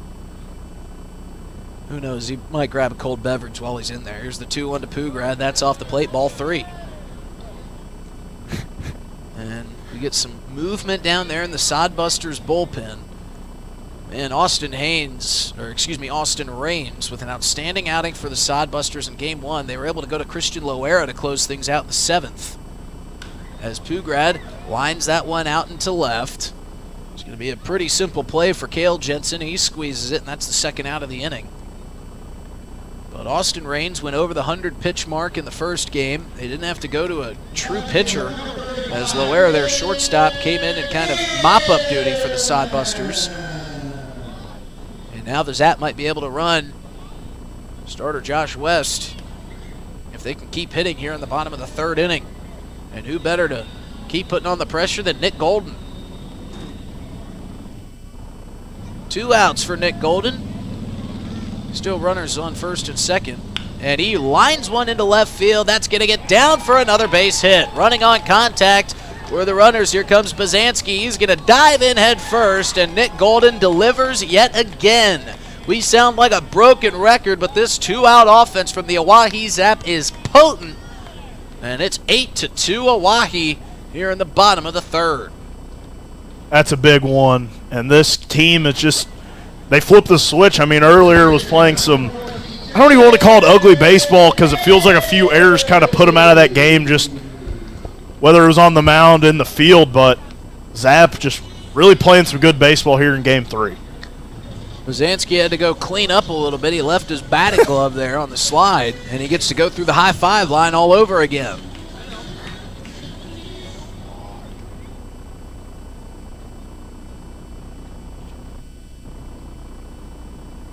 Daly skies that one to left, as that one's drifting back to the warning track. Making the play is Cale Jensen. So the Zap go down, but not without scoring 3. A big inning. They lead 8-2 here at Hyde Stadium. Hey, it's your phone talking. Yeah, your phone. You know, that thing you're constantly picking up and poking around. Listen, when you're behind the wheel, would you please give me a break? You'll have plenty of time for your TikToks and, I don't know, texting your friends after you put it in park. Distracted driving, friend. No joke. One quick text or social media feed can cause a crash. And hey, I don't want any part of that. You got someplace to be. And trust me, I'll enjoy the downtime. Brought to you by the South Dakota Office of Highway Safety and its station. Dunes Golf is celebrating their 30th anniversary this summer. They look forward to seeing old friends and new acquaintances on the driving range and on the course throughout the summer. Play 9 or 18 holes, pay by the round, save with a punch card, or become a member for unlimited play. Dunes Golf is a great location for group outings or a summer play day. Call 605-223-2525 or see golfdunes.com. Just 1 mile north of Fort Pierre on Highway 1806. Dunes Golf. Thinking of travel? Pierre Regional Airport offers nonstop flights from Pierre to Denver. From there, you can fly anywhere. Book to your destination and check bags through on United, Delta, or American Airlines. 1-hour flights on 50-passenger jets to Denver, then connecting to your destination. Save travel time and money, avoid the crowds, and free parking when you fly from Pierre Regional Airport. Skip the drive. Fly from Pierre Regional Airport. Looking for happenings in Central South Dakota? The Pierre Area Chamber of Commerce Community Calendar is your go-to for all the latest events. From entertainment to local benefits, community activities, and more, there's something for everyone. Email your event to contactchamber@pierre.org and it will be listed on the weekly calendar. To view the calendar, go to www.pierre.org. Let's celebrate together in the heart of South Dakota. The Pierre Area Chamber of Commerce, connecting our community one event at a time. Back here for the top of the fourth, the Zap striking 3 across in the bottom of the third. A couple of hit-by pitches, and then Caden Mazansky coming up big, poking a single out into left field, scoring 2. And then Nick Golden with 2 outs, scoring Mazansky. And that was a big inning to add some more insurance for the Zap as they lead 8-2. And going back to the top of the third inning, the Sodbusters threatening again, but Ty Farwell, you cannot throw on a steal a ball better than Ty Farwell delivered to Jared Pugrad. All he had to do was leave his glove right there, catch it, and the runner ran into the tag. And the runner ran in. He didn't think he was going to have to slide, but they made him pay for that. Ponciano fires in a first pitch strike. And I think they'll probably rethink running on Ty Farwell as much. Yeah, and after he had that kind of shaky one earlier that led to the runner reaching third, that bounce-back throw was incredible as that one swung through and missed by Cale Jensen. Yeah, I think that first throw with the heat and the condensation that's forming might have slipped out of his hand a little bit, but gosh, I can't get over how good that throw was. 0-2 driven into right field. Is that one going to stay fair? That one going and gone. That one stays fair, bounces over the railroad tracks. That one was destroyed by Jensen. There's a fan out there who was leaving for the day, and she heard something bounce, and now she's walking over to inspect. I don't think she thought a ball could be hit that far, but my goodness, Jensen just put a charge into that one. Now, there was no doubt about that one leaving the ballpark. The only question was if it was going to stay fair, and it did. Had some feet to work with, but that one was absolutely destroyed by Cale Jensen. So he gets into this deficit a little bit, cuts it down to 5. And that was just a towering shot from Cale Jensen. He was staying busy out in left field in the third. Ended up making a catch on Jake Daly on a sky-high foul or fly ball that just kept traveling. Ended up dying at the warning track as that one's fouled over the netting out of play. Strike 1. Well, Ponciano, a little blemish, but there's really nothing you can do when a guy hits it almost into Fort Pierre. You just got to kind of tip your cap and say, great swing on that one, you got me. Yeah, if there had been a train rolling by, it might have had a dent in it, as that one fired in there for strike 2. Might have derailed the train as hard as that one was hit. So Ponciano ahead on first 2 runners of this inning, 0-2. See if he can bring it back in and get the strikeout rather than the home run here to Johnston. Fires, that one runs in on him for ball 1. Kind of gives you an idea how good that breaking pitch is from Ponciano. Johnston kind of ducked out of the way, and it ended up just on the inside corner. So that curveball has a lot of bite for AJ. See if he can get it back in the zone here. Counts 1-2, sets, fires. chopped into play. Byzanski diving, can't make the throw. Just going to keep it in the glove. Swallow the single there. Byzanski still down to a knee. That one looked like it hurt a little bit. He just got done diving into home plate. But that one, he kind of dove through the air because he needed to get to that ball, and his stomach came down flat on some hard dirt. Might have knocked the wind out of him a little bit. Byzanski back to his feet and ready as Ponciano sets. Checked over his shoulder at that runner for a second. Sets, fires, misses off the plate for ball one. The pickoff back. Can't get the tag down in time. Farwell, heads up play.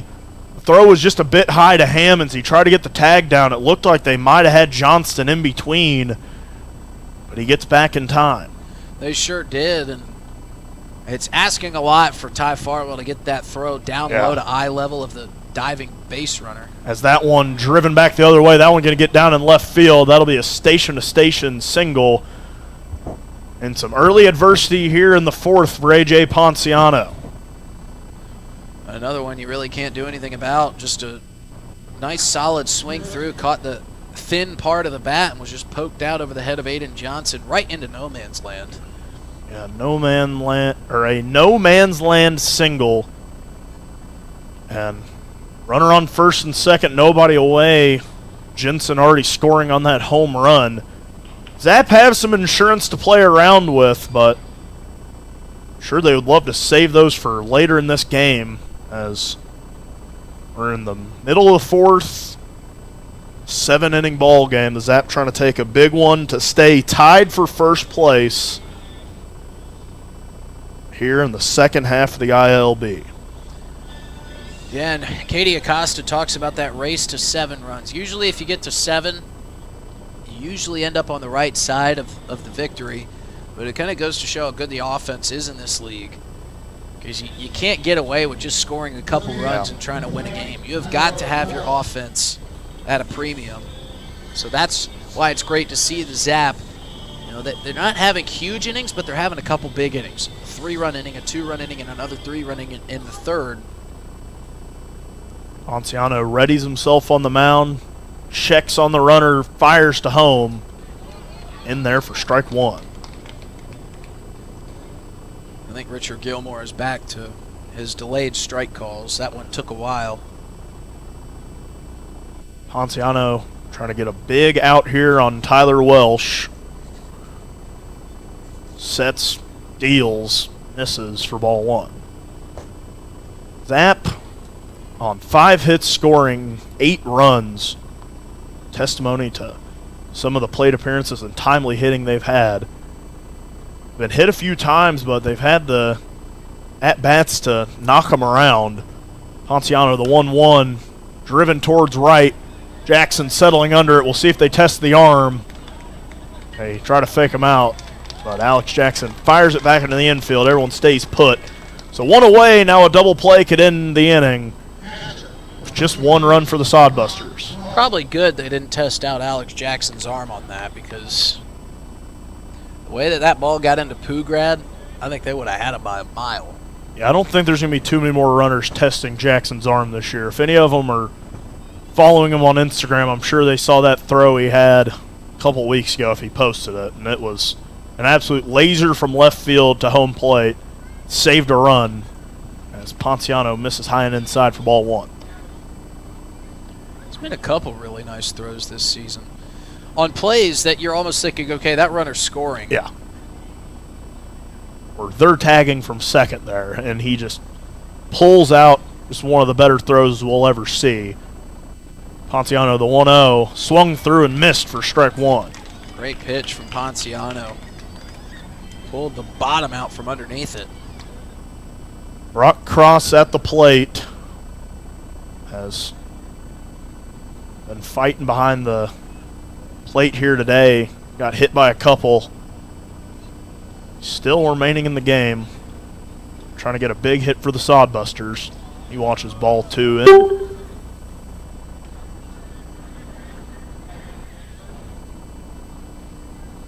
Ponciano behind in the count, 2-1. Runners on first and second, 1 away. trying to retire the runner at the plate.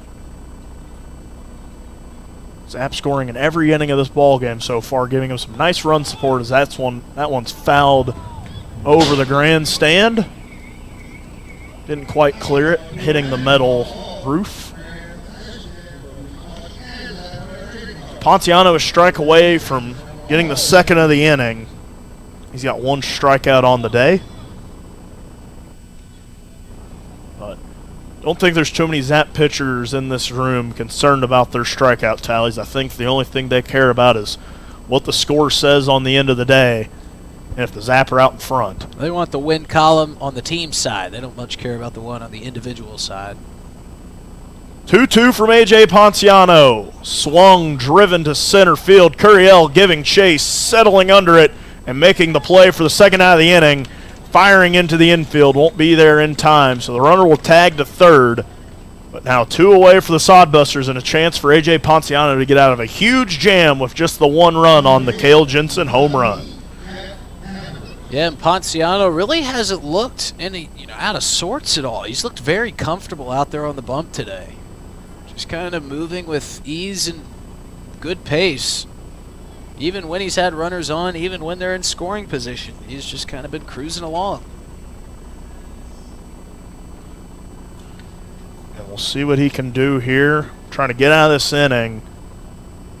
Just the one allowed. That one skied. Hammond's giving chase, settling, making the grab. So the Sodbusters cut into the deficit, but with only one, Zap still lead by 5. 8-3 will be back for the bottom of the fourth on River 92.7. Thinking of travel? Pierre Regional Airport offers non-stop flights to Denver. Starting August 1st, book your destination at United.com. With United Mileage Plus, you can save more by earning miles when you fly from Pierre Regional Airport. 1-hour flights to Denver and the world beyond. Avoid the crowds, avoid the drive, and enjoy free parking when you fly from Pierre Regional Airport. United Airlines in Pierre starting August 1st. Skip the drive. Fly from Pierre. We're good at making excuses for things we don't want to do. I can't work late because my cat has a job interview. Unfortunately, we're also good at making excuses for things we shouldn't do, like driving drunk. There's nothing on the back roads but cows. The truth is, there's no good reason to drink and drive, not even if you stick to the back roads. If you drink, don't drive. No excuses. Brought to you by the South Dakota Office of Highway Safety, South Dakota Broadcasters Association, and this station. If you're interested in becoming a valued sponsor of an Oahe Zap broadcast, you can contact us for more information at sports@dakotaradiogroup.com or call us at 605-224-8686. Hey Zap baseball fans, it's Justin Cowart. If you're interested in a podcast that's sports and only sports, you need to check out Players Perspective. I have athletes and coaches from the South Dakota area and across the country, from the high school all the way up to the professional level. Come on and tell stories of their biggest and best moments of their athletic careers. If it's sports, you bet we cover it on Players Perspective Podcast, sponsored by Avera. You can find it wherever you find podcasts by searching DRG Media Group or on drgnews.com. Now, back to myself and Dylan Beach in the broadcast booth for some more Zap Baseball.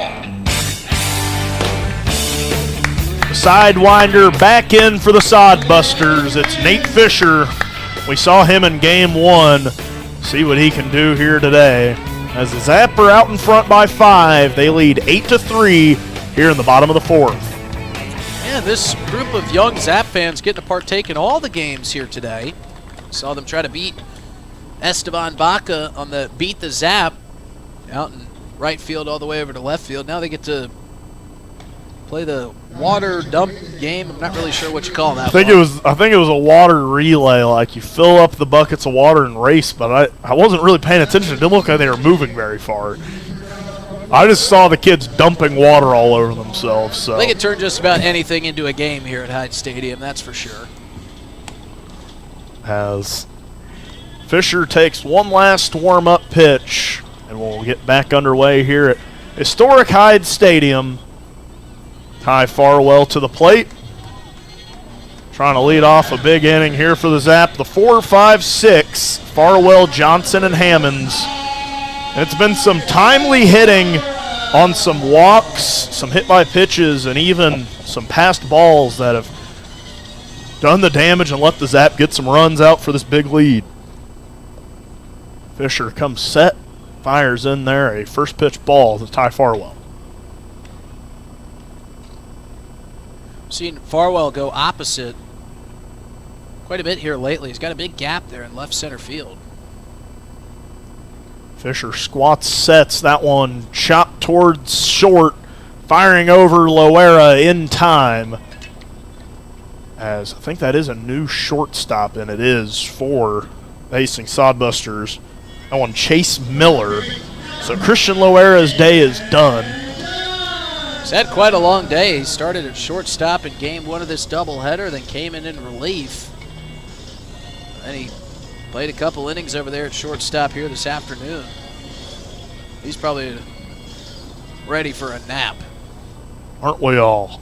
Johnson watches that one inside for strike 1. Saw Fisher the other night come in relief, give up 1 run. That one over the plate for strike 2. Came in the last inning of that ball game. Gave up that 1 insurance run to Vince Palizzi.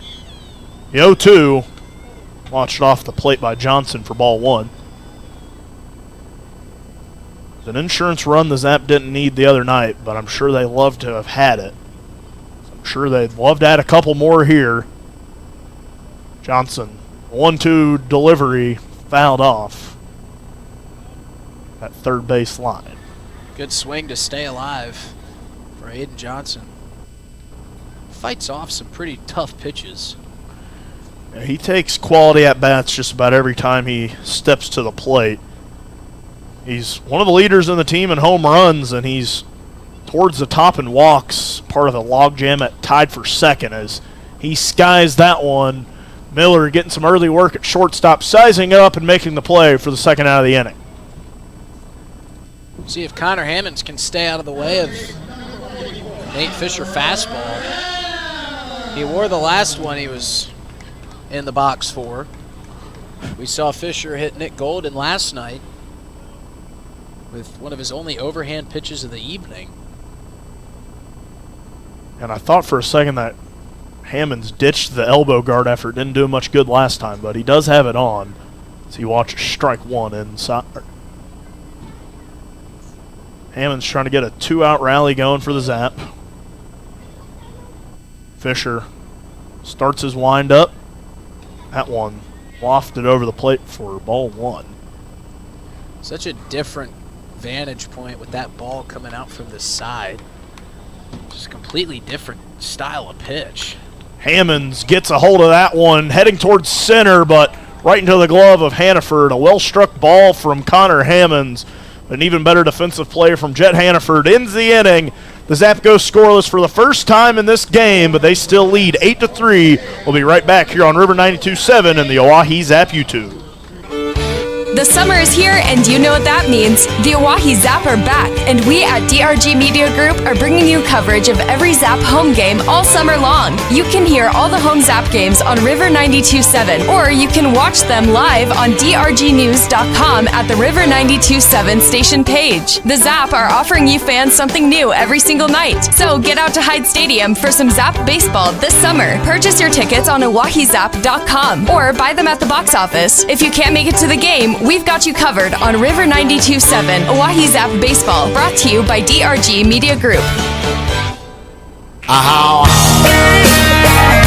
Much like Austin Raines did in the first game for the Sodbusters, Ponciano doing it for the Zap. He takes them into the top of the 5th inning. It's been a good outing for Ponciano. He's given up 3 runs on 4 hits, but his offense has backed him up nicely. 5 hits, scored 8 runs. Sodbusters have helped the Zap out a little bit here in game number 2. They've been carded with 3 errors. A couple of pass balls. Zap have taken advantage of it with some aggressive base running. And Ponciano will look for a quick top of the 5th inning here. Zap are 9 outs away from getting what we've been calling a must-win game. Certainly feels that way with Casper coming to town tomorrow for 4 games. And talk about storylines. Could be the 2 first half tied for first with a 4-game series. That could really blow this playoff push wide open. Sure could. We're excited to call those games. We'll be on the air tomorrow night for you at 5:55 with the first pitch set for 6:05. As up to the plate for the Sodbusters, it'll be Brady Alexander in the 9-hole. Then Loera, well, we thought Loera, but Chase Miller, who subbed in for Loera in that last inning. And then Daru Vega. 9, 1, and 2 due up. Ponciano working through the PA announcement. He's ready to roll. His first pitch here in the top of the 5th misses down and away for ball 1. Well, we'll give Jeff Adele a pass on that one. He's doing the PA announcement for the beer batters, so he's got to get the crowd going. Nobody needs to get going when the beer batter is at the plate, that's for sure. Ponciano with the 1-0, up and in for ball 2.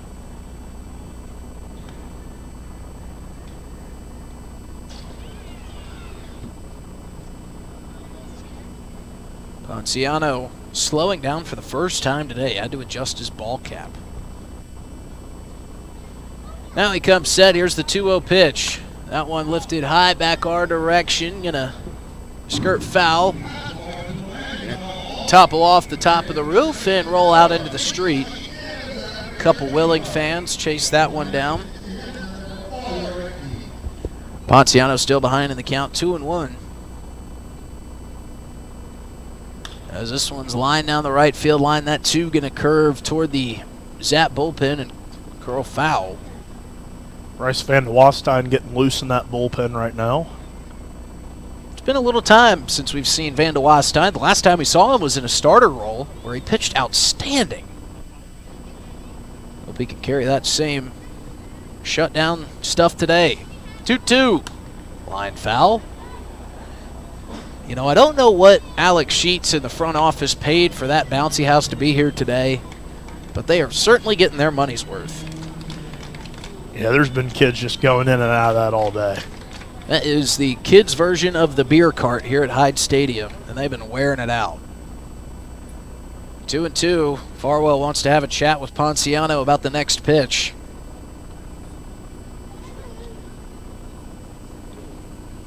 And the beer cart got bruised up last night due to that wind. That wind came through, toppled the beer cart and the beer trash can over, sent some water pouring down the steps and some free beers rolling out into the stands. I'm glad we didn't have that wind today. It might have been testing my stake work over there putting that bouncy house up this morning. Yeah, we might have had a bouncy house in center field had we had that wind we had yesterday. Here's the 2-2 from Ponciano. That's in the dirt. Count runs full.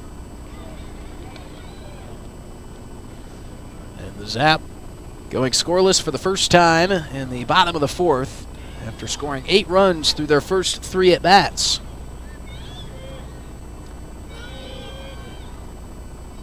Ponciano settles in. Here's the payoff pitch.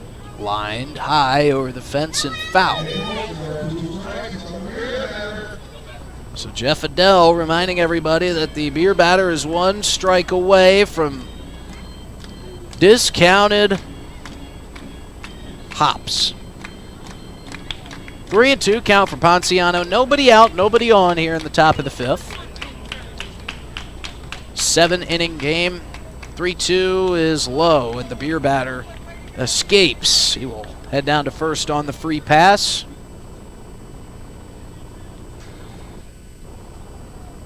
That'll bring it back to the top of the lineup. New leadoff hitter in Chase Miller. We saw Miller play third base in game 1. He was in the 6 hole. Now he's thrust to the top of the lineup. It's like Pugrad going from a 6 to leadoff. Very similar. And now Richard Gilmore will do all of his housekeeping, make sure the lineup cards read correct. Jeff Adele in the break between games came in and wanted to know if they had missed a batter at the Sodbusters in game 1 there in the top of the 7th inning. Said we had our faces deep in the Chicago popcorn given to us by the Jacksons. And I went back and looked in Game Changer, and I don't think we missed anybody.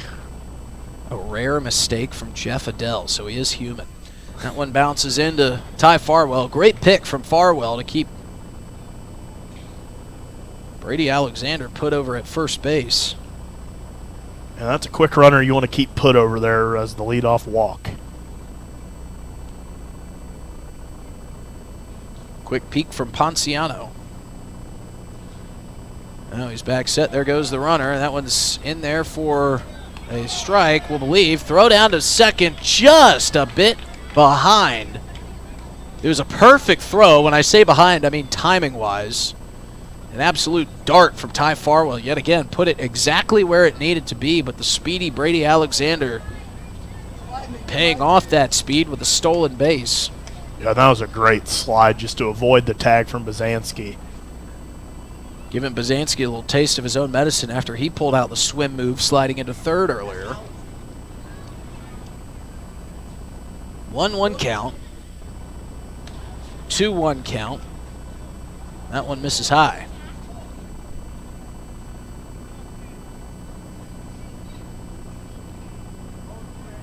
Ponciano with nobody out and a runner on second base and Brady Alexander. 8-3 Zap out in front. Ponciano with the 2-1. Off the end of the bat, Ponciano just out of his reach, but Bazanski's there. He'll fire to first, and that play will just be in time. So Caden Bazanski with a quick exchange from glove to hand. Gets another speedy runner out, and Chase Miller. That'll be the first out of the inning. Brady Alexander able to move over to third base. Yeah. So that will give way to Drew Vega. Yeah, that was a really close play. Hammonds was set up, and the throw kind of took him back the other way, and that was a close one. Bazanski just beating out that throw. So Ponciano trying to keep that runner at bay at third. And it'll start Drew Vega off with a strike on the outside corner.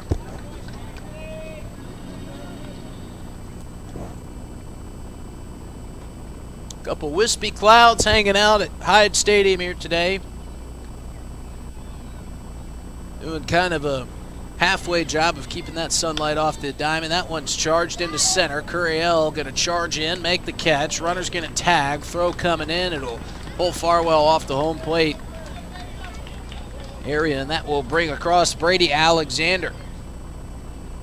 So it's 8-4. Zap still in front. They do their due diligence and check the tag over at third. Richard Gilmore says he left in time. I agree. I watched that one all the way. I had a feeling you might be Hawkeyeing that one. I said, as soon as I saw Curiel camping under it, I started watching, doing my due diligence as your color commentator. Here comes Cale Jensen. Cale Jensen hit a mammoth shot his last time up, and he swings and misses at an off-speed pitch for strike one. You know, when people park out there in right field, especially on that back row of parking spaces, I don't think they ever worry about their car being in danger of a home run ball. Cale Jensen certainly put a few windshields in peril with his last moonshot. Here's the 0-1. Just inside for ball one. And that's the thing where he hit him. That's still Capitol workers mainly parking at the start of that parking lot over there, so that wasn't even any interns. That was still the Capitol workers from earlier. Well, those are the ones that said, I'm not going to park on the street or if I'm going to get pelted with foul balls all day. I'm going to park where nobody can hit it. And they forgot about Cale Jensen as he puts a charge into another one. That into right center, but Curiel tracks over to it. He's under it, and he squeezes it for the third out of the inning. We head to the bottom of the fifth. Zap in front, 8-4 here on a Thursday afternoon at Hyde Stadium. Looking for happenings in Central South Dakota? The Pierre Area Chamber of Commerce Community Calendar is your go-to for all the latest events. From entertainment to local benefits, community activities, and more, there's something for everyone. Email your event to contactchamber@pierre.org and it will be listed on the weekly calendar. To view the calendar, go to www.pierre.org. Let's celebrate together in the heart of South Dakota. The Pierre Area Chamber of Commerce, connecting our community one event at a time. Doing a little spring cleaning at your house? I'm Val Keller, City of Pierce Solid Waste Manager, letting you know the City Supply Swap program can help. We'll recycle cleaning supplies, paint, and other household chemicals you don't want anymore. Plus, you're free to take any products other people dropped off for recycling. The swap program helps our customers and keeps things out of our landfill. Supplies we accept include stains and sealers, pesticides, pool chemicals, typical cleaning agents, as well as oil-based paint, latex paint, and spray paint. For additional information, call 605-773-7434. Again, that's 773-7434 for more information about recycling your household supplies and paint. Let the City of Pierre help you get your home and garage cleared out and cleaned up for the summer months. This public service message is brought to you by the radio stations of the DRG Media Group in Pierre. Bottom of the fifth inning here in the seven-inning game. Game 2 of this doubleheader. Zap out in front comfortably, 8-4. Love to add some insurance runs here. And still Nate Fisher out on the bump. And well, it's a sad sight for a lot of these kids who left the bounce house to go partake in the tug of war contest, and now we're headed back out of the dugout only to find the bounce house completely deflated. And now you're seeing the utter shock on their faces. They can't believe it. And utter man. devastation. Look, they're looking, and they can't believe it. They're walking up, and you got to feel bad for them. Alex Jackson will step in here as he swings and misses at strike one from Nate Fisher.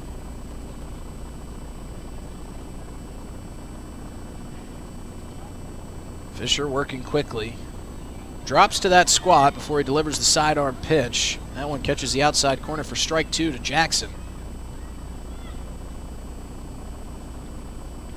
Jamie Habiger waiting patiently in the on-deck circle to make his way over to the third base bag.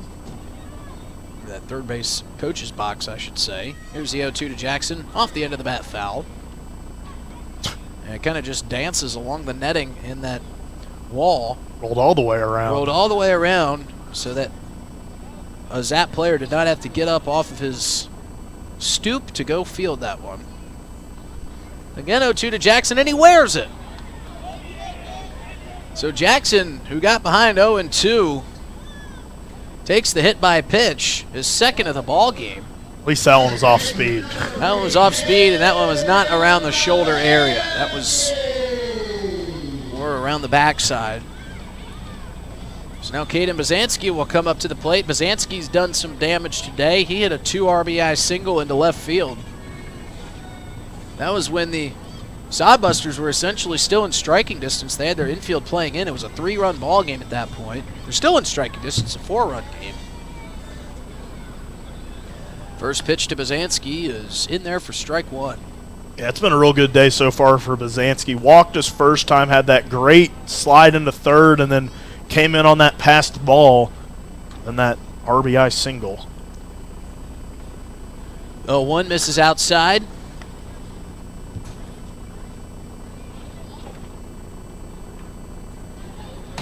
If he can keep going and try to get this lineup turned over, Curiel and Pugrad do it behind him. Nobody out. Bazanski fans on strike two. Dugout letting him know it was a great hack. See if he can get back in this at bat behind 1-2. Fisher squats and deals, and that is strike three, and Bazanski goes down looking. Yeah, that's a dangerous one to take. Close one. Sometimes it just doesn't go your way on the edge of the plate like you'd like. Oh, it's tough when you're used to overhand throwers essentially the whole season, and then you get a guy that delivers from the sidearm slot. It's kind of hard to guess where that ball is going to end up. Takes a couple times through the order to really get a feel for that guy. Zap are getting close to get through that first full lineup against Fisher here tonight. Emiliano Curiel is the next man up. He takes strike one over the middle of the plate. And a few of them got to see him the other night as they're not getting the music off. There it goes. The last time that happened, the Zap dugout seemed to think that it was our fault. Jackson fakes the steal. That one rifled over towards the Zap dugout. Wow. Good thing the dugout got in the way of that one. There was a guy standing right behind the dugout. And he didn't even flinch. That guy's seen a foul ball or two in his day. 0-1. Off goes Jackson for second. Pitch is high, and the throw is in there. What a throw, and just getting by the tag is Alex Jackson. Boy, was that one close. Looked like Drew Vega caught that ball and kind of turned around behind him and got Jackson on the nameplate as he slid by, but Jackson got to the bag first. It's a 2-1 count to Curiel. He makes sure that's the count with Richard Gilmore. Gilmore nods. And the pitch, Curiel lines that one into left center. Tracking is Cale Jensen. He'll camp underneath and make the second out of the inning. And we're back to the top of the lineup. Jared Pugrad with a chance to deliver some two-out magic. And it's still, if you could just even get this one run across, that would be a big insurance run. Get this back to a 5-run game and hand it over to Bryce Van de Wastine. We're in the top of the 5th here, but we might as well be in the top of the 7th. With the doubleheader, they shrunk these games down to 2 7-inning games as Pugrad fists one the other way, and that's going to get down for a base hit. Jackson was running on contact. He's going to leg for home, and he will score standing. And Jared Pugrad with a little shrug said, I guess that'll work too. Pugrad continues his great day, and there's that insurance that Dylan was talking about. Zapper back on the right track of scoring in every inning. They've gone scoreless in just 1 out of their 5 at-bats here this game, and they lead 9-4. Yeah, and I got to compliment that bat boy real quick. A nice catch on the bat throw from Nick Golden. So now another hot hitter in Nick Golden will come up to the plate. And a big swing and a miss at strike 1. I think if there's an off-speed pitch here, Pugrad will be in motion to try to get that runner in scoring position for Golden as well. Devin Skelton has made his way across the ballpark as Golden swings at strike 2. He's just kind of making the rounds. He's made his way over to a couple pure Wildcat athletes. I thought he was the one singing Country Roads on the crowd mic. I thought that's what you were leading towards until I found him in the crowd. 0-2 to Golden. Runner goes. Pugrad sliding in, and he's going to be safe at second. He wanted to get up and try to take third, but he couldn't get his feet underneath him, but he'll steal second safely. Golden took a ball on that pitch, so it's a 1-2 count now. And now Nick Golden is one swing away from getting the Zap into double digits runs.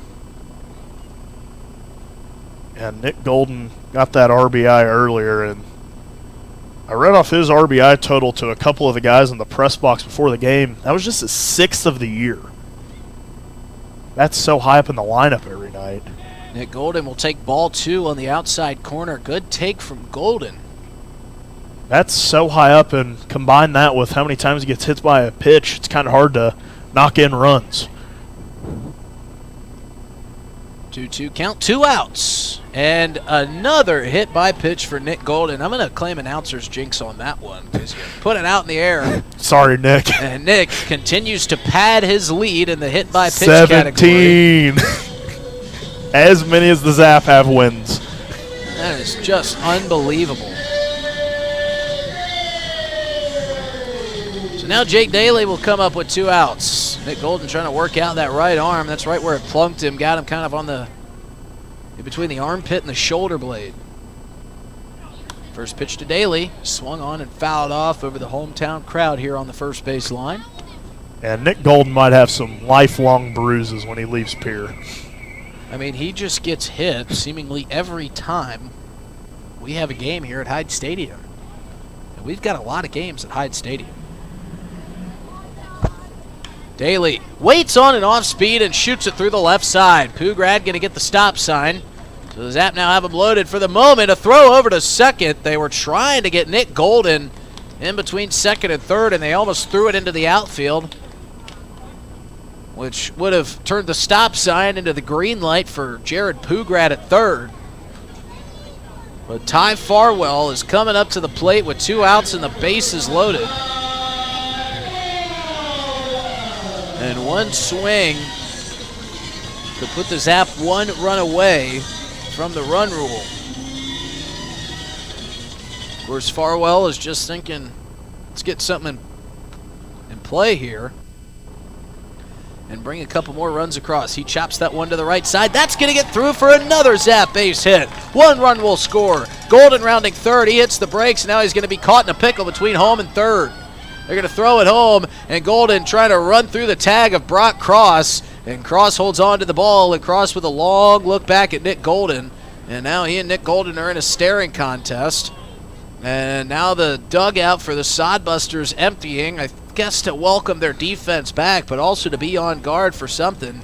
And Jake Daly with some words of reassurance that Brock Cross wasn't doing that. Now Josh Printer wants to know, why isn't Nick Golden thrown out of the game? It didn't look like Golden was trying to deck Brock Cross as he made his way home, but we'll bring you all the updated developments as we head to the top of the 6th. Zap lead 10-4 here at Hyde Stadium. We'll be right back after this. Thinking of travel, Pierre Regional Airport offers non-stop flights to Denver. Starting August 1st, book your destination at United.com. With United Mileage Plus, you can save more by earning miles when you fly from Pierre Regional Airport. 1-hour flights to Denver and the world beyond. Avoid the crowds, avoid the drive, and enjoy free parking when you fly from Pierre Regional Airport. United Airlines in Pierre starting August 1st. Skip the drive. Fly from Pierre.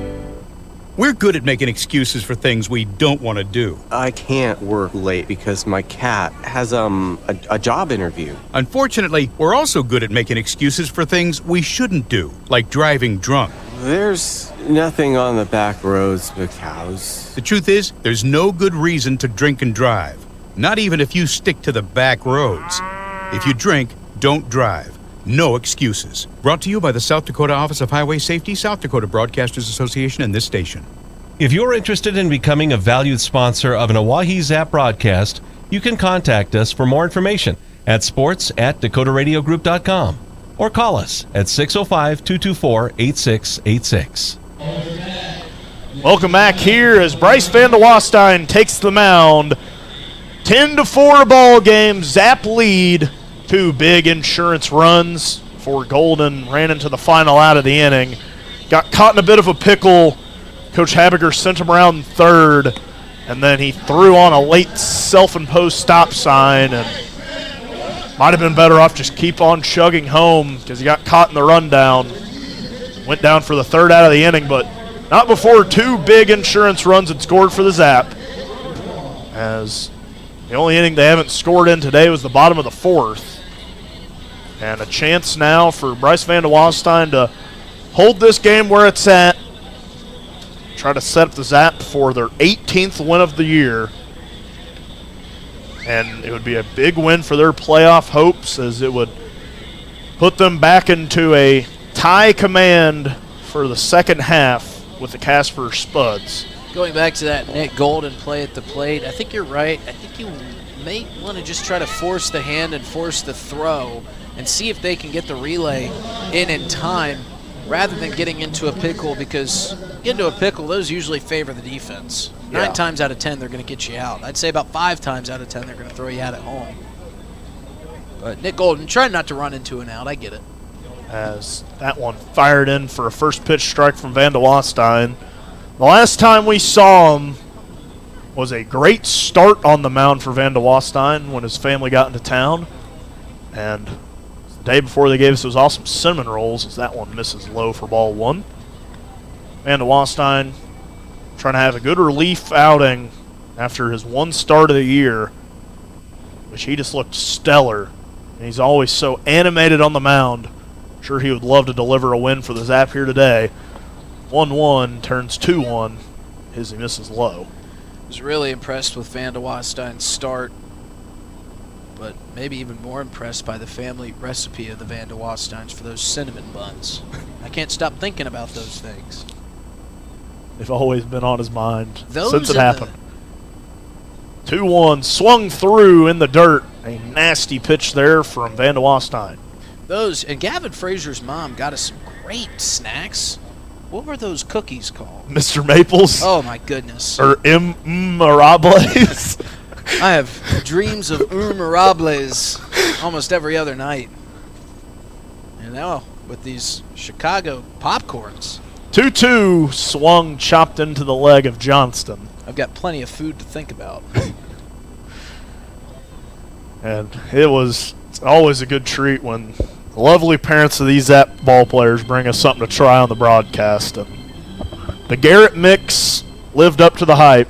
I think it exceeded the hype. Yeah, I didn't know what to think when I saw cheddar and caramel corn in the same bag. Because my mom's side of the family makes some wicked caramel corn, but I've never had it with some cheddar corn. As Van de Wastein sets and a late time awarded. This time by Richard Gilmore. We saw a couple last night awarded by Chris Dozark well into the windup of the pitcher. And you got to think of how that kind of affects the pitcher mentally, being just about in your windup, getting ready to throw the ball in a late time. 2-2 from Van de Wastein. Fired into play. A great pick by Ludvigsen to make the first out. That one was headed for right field. Ludvigsen trapping it on the ground and making the first out of the inning. That's an all-star play by Quinn Ludvigsen right there. That's a tough play to make on a hard-hit ball like that. The one-hop short hoppers, you never really know how to judge that first and only bounce, but Ludvigsen sure did. A great start. Way to back up your pitcher, making a great play defensively. Ludvigsen in at first base for Connor Hammonds, and that was the first ball he had seen, and a miraculous play there as that one skied towards the broadcast booth. Justin's hanging out the window, but it's going to skip off the grandstand as Ludvigsen enters and makes a miraculous play at first on the first pitch he saw. Polizzi made a great chop at it in game one, but that one from Ludvigsen was maybe even another level on an already great Polizzi play, as that one misses high to even up the count at one apiece. Bryce Van de Wastein trying to keep this deficit where it's at. Zap lead by 6. As he comes set for the 1-1. Swung through and missed for strike 2. Thing I really like about Bryce Van de Wastein, we talk about team players. He's kind of that guy. Hey, Bryce, we need you in a certain spot, and wherever you need me, I'm game. Hey, we need you up 6. With 2 innings left, you got it. 1-2, chopped into play. Pugrad fielding cleanly, firing across the diamond to Ludvigsen in time for the second out of the inning. Yeah, Van de Wastein made that one a little bit easier on his infield. Yeah, that was a routine play there for Pugrad. Well, Pugrad makes them all look routine. That he does. It's tied for the biggest lead of the day the Zap have had. They're up 6, but still a big spot, as we've seen these offenses in the ILB, much like the Lightning last night, they're always ready to strike, and got to be on your toes. No lead is safe, as the Zap try to protect a 6-run frame here in the top of the 6th. Or 6-run lead, I should say. That one in there for strike 1 from Van de Wastein. Sodbusters down to their last 4 outs. And it's Tyler Welsh at the plate. Quickly behind the count 0-1. We see the offering from Van de Wastein fouled off the other way, now behind 0-2. Bryce has been working efficiently, too, getting some early swings and getting them to put it in play. Now quickly ahead 0-2. Van de Wastein, I'm sure he'll have a very lively reaction for the celebration. The 0-2 skied into left. Nick Golden sizing it up, settling under it, and bringing it into the glove for the 3rd out of the inning. So a shutdown inning for Bryce Van de Wastein keeps the deficit at 6. The Zap lead 10-4. We'll be right back for the bottom of the 6th here at Hyde Stadium. Hey, it's your phone talking. Yeah, your phone. You know, that thing you're constantly picking up and poking around. Listen, when you're behind the wheel, would you please give me a break? You'll have plenty of time for your TikToks and, I don't know, texting your friends after you put it in park. Distracted driving, friend, no joke. One quick text or social media feed can cause a crash, and hey, I don't want any part of that. You got someplace to be, and trust me, I'll enjoy the downtime. Brought to you by the South Dakota Office of Highway Safety and its station. Dunes Golf is celebrating their 30th anniversary this summer. They look forward to seeing old friends and new acquaintances on the driving range and on the course throughout the summer. Play 9 or 18 holes, pay by the round, save with a punch card, or become a member for unlimited play. Dunes Golf is a great location for group outings or a summer play day. Call 605-223-2525 or see golfdunes.com, just 1 mile north of Fort Pierre on Highway 1806. Dunes Golf. Thinking of travel? Pierre Regional Airport offers nonstop flights from Pierre to Denver. From there, you can fly anywhere. Book to your destination and check bags through on United, Delta, or American Airlines. 1-hour flights on 50-passenger jets to Denver, then connecting to your destination. Save travel time and money, avoid the crowds, and free parking when you fly from Pierre Regional Airport. Skip the drive. Fly from Pierre Regional Airport.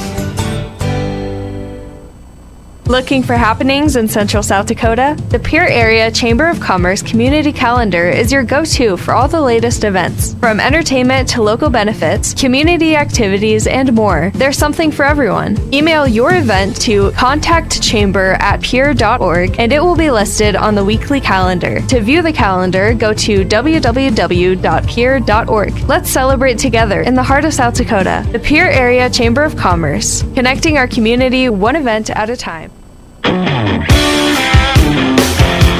Aiden Johnson getting things started here in the bottom of the 6th.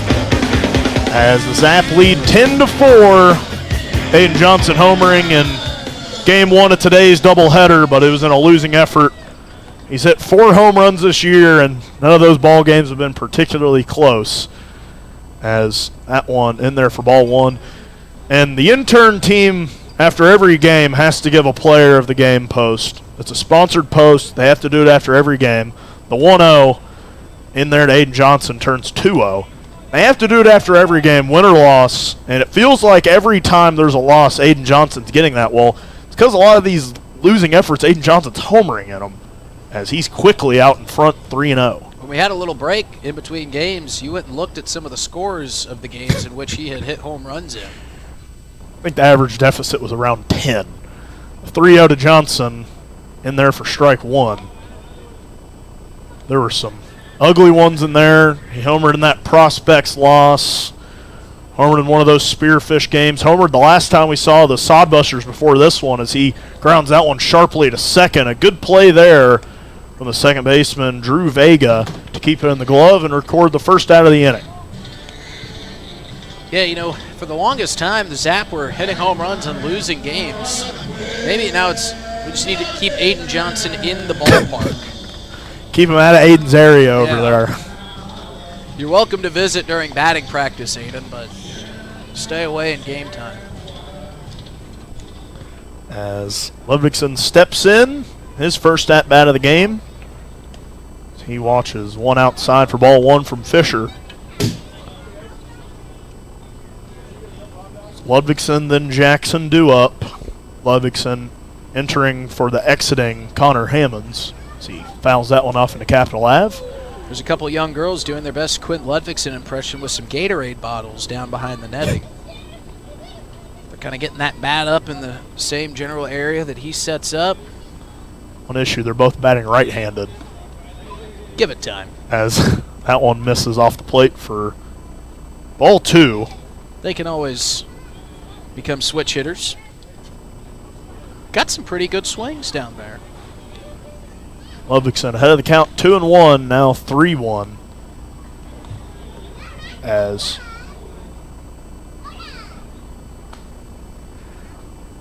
Ludvigson here trying to get on, get even more insurance here for the Zap, or maybe even a big inning to end it with a run rule, as he skies that one to left. Shallow field and no man's land, but they're tracking it down and making the play. Kale Jensen running in on that one, making the grab. So 2 away here for the Zap. Alex Jackson at the plate.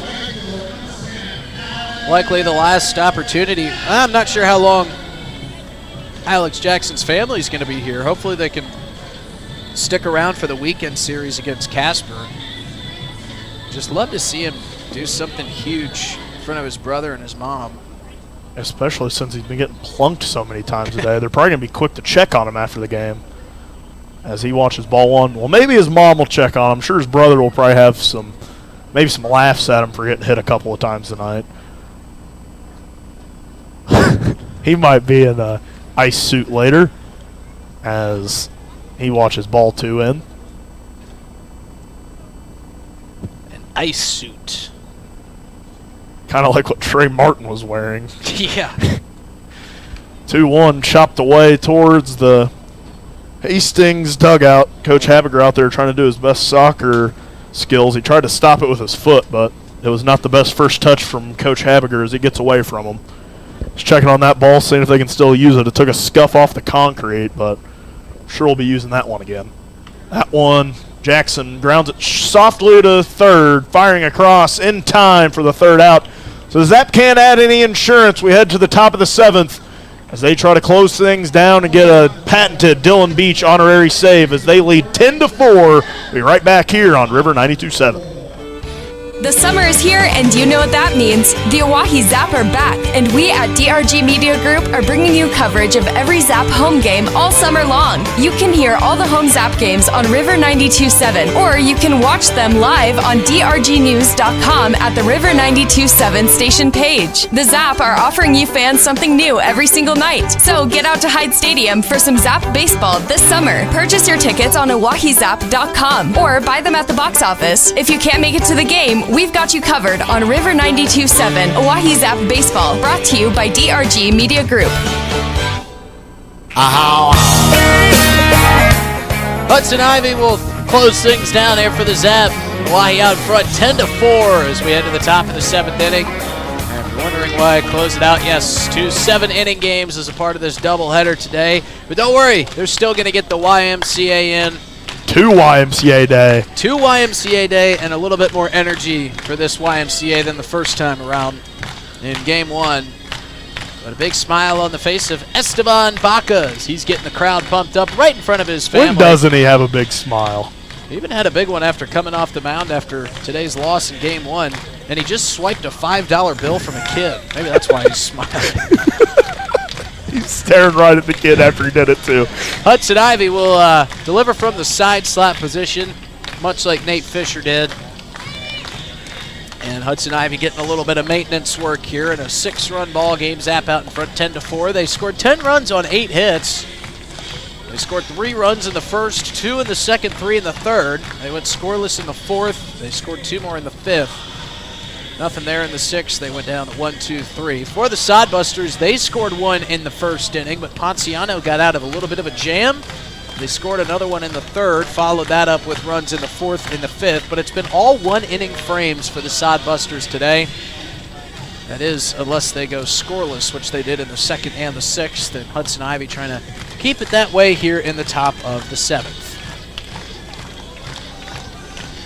Crowd is steadily growing throughout the afternoon as more and more folks made it out of work and made their way over to Hyde Stadium for what's been a much more exciting game than game number 1 was for the Zap, who came off of a big win late last night. They had a 30-minute lightning delay and then came back out and picked up right where they left off. They went on to win 7-3. But in a big game like that and coming back early, always tough to kind of shake off the celebration of the win. And we saw that.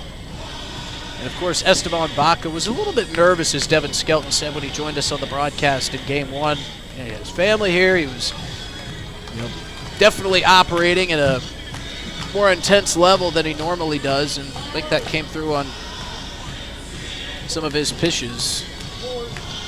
As Devin Skelton makes his way over to the concession stand one last time here this afternoon. He should have been down there doing the Y. He was saying hello to some fans. And they're asking us to play his song, but again, we have to remind them, we don't control the music. Still not us, guys, after the third time we've done this year. I don't know how many times we can tell them. We only broadcast the games. We don't conduct the music here, as Ivy starts him off with a strike.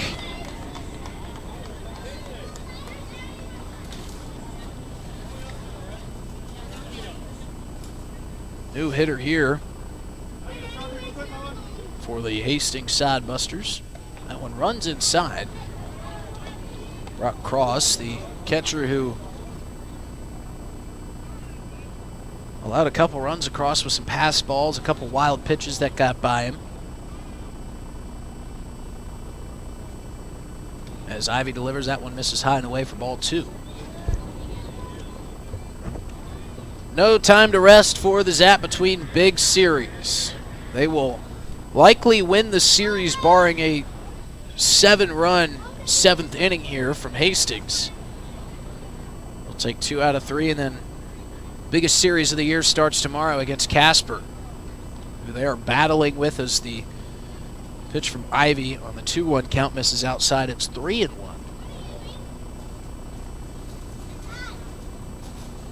So see if Ivy can get back in this at bat. This one's lined into right center field. Jackson giving chase, now pinwheeling and turning to his left, making the grab for out number 1. That was great awareness by Alex Jackson, who had to make a difficult and athletic turn. Another play playing Hudson Ivy's song. Maybe a hit or two late, but they finally got around to it.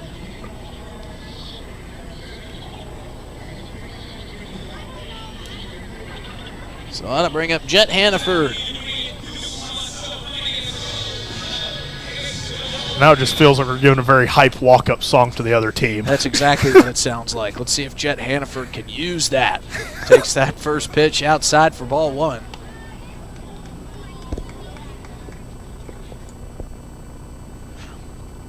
Quite the broadcast day for our team here. We've dusted about 4 Monster Energies, 2 bags of Garrett's popcorn, 2 cinnamon buns, a couple tacos.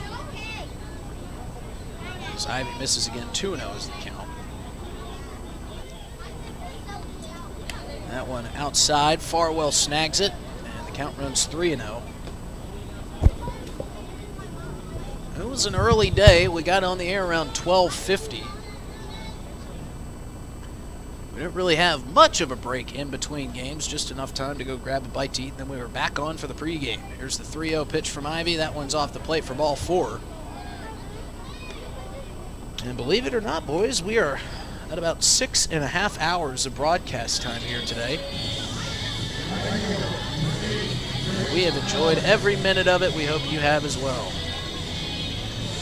Always fun to get on the headset. And the second game even more so because it's coming in a Zap winning effort. Here comes Chase Miller as Dillon Beach knocks on wood and Eli knocks on drywall. That one misses outside for ball 1. Oh, I'm sorry. He knocked on plastic. My bad. He's pointing at it like, no, not drywall. I knocked on this plastic table. Yeah, Eli making sure, quick to know that it. That one runs outside. Ivy has delivered 6 straight balls in his last 6 pitches. He's trying to set up this ground ball here to end the game. That would be lovely. That one in there for strike 1. It was actually 7 straight balls because they count. Nope, 6 straight. 2-1 is the count. Zap lead 10-4 here in the final inning. Zap hope. 10 runs on 8 hits for the Zap, 4 runs on 4 hits for the Spuds, or for the Sodbusters. Goodness. As this one's fouled back into the netting. Can you tell we've been on the air for about 6.5 hours, Dylan? Hey, you're just getting excited for tomorrow's series. That's a big one, man. It is a big one. 4-game series against Casper that'll take us all the way through the weekend into Monday night. That's going to be the most fun series I think we've had all year. Here comes the 2-2 from Ivy. Way up and in for ball 3. A lot to play for this week at Hyde Stadium. So if you're listening, you got to get down to the ballpark. We got Jimmy Buffett night. We got Chislick night this week. jam-pack action here at Hyde Stadium. Here's the payoff pitch from Ivy, and that's ball 4. So the Busters have stayed patient, and they've now got runners on first and second with just the one out. That's why these insurance runs come in so big for the Zap. Had they not scored those 2 runs in the 5th, this would just be a 1-run ball game, and you'd be a walk away from bringing the tying runner to the plate. They lead 10-4. They've built up a 6-run lead and can pitch with a little bit more ease. Of course, Hudson Ivy would love to get out of this thing without allowing any runs to come across.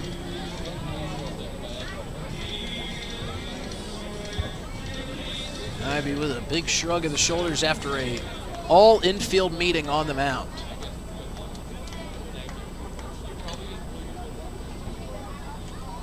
Ivy comes set. And he delivers a first pitch strike in there to Chase Miller. Good start to this at bat for Hudson Ivy. And we talk about guys that are calm, cool, and collected. That is Hudson Ivy to a T. Here's the 0-1. Catches the outside corner for strike 2. Well, it looks like that mound visit might have worked. Out in front, just what the doctor ordered. Get a chance to get a big out here and then maybe be able to trust your defense for the last out of the ball game. Put something over the plate for someone to hit. For these 2 strikes, his last 10 pitches had been 8 balls and 2 strikes. But he's ahead 0-2 here. And Miller checks his swing, takes a ball high. And the clouds starting to dissipate over Hyde Stadium. Sunlight starting to break through, turning into a beautiful afternoon. It's been nice. We've just had cloud cover for the most part. Hasn't really necessarily been cool by any means. It's been a humid day. Here's the 1-2 from Ivy. And that one just missing outside for ball 2.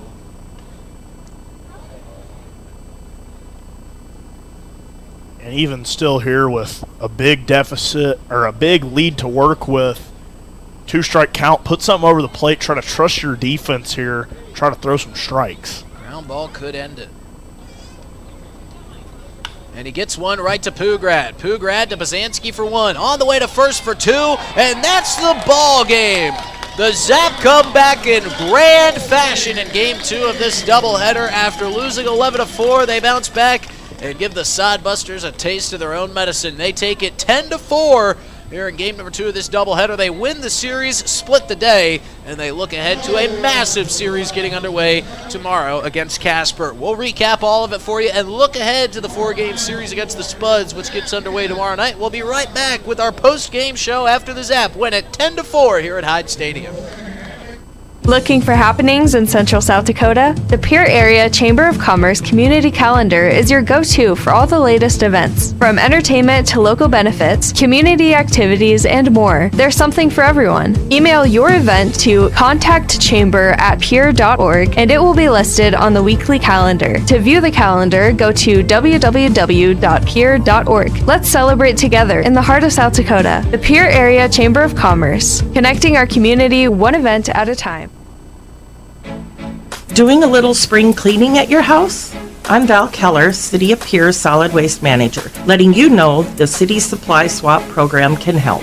We'll recycle cleaning supplies, paint, and other household chemicals you don't want anymore. Plus, you're free to take any products other people dropped off for recycling. The swap program helps our customers and keeps things out of our landfill. Supplies we accept include stains and sealers, pesticides, pool chemicals, typical cleaning agents, as well as oil-based paint, latex paint, and spray paint. For additional information, call 605-773-7434. Again, that's 773-7434 for more information about recycling your household supplies and paint. Let the City of Pierre help you get your home and garage cleared out and cleaned up for the summer months. This public service message is brought to you by the radio stations of the DRG Media Group in Pierre.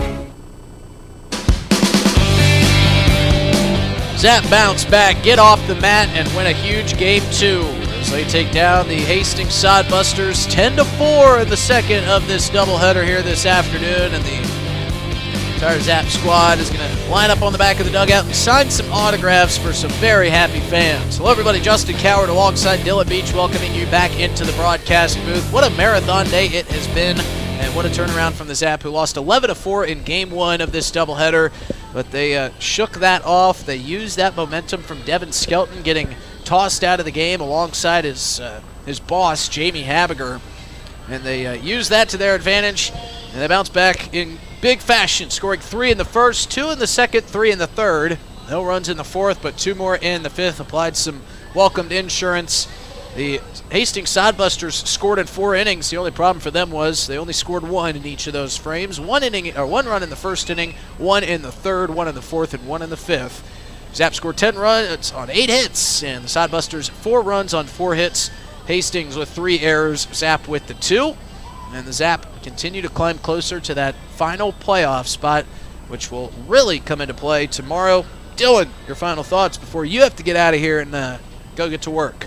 Yeah, that is one of the bigger series wins you're going to take all year long. And as much as you would have loved to have had the sweep so you could have had a game in hand in the lead over the Spuds, you got to be happy with the series, and then you are really controlling your destiny for the rest of the way. 4-gamer versus Casper. You're both tied for first place right now with a handful or so of games left this year.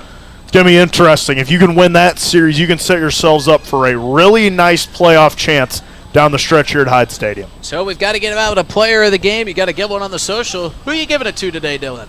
Oh. Tough call and a 10-run win. Maybe Caden Bazansky today. I feel like he was very stellar out there. Made some great tags, made some great plays on the middle infield, also came up with a couple big hits. Maybe a Nick Golden, Caden Bazansky, one of those guys. One of those guys. It's tough when as many guys have big days like the Zap had today, and we'll hope for another big day tomorrow night. We'll be back with the coverage against the Casper Spuds in a massive series, folks, and we hope you're not listening on River. I mean, we do hope you listen, but if you can make it to the stadium, you're going to want to be here for a couple huge games bringing us into the weekend. Well, big thanks to all of our sponsors at the Pierre Area Chamber of Commerce, at Venture Communications for Pierre Regional Airport, and for Dunes Golf supporting our path to the playoffs. Venture Communications with our first inning Fiber Fact, and thank you all for sticking around with us all afternoon into the evening for some Zap baseball. For Eli Lewis, Dylan Beach, I'm Justin Cowart saying so long and good night from Hyde Stadium. Zap win at 10-4. We'll be back on the air tomorrow night at 5:55 right here on the Oahe Zap YouTube and live on River 92.7. This broadcast of Oahe Zap Baseball was brought to you by DRG Media Group and its sponsors. The next home Zap game will be broadcast right here on River 92.7 and DRGnews.com. Thanks for tuning in.